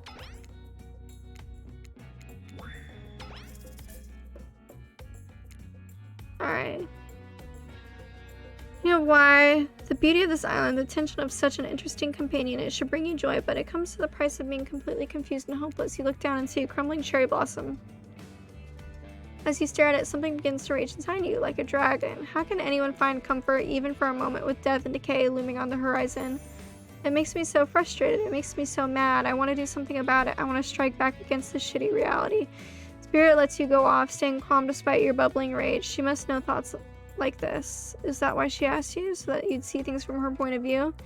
I want to be alive. You feel connected to her at this moment more than you have at any point before. You wonder, does she feel the same?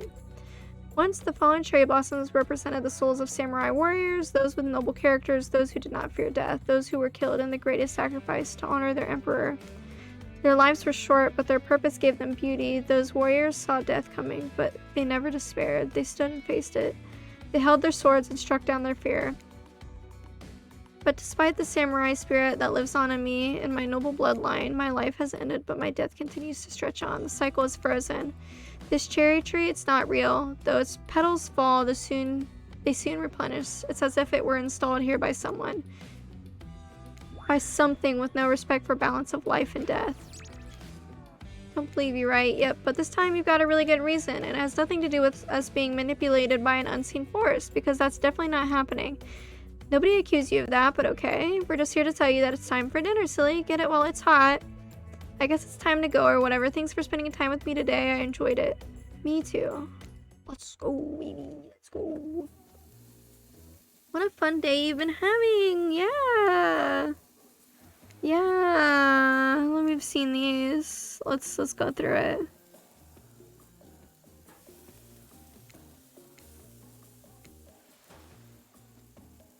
Holding onto your heart.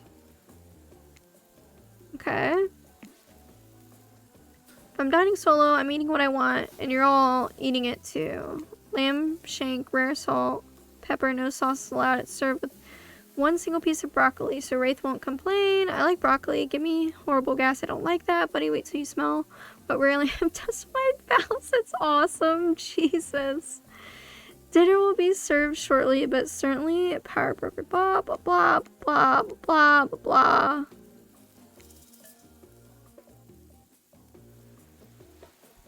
I'm gonna be quiet. That's exactly right. Could have not said anything of value better myself. Spirit is clearly happy with the way you portrayed your date. No surprises, she doesn't like people getting into her business. I did the right thing. Alright, we've done this. We'll thank them, you know. Blah, blah, blah. We keep going.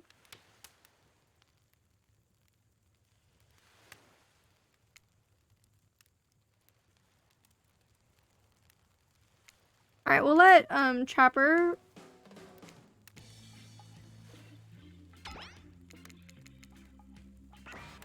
Oh wait, no, I do a story.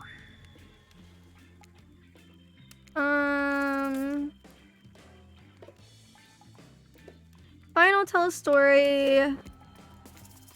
Adventure. Alright, you like your drink. Please help me. I can't read anymore.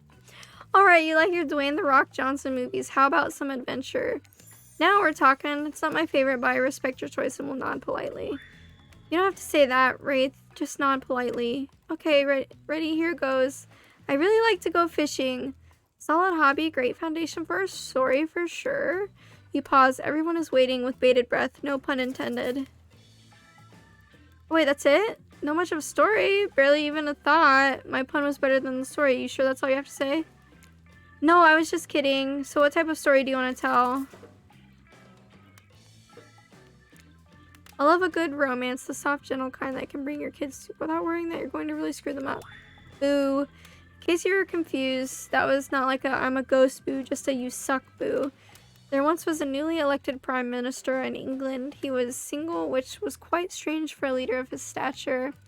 Over the first few months of his tenure, he started to fall for one of his assistants, a girl from the wrong side of the tracks. She was so different from other girls, brash and adorable with a hint of vulnerability. After the President of the United States made a move on her during one of his visits, he had her sent away. I'm sorry, did you steal this from a popular Christmas movie? You watch Christmas movies? Obviously, they're only things on TV in December. I have all of the streaming subscriptions, but I still really love flipping channels. I want to know what happens to the Prime Minister. Do they end up together and start a family? If this doesn't end in revenge, I'm leaving. When do people get tortured in a warehouse? It's not that kind of movie. Oh. That didn't go well. Never plagiarize a masterpiece. Okay, that was not a very good story. I don't mean to insult you, but it was actually quite bad. We listened to her. Let's listen to Trapper. Yep. Alright. There was a young man who loved his young wife and the child they had. Gave the lovebirds a happy life, but one day the couple went out for a swim. Mother didn't return. The boy only had him.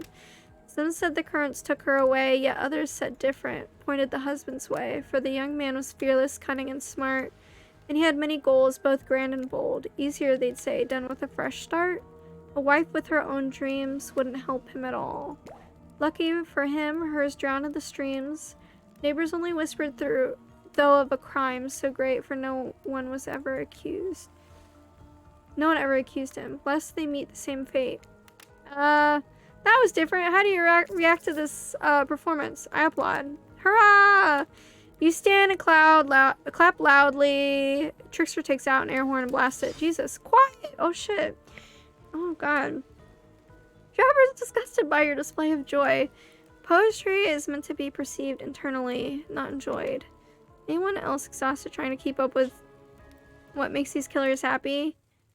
God, yeah, I am tired of this. Yeah, we've seen this shit.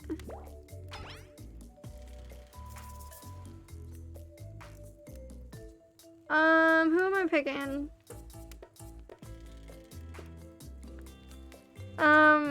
I'll just blah blah blah. We did this. I'm like trying to make everybody feel all loved.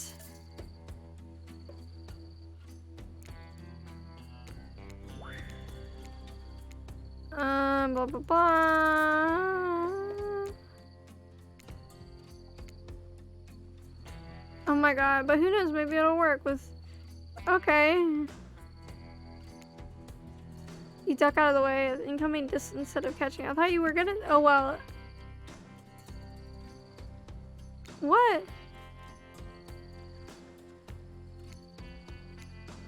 Suddenly nervous, you clutch the frisbee. Is this another game? Did you let me beat you? No, never. No, I would never lie to you. You can always trust me. Wraith looks like he might cry. He smiles and nods. Like that gif of Robert Redford that isn't Zach Galifianakis. You know the one. Wraith turns to you, smiling sheepishly. This day went by so fast, but guess it's over. I don't understand why it's... Yeah. Fuck off, Wraith. You hurt my feelings.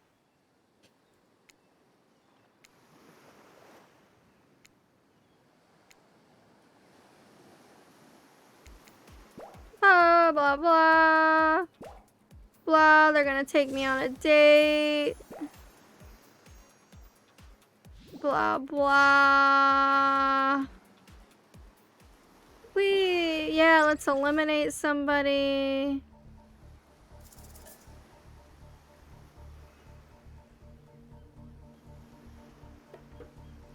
Let's eliminate Ray. Look, I'm here and I'm horny and I'm not really getting positive reinforcement from you, Wraithy Poo. Damn. Please don't take this personally. It's just my opinion of you and who you are and what you're about deep down as a person, and I don't like it. Like, give me something, you know, a kiss, a wink, hold my hand, finish telling me all about... Jesus. Or better yet, don't. Why am I so mean? Okay, calmly walks to the exit. Before he leaves, he turns to you. When you came here, I thought perhaps you would be different. I don't know how my last bit of hope and humanity hadn't been snuffed out, but it wasn't. It is now. You're just like the rest of them. There's no hope of goodness here. The only thing I can do is try to escape or burn everything and everyone to the ground. He leaves. Pretty badass exit. Was not expecting that. Oh my god. Alright, we're like kind of close to... Are we like at the end? I think. See if it's different.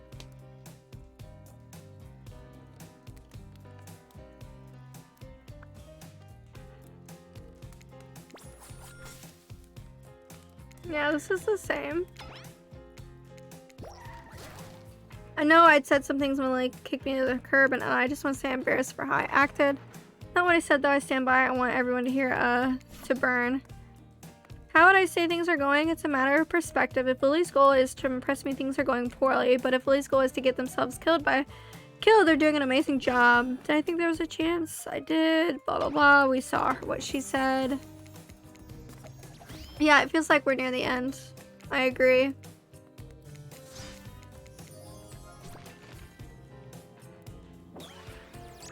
We've seen this.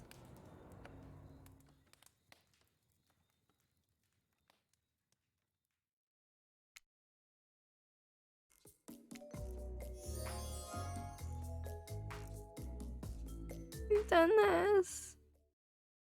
I want to get to one person's, like, another person's end, and I think I'll be done, because my throat really hurts, I think, from reading.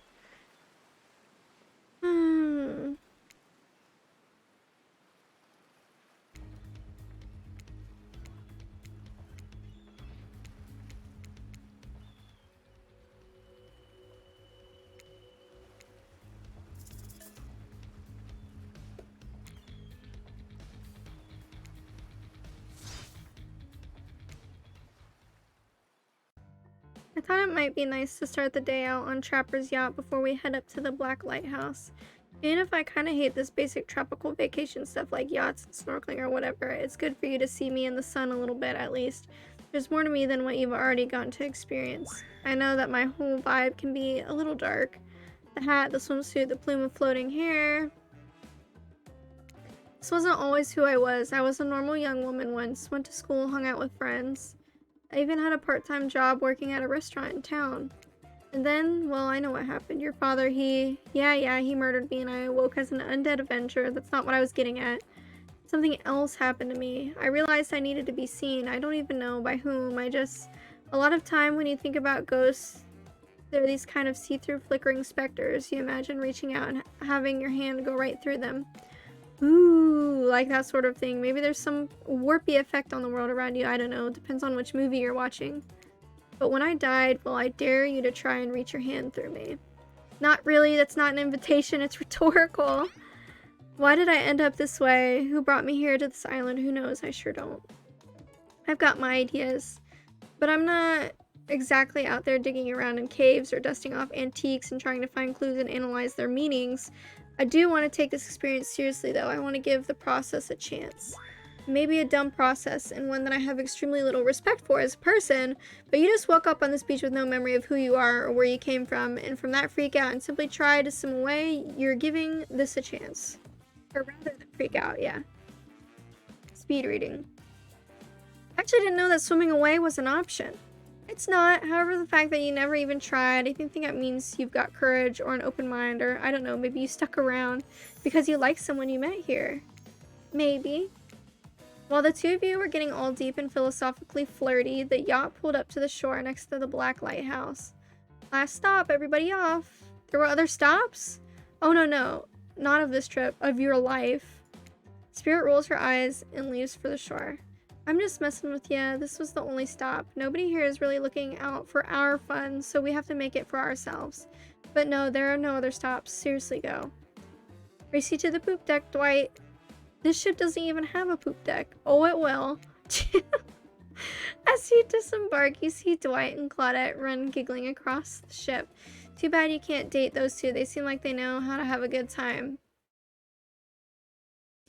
You arrive at the beach near the majestic Black Lighthouse. Its imposing form towers above you. A flock of birds circles lazily, no sense of fear or urgency, as if circling a corpse that hasn't moved in ages. I'm excited about today, see? Spirit places her wrist delicately in your hand and presses your fingers down against her skin. It's cool to the touch, but you feel, is that the faintest of pulses? My blood is absolutely pumping. So what happens now? Now I show you something that no one has ever seen up close before. Well, no one has lived to tell about it. We're going there. Spirit points to the top of the lighthouse amongst the circling birds. What's actually up there? Have you seen it? Hey y'all, how's everyone doing today? Wraith, what the fuck do you want, bud? Certainly seems to be taking the whole elimination thing well, or maybe this is the opposite of that. Hi, Daz. Better not bring it up at all and just hope he doesn't completely melt down. Hi, Wraith. You sure seem chipper today. Something strange is definitely going on with this guy. Well, something else strange. Something different than what usually going on. Wraith takes a deep breath, sucking in the ocean air like it's the greatest air that has ever been sucked. Lily, thank you. Thank you for choosing anyone else to go on a date with today. Alone again, forever. This is how I was meant to be. I feel alive. Are you done? We're kind of, on that date you just mentioned. I'm glad you're feeling better, Wraith, but like she said, we're in the middle of something. You mind? Oh, right. So what you doing? Headed up into the eye of the lighthouse? I love it up there. You can really see the whole island from up there. In fact, Spirit, I thought you said no one has been up there and lived to tell about it, but this sounds exactly like telling about it. Technically, I don't think Wraith counts as being alive. I mean, I don't maintain the canon, but Spirit waves her arms at Wraith from head to toe. If he's not dead now, he's gonna be when I punish him for interrupting our date. Hey now, we can solve our problems without our hair floating up into any menacing shapes. I'll just be over here running away, enjoying the view. I think Wraith was kidding about the whole being up there. Honestly, the view isn't even of the island. What you can see is mostly ocean on account of it being, a lighthouse.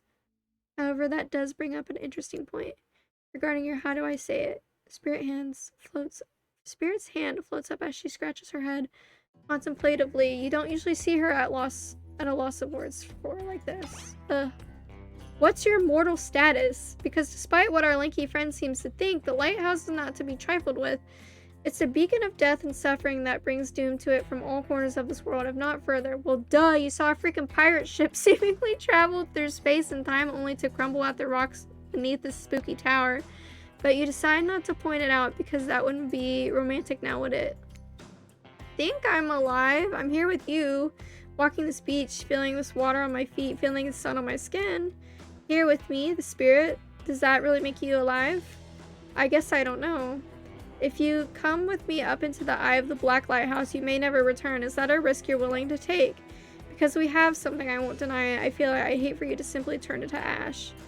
If we were to commit right here and now to figure this out as friends, we could put that risk off for another time. Just be friends? Ouch, is this her way of letting you down easy? I don't know if I want that friendship. I want you. That's why I chose you. I can't decide this for you. I can only warn you that it may not be safe. You might die up there and there's nothing I can do about it. Go up, maybe die. You take a deep breath and think about every particle of sea air as it travels into your body and fills your lungs. It may be the last time you have such a thought, but you feel strangely at peace with that information. I don't need another friend. I want something more. I'd risk my life for it. Spirit smiles a quirky, devilish smile. Right this way. Alright, let's see. Inside the lighthouse is almost pitch black. It was seemingly day when you stepped through the door, but inside the place is like a void. The last thing you see as the final rays of sun leave you is a horrible sight, a petrified body laying on the stairs, reaching not up, but down as if it had been crawling. Watch your step. Things we do for love. When you arrive in the lantern room at the top of the black house, you breathe a sigh of relief. The light is out and seemingly defunct. Dust cakes the room as though it hasn't been operated in a century.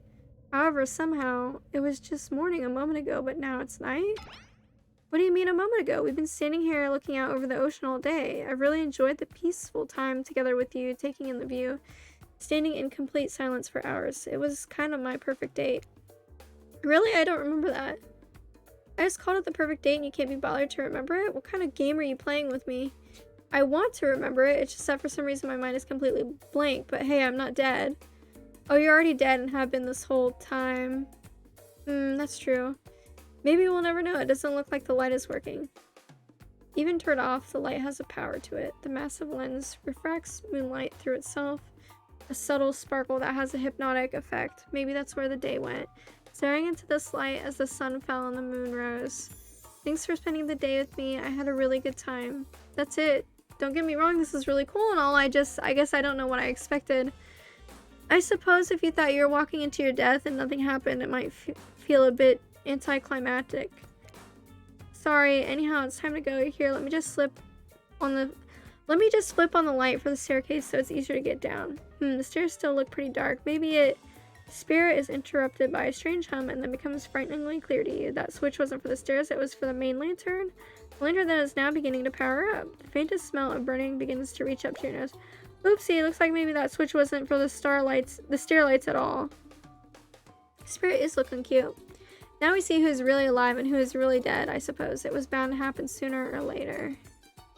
You slam your eyes closed, hoping that somehow not looking at the light itself will protect you. Not sure I see the logic in that, but if it is magic, it kind of defies logic. I want to see it, but well, I'm a little scared. Don't look directly into the light. Open your eyes and look only at me, and I'll keep you safe.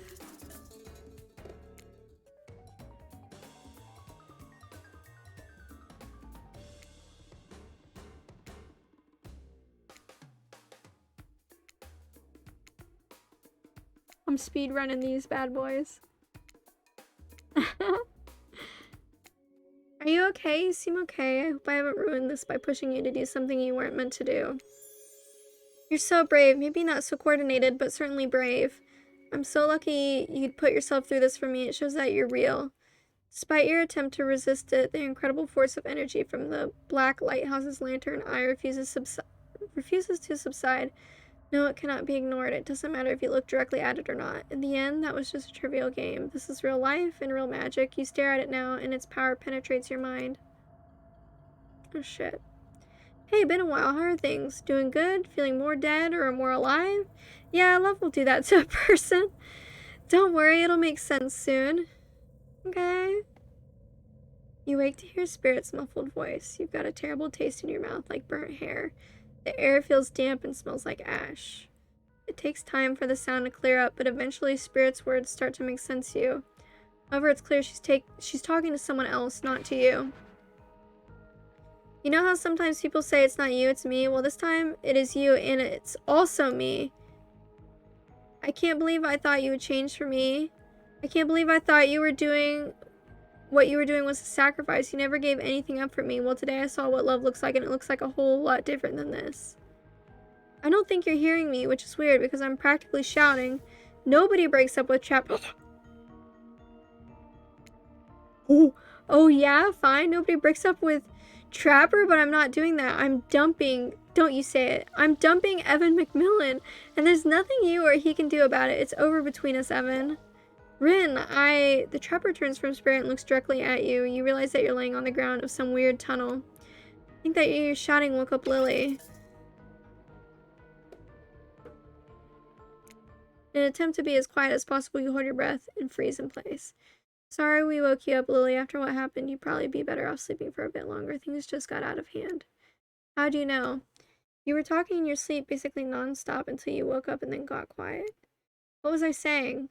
I don't know. I don't speak Dutch. Oh, fuck. Now they have, like, actual language in there. Yeah, see? There you go again. The jig is, as they say, up. They know you're awake now, and you're going to have to deal with this awkward situation head on. Clearly, I shouldn't be here. You two are having a very personal conversation that I don't need to be involved in. I don't even know how I got here, not here on this island, or here in this creepy tunnel. As far as this island goes, your guess is as good as mine. As far as this tunnel goes, we brought you here. You and Trapper, but after the lighthouse light came on, you blacked out on your way down. I thought you might have hit your head or something. It's hard to tell what blood is new or old here. Either way, I wanted to get you someplace safe, and so I asked Trapper for help. It's not that I can't carry you, I just didn't feel like it, you know. I hate anything messing with my shards. Trapper, on the other hand, he loves nothing more than having an unconscious body draped over his shoulders. Could have asked Claudette and Dwight for help, but I don't trust them. But you trust Trapper? Like and trust are two different things. You might think Trapper can be a real jerk, and you'd be right, but you get what you see with him. We brought you down here because we're the only ones who know about this place. It's part of an old tunnel network that connects different places on the island. What's up, guys? Talking island mysteries? My favorite topic. I was just in the neighborhood, so I thought I'd pop in. Trapper, you said this place was private. Don't look at me, I didn't tell him about it. Half the appeal of this spot is getting away from people like him. Well, geez, I can see when I'm not wanted. So you three a throuple now, or... Because I gotta say, I really don't get the whole Trapper spirit thing, but hey, if it's not my business, I don't stick my nose in it. We were not a thing. Nobody traps the Trapper, not with traps or with relationships. And you do realize you're sticking your nose in our business right now, right? Wow, so hostile. If you don't want to talk about it, just say so. Anyhow, this tunnel has some very interesting features. If you head about 50 meters down that way, you'll find... Get out! But I wanna know. Wraith looks around just to be doubly sure that Trapper is addressing him. I was just leaving. This island, it's a lonely place, which is great for me. I love to be alone. Trapper, on the other hand, he's quite needy. And after a lot of pursuit, I finally let him catch up to me. And it became, well, I don't want to call it a relationship because somebody really didn't want to have that talk, but we're more than friends.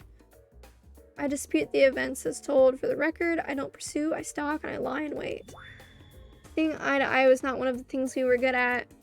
So I hate to ask, but I did just look into a refrigerator-sized death lamp, so I guess I'm more of a glutton for punishment than I thought. What were you good at? Well, for starters... Excuse me, I'll take that question, thank you very much. If you know anything about me by now, it's that I'm on a quest for revenge. Exactly what you might not know. Trapper is like a great classical maestro of revenge. Trapper blushes behind the mask. That's one way to compliment a killer. Revenge against friends who had turned their back and betrayed him. Revenge against his father for making him into a monster. Revenge against a barista who wrote Ewan on his cappuccino knowing his name was actually Evan. For someone who thinks about revenge as much as I do, Trapper is an inspiration. But they say to never date your heroes. Good advice, but I don't think that's the saying. And then you came along, Lily. You showed me that it's okay to be lost, to feel pathetic, to push on when you have nothing real to offer. I'm not sure where you got all of that from, but okay. You held a mirror up to my own doubts and fears and showed me that they aren't everything about me, that I can embrace those things but not be defined by them. You showed me that life after death can be more than just an obsession with revenge and mind-blowing sex on the ground in a dark cave over a dusty old tunnel. Trapper nudges you in the ribs with his elbows, gross, clearly appealing to Trapper's better feature has been a winning strategy for dumping his ass, because he seems to be taking it quite well. The whole half-assed dating show parody thing, at first I obviously thought it was a lame idea. What kind of moron thought there was an audience for this? But then we spent some time together and I realized there's something actually real here. I don't want to give up on it. I don't want to give up on us. Listen, Lily, while you were knocked unconscious by some minor head trauma like a total weakling, Spirit confided in me that she has real feelings for you. I took it extremely well, naturally, because I trust her and value her opinions. That doesn't mean I trust you. If you want to get to her, you have to get through me first by passing Trapper's Test. Coming to Behavior Test Sundays at 8 p.m. Welcome to Trapper's Test. Answer my questions correctly or die by my blade. Excellent. What is Spirit's real name? The one given her by her murderous father. It's Rin. Question 2. What lives inside Spirit? A dragon. Where did Spirit work back when she was a normal college girl? She worked at a restaurant. Question 4. What's Spirit's favorite color? Black. Are these questions largely superficial? Sure. Maybe I didn't get to know Spirit that well. Maybe that's why she dumped. Maybe that's why it didn't work out for us. Who knows? The final question. You got this, Lily. According to Spirit, what's worse than being dead? Not being seen for who you are. Oh my god, when I pitched Trapper's Test to the suits at Behavior TV, they told me there was no room in the budget for a new car to be given as the final prize for winning. So I killed them all right there on the spot. While killing them didn't solve any of the budget problems, it sure did feel good. I'm telling you this, A, to brag, and B, to explain why the only thing you're going to win is me saying congratulations for passing Trapper's Test. Not that it was some huge challenge. I mean, the woman obsessed with a giant light that shines in the dark has a chip on her shoulder about being seen. Go figure. You probably guessed, but rules are rules. Even if I literally just made them up, you got it right. So I guess I approve of you dating Spirit, or whatever. I never really cared in the first place. I was just hoping you'd slip up and give me a good excuse to wet my blade with your blood. Maybe I'll find a reason tomorrow. For now, you two have fun. Wink, wink, wink. Trapper out. I'm sorry you had to endure that. What, 5 measly questions? It was nothing. Not even that, as ridiculous and unnecessary as it was, the whole thing. The waking up in a random tunnel, the overhearing our argument, the news that Trapper and I had something going on, and the stupid quiz, all of it, especially the whole Trapper out catchphrase. It's only because I actually like you. None of it would have happened if I did. And I like you too, Spirit. She said, please call me Rin. Rin, I didn't really feel like our lighthouse experience was completed. There was something else I wanted to show you. Alone up in the lantern room of my tower. Get your mind out of the gutter. Why does it have to do this to me? It's not that kind of game. What's that? Hold on a moment. I'm being told. No, wait. That it is that kind of game. Disregard the gutter comment. Come back up there with me. There's no place I'd rather be. You're excited to return to the lantern room of the lighthouse despite all of the drama and worry that was previously a part of this place for you.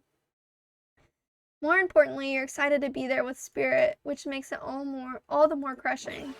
When you're interrupted by oh my god, fuck these guys.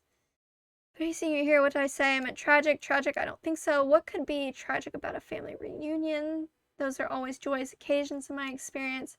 Or they can explain what that's even supposed to mean. The lighthouse begins to howl a low, frightening sound. The lens begins to glow in a now familiar way. You prepare to shut your eyes in case something bad happens to you again. Now isn't the time for any reality show adjacent shenanigans. Dwight, Claudette, shield your eyes. We don't know what the lighthouse will. Now, please don't interrupt. You'd think after all of this, you'd know what we've got your best interests in mind. Wait, what? No, of course I don't think I got wax in your ears, friends. I asked you not to interrupt. Too late, the black light flares. In the darkness, you see something horrible and strange. In the place of Claudette and Dwight are 2 ghoulish silhouettes. before you can focus on them, the light passes and the two survivors are returned to their normal states. It's breezy up here. I should have packed a sweater. What in the hairy hell? Hey, watch the language. You shouldn't speak that way. Around your elders. Oni! Hi, Oni! Grandpa? Grandpapa. My little Rin, you're such a woman now. They grow up so fast. What? Lily, meet Grandpa. Oh shit, I have to say these names. Kazan Yamaoka, whatever. Well, technically not just Grandpa. Technically he's my great-great-great-great-great-great-grandpa, but that's a lot of greats to say in a row. My god, did they show up at the worst time for real? Like, I'm getting fucking edged, dude. I'm getting cock-blocked.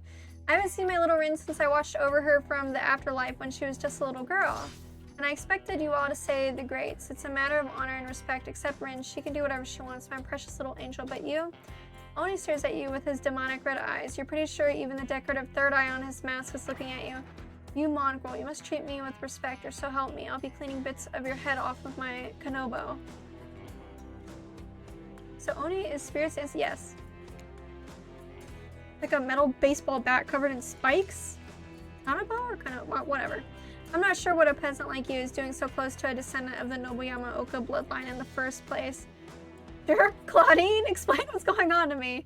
It's Dwight, sir, and Claudette. Remember, we explained to you that you were going to come meet with your great-great-great-great-granddaughter's suitor and to give or withhold your approval? 5 greats. Great-great-great-great-great-grandfather, sir, your honor master, sir? Dwight, he's a samurai, not a judge.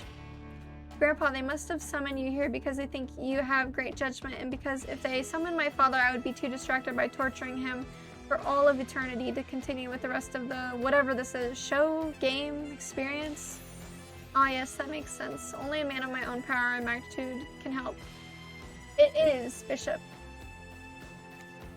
Self-important much? Nice to meet you. Only my friends and family call me Kazan. Wow, I'm fucking up already. Those who tremble in fear at my presence call me Oni. You're seeing a serious resemblance to Trapper. I'm not only the sheer size of the man that Oni is, but also his attitude. Apparently, Spirit has a type. Be sure you can or want to measure up to that. It dawns on you, wait a second, maybe you do resemble Oni. Every time you try to look at your own reflection, however, you become dizzy and confused. This definitely deserves more thought, but now's not the time to consider the fact that you might be some kind of hulking vampire with the first ever case of self-blindness. There's a massive samurai mad dogging you from 2 steps away. Well, you don't scare me at all, so I'll stick with, oh my god, why am I acting like this? Peasant! I realize now the true purpose of my visit is to extinguish your light. Oni waves his katana in the air at you menacingly, like great-great-great-great-great-grandfather, like great-great-great-great-great-granddaughter, apparently. Hold up there, Grandpops, not so fast. You're only supposed to kill them if they deserve it. First, you should get to know them a little better. Young people these days, always waiting to kill people, insisting they must deserve it. Back in my day, you did what needed to be done because your nobility depended on it. In his day, for such an imposing presence, he sure is giving off serious old man yells at Cloud vibes. You see, when I was a young man, we didn't have foreigners in our land, didn't need them. We had an abundance of culture already, a little too much, if you ask me, but I didn't make the rules. The rulers did exactly how it should be. Literature, art, commerce, theater, fashion, poetry, puppet shows, ghost stories, courtesans, gambling, fine dining, fast food, Jesus, there's so many things. What were we talking about? Yeah, literally. Spirit giggles at her okay, I'm not saying all of this every time. At Oni's forgetfulness. You wonder, does she even like this guy? She sure hates her father, so... Listen up, old man. We don't have time for you to do a list of every activity available to a samurai in the entirety of the Edo period. Silence. Oh my god, I'm being an ass. You're showing your ignorance. Samurai were forbade from many activities that didn't benefit the Bushido Code, such as attending certain theatrical performances, for instance. Sometimes, however, a samurai would put on a disguise in order to seek out entertainment. Now, I'm not saying I did that because I had honor and a body built like an entire castle that is quite hard to hide, but clearly you have neither my honor nor my physique. You don't even know about the ins and outs of the shifting rules of traditional Japanese samurai etiquette, you fool. Ren, what would you want with such an uneducated admirer as this?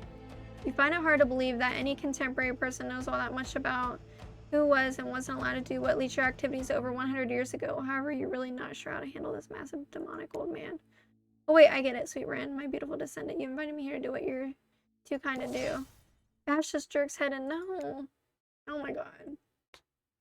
This game's gonna kill me. Claude Doris, fetch my Kana. Is it Kanabo, guys? I don't know words. Rin, wrap your robe around this Mon girl's hands and hold them still. We'll splatter their brains on the beach together as a family. Oh my god. Sam, I'm here lurking. Let me give you some hearts. Grandpa, no, that's not why I invited you here at all. In fact, I didn't invite you. Claudette and Dwight did. Ah ha ha, yes sure, wink wink wink. The whole saying wink out loud thing is getting out of hand. Him and Trapper really do have a lot in common, don't they?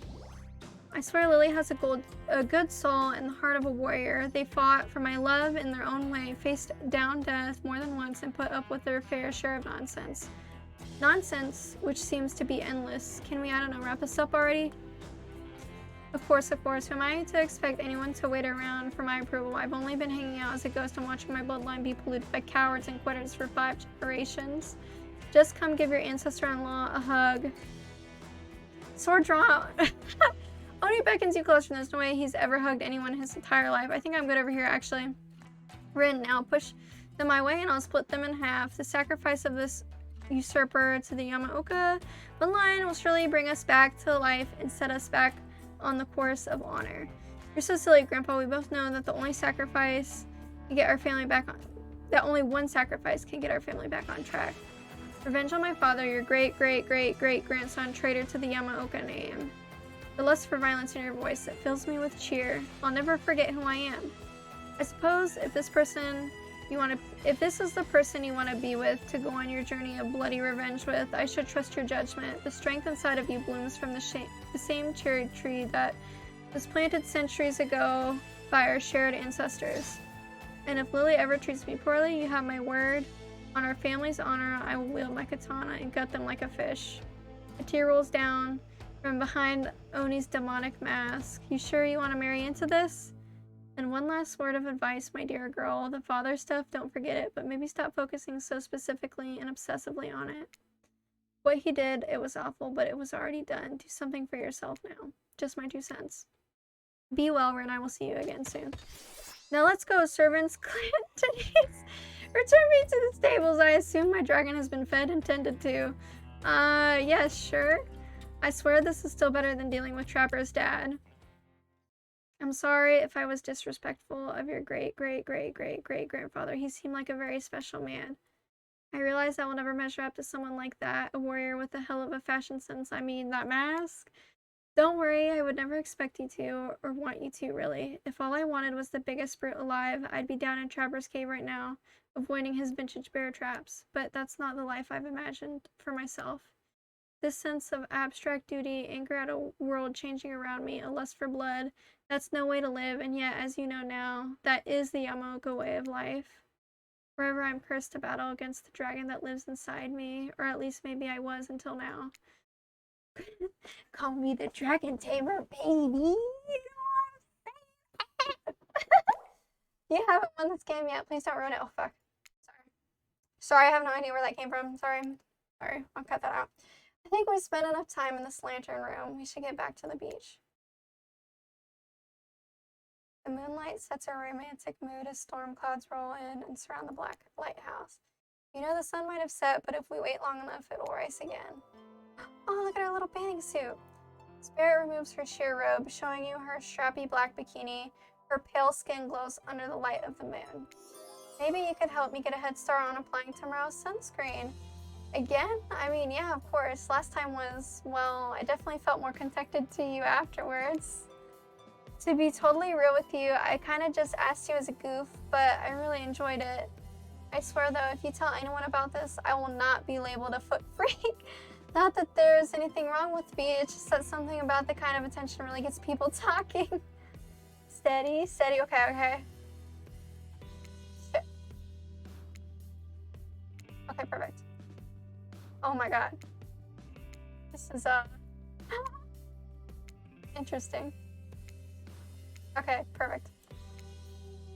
Should I have a foot fetish? Are we, like, delving into our foot fetish with skill checks? Oh, shit.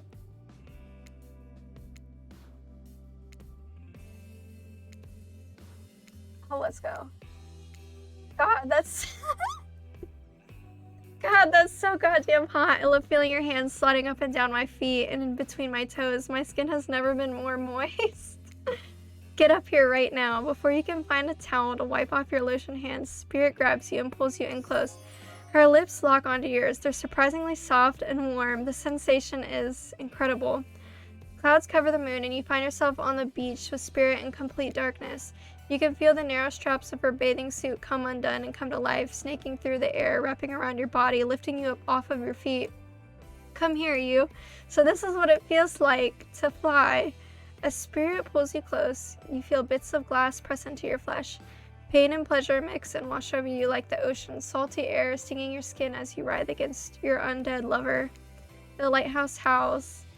In the darkness, you're pretty sure that Spirit lets the dragon inside of her take over. If it kills you, you're sure it will have all been worth it. The clouds part just as you manage to pull yourself exhausted away from Spirit. We got an item. Chunk of broken glass is lodged into your shoulder. When you pluck it from your skin, it drips blood. Sorry, I think this got stuck to me when I was having the best night of my life. Spirit drags her fingertips over the sharp end of the glass shard. Keep it, consider it a memento. I've got plenty more where that came from.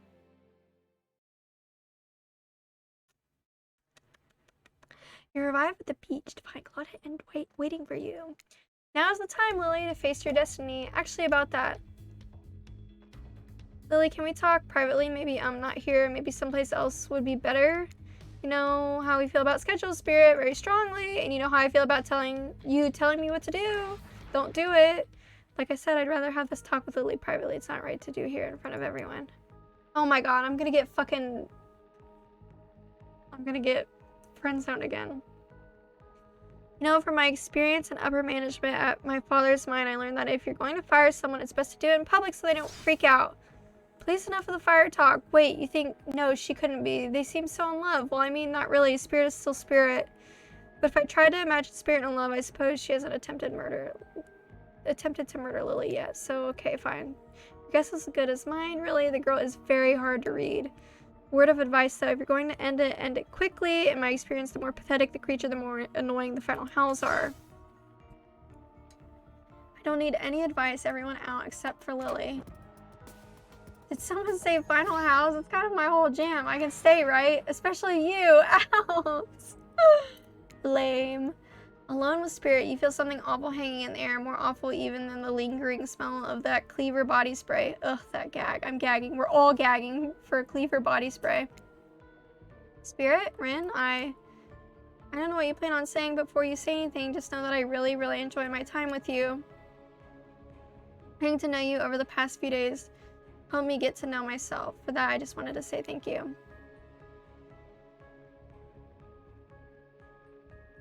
Oh no, that's sweet. You're welcome. And you know what? It's that kind of thing that shows me you've got a good heart inside you. Too good for me to carve out and toss into the ocean, but also too good for me to love. I need someone who shares my interests, someone I can connect with, someone jaded and dispassionate, only driven forward by a desire for revenge. I need someone who isn't so warm that I feel cold in comparison. I need someone who isn't you. Can we just be friends? I don't know if, before you finish that, just know if we're not friends, we'll probably become enemies and I will destroy you. Friends it is! I'm glad to have you here for me when I need you, but also not too close to me when I don't. So yeah, I'll see you around. Spirit starts to leave. Wait, what? That's it? That's how this ends? You're just leaving me here? I'm not sure I used the word ends, and for that matter, I wouldn't say that I'm leaving, but we're definitely through. The fact that you can't see that, well, it just proves that we would never really belong together anyhow. Good night, Lily. What the hell? I just spent all this time on the island doing everything I can to get to know you, only to be told that I should just leave the chocolate factory through the side door? I don't know what that means. Anyway, I said good night, Lily. See you around. Jeez, I'm sorry. What a bummer. Hey, why does she keep saying she'll see me around? Gosh, I have no idea.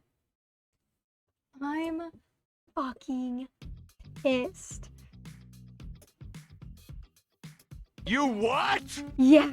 You what? Again? I go through Wraith. I go through Spirit.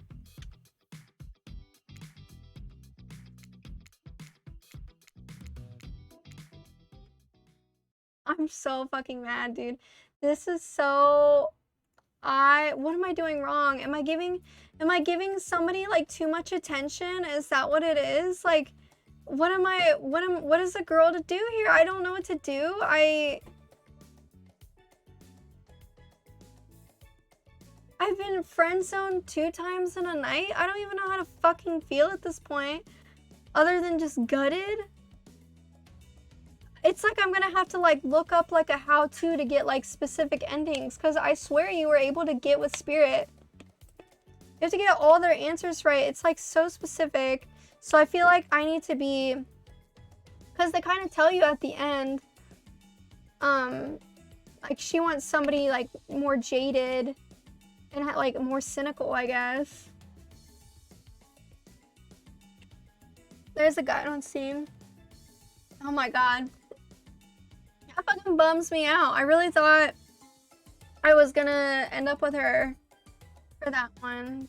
No avail, dude. That fucking sucks. Damn, this game was a whole lot of shit. We've been playing it for 4.5 hours and we didn't get anywhere. What the fuck does that mean, dude? What the fuck does that mean? Posture check? Yeah. I'm sitting very poorly right now. Well, I guess I should say, what do you think of the game? What did you think of it? You know, did you have a good time watching it? Good time? I'm like literally so fucking dead. My my voice. I'm getting a sore throat. I'm getting sick. I'm not, but I'm gonna like guzzle some tea after this, and it's 11:30, but I'll probably make like a snack to eat or something. It's been a blast hanging out with you. Well, thank you for hanging out with me. I appreciate it. I'm sorry I couldn't, you know, get us a better ending. Like, we didn't get fucking railed, so I feel like I did not deliver today at all. I didn't deliver a good experience because you didn't get railed. I don't know how to feel. I'm like, it was fun. It was fun, but I'm just bummed because I wanted to end up with somebody. I really thought I was going to end up with Spirit there for a second. Did TC leave? Yeah, TC left. Well, since we did that today, and we went through 2 stories technically, and we spit through the second one, I'm gonna stream Friday. I think Friday I might end up streaming, like starting a little later than 6. Like I started later today because I was having like OBS issues. But I think I'll start later than I normally do. Maybe like 7:30 or 8, and I think I will probably do like Dead by Daylight or like another like a party game or something and play with friends. I'm not really sure. I don't want to start anything new on a Friday. That just doesn't feel right. And plus on Saturday is our game night with friends anyways, so we'll probably like do custom matches of DBD and maybe Fall Guys, like a custom lobby in Fall Guys if you guys want to do that. And if you're not in Discord and you'd like to be in Discord, here is that link right there. Among Us, yeah, potentially Among Us if we can get everybody to get in there and also like download the mods and stuff. But I have that. Did I set the time different for that? I want to check 1 second. Give me 1 second. Yes, I made game night at 6 p.m. I made it a little bit earlier so a lot more people can possibly play. And I probably will go for a long time because I'll be home by myself next week again because my family's going on vacation, so I'll need company. Did you mention... Oh, I didn't, by the way. I just ordered my Melania cosplay, and it should be here in October, like the first 2 weeks of October, so I might wear it like as a Halloween costume or something. I don't know. But we will see, because once I get my costume, I'm going to color match my helmet, like color match paint for my helmet and actually put my helmet together because you have to glue it together and paint it. But I'm excited for that. I'm excited. I ordered that. I also ordered a Your cosplay, a bunny girl outfit, and a raven costume for Halloween. So I have all my costumes set up for Halloween, which will be kind of lit. But I will remind you that the second week of October, I likely will have surgery. So I don't know if I will be streaming or if I'll be on camera that week. But I will be delivering with a bunny girl, a raven, and a Melania and a Yor at some point. Who knows when? But I will be delivering with this one. Sorry, Ryan texted me. Yeah, what do I have anything else for you guys? Let me think. Friday, maybe a little later, I'll make sure that I send out an announcement saying when I think we will start on Friday. If you would like to come hang out with me. I think that's really it. I'm literally exhausted. I'm tired. That was a lot of reading. My voice hurts. But I still look sexy, so that's nice. I had to say that. I had to be confident. I appreciate you guys being here, hanging out, being just as disappointed with the endings as I am. Not expecting the endings that we got. But I will see you guys. And let me put some love in the chat because I love you. I don't even think we're gonna raid anywhere because I'm just too tired to like even talk or like raid. I appreciate y'all. I will see you hopefully on Friday, a little bit later. I'll see what we'll get into. I kind of want to do like I kind of want to do a killer stream. I don't know how y'all are gonna like that, but I'm excited too. But I appreciate you guys. I love you, Des. I love you, Batty, Jesse. I love you. I will talk to you later. I'll see ya. Bye.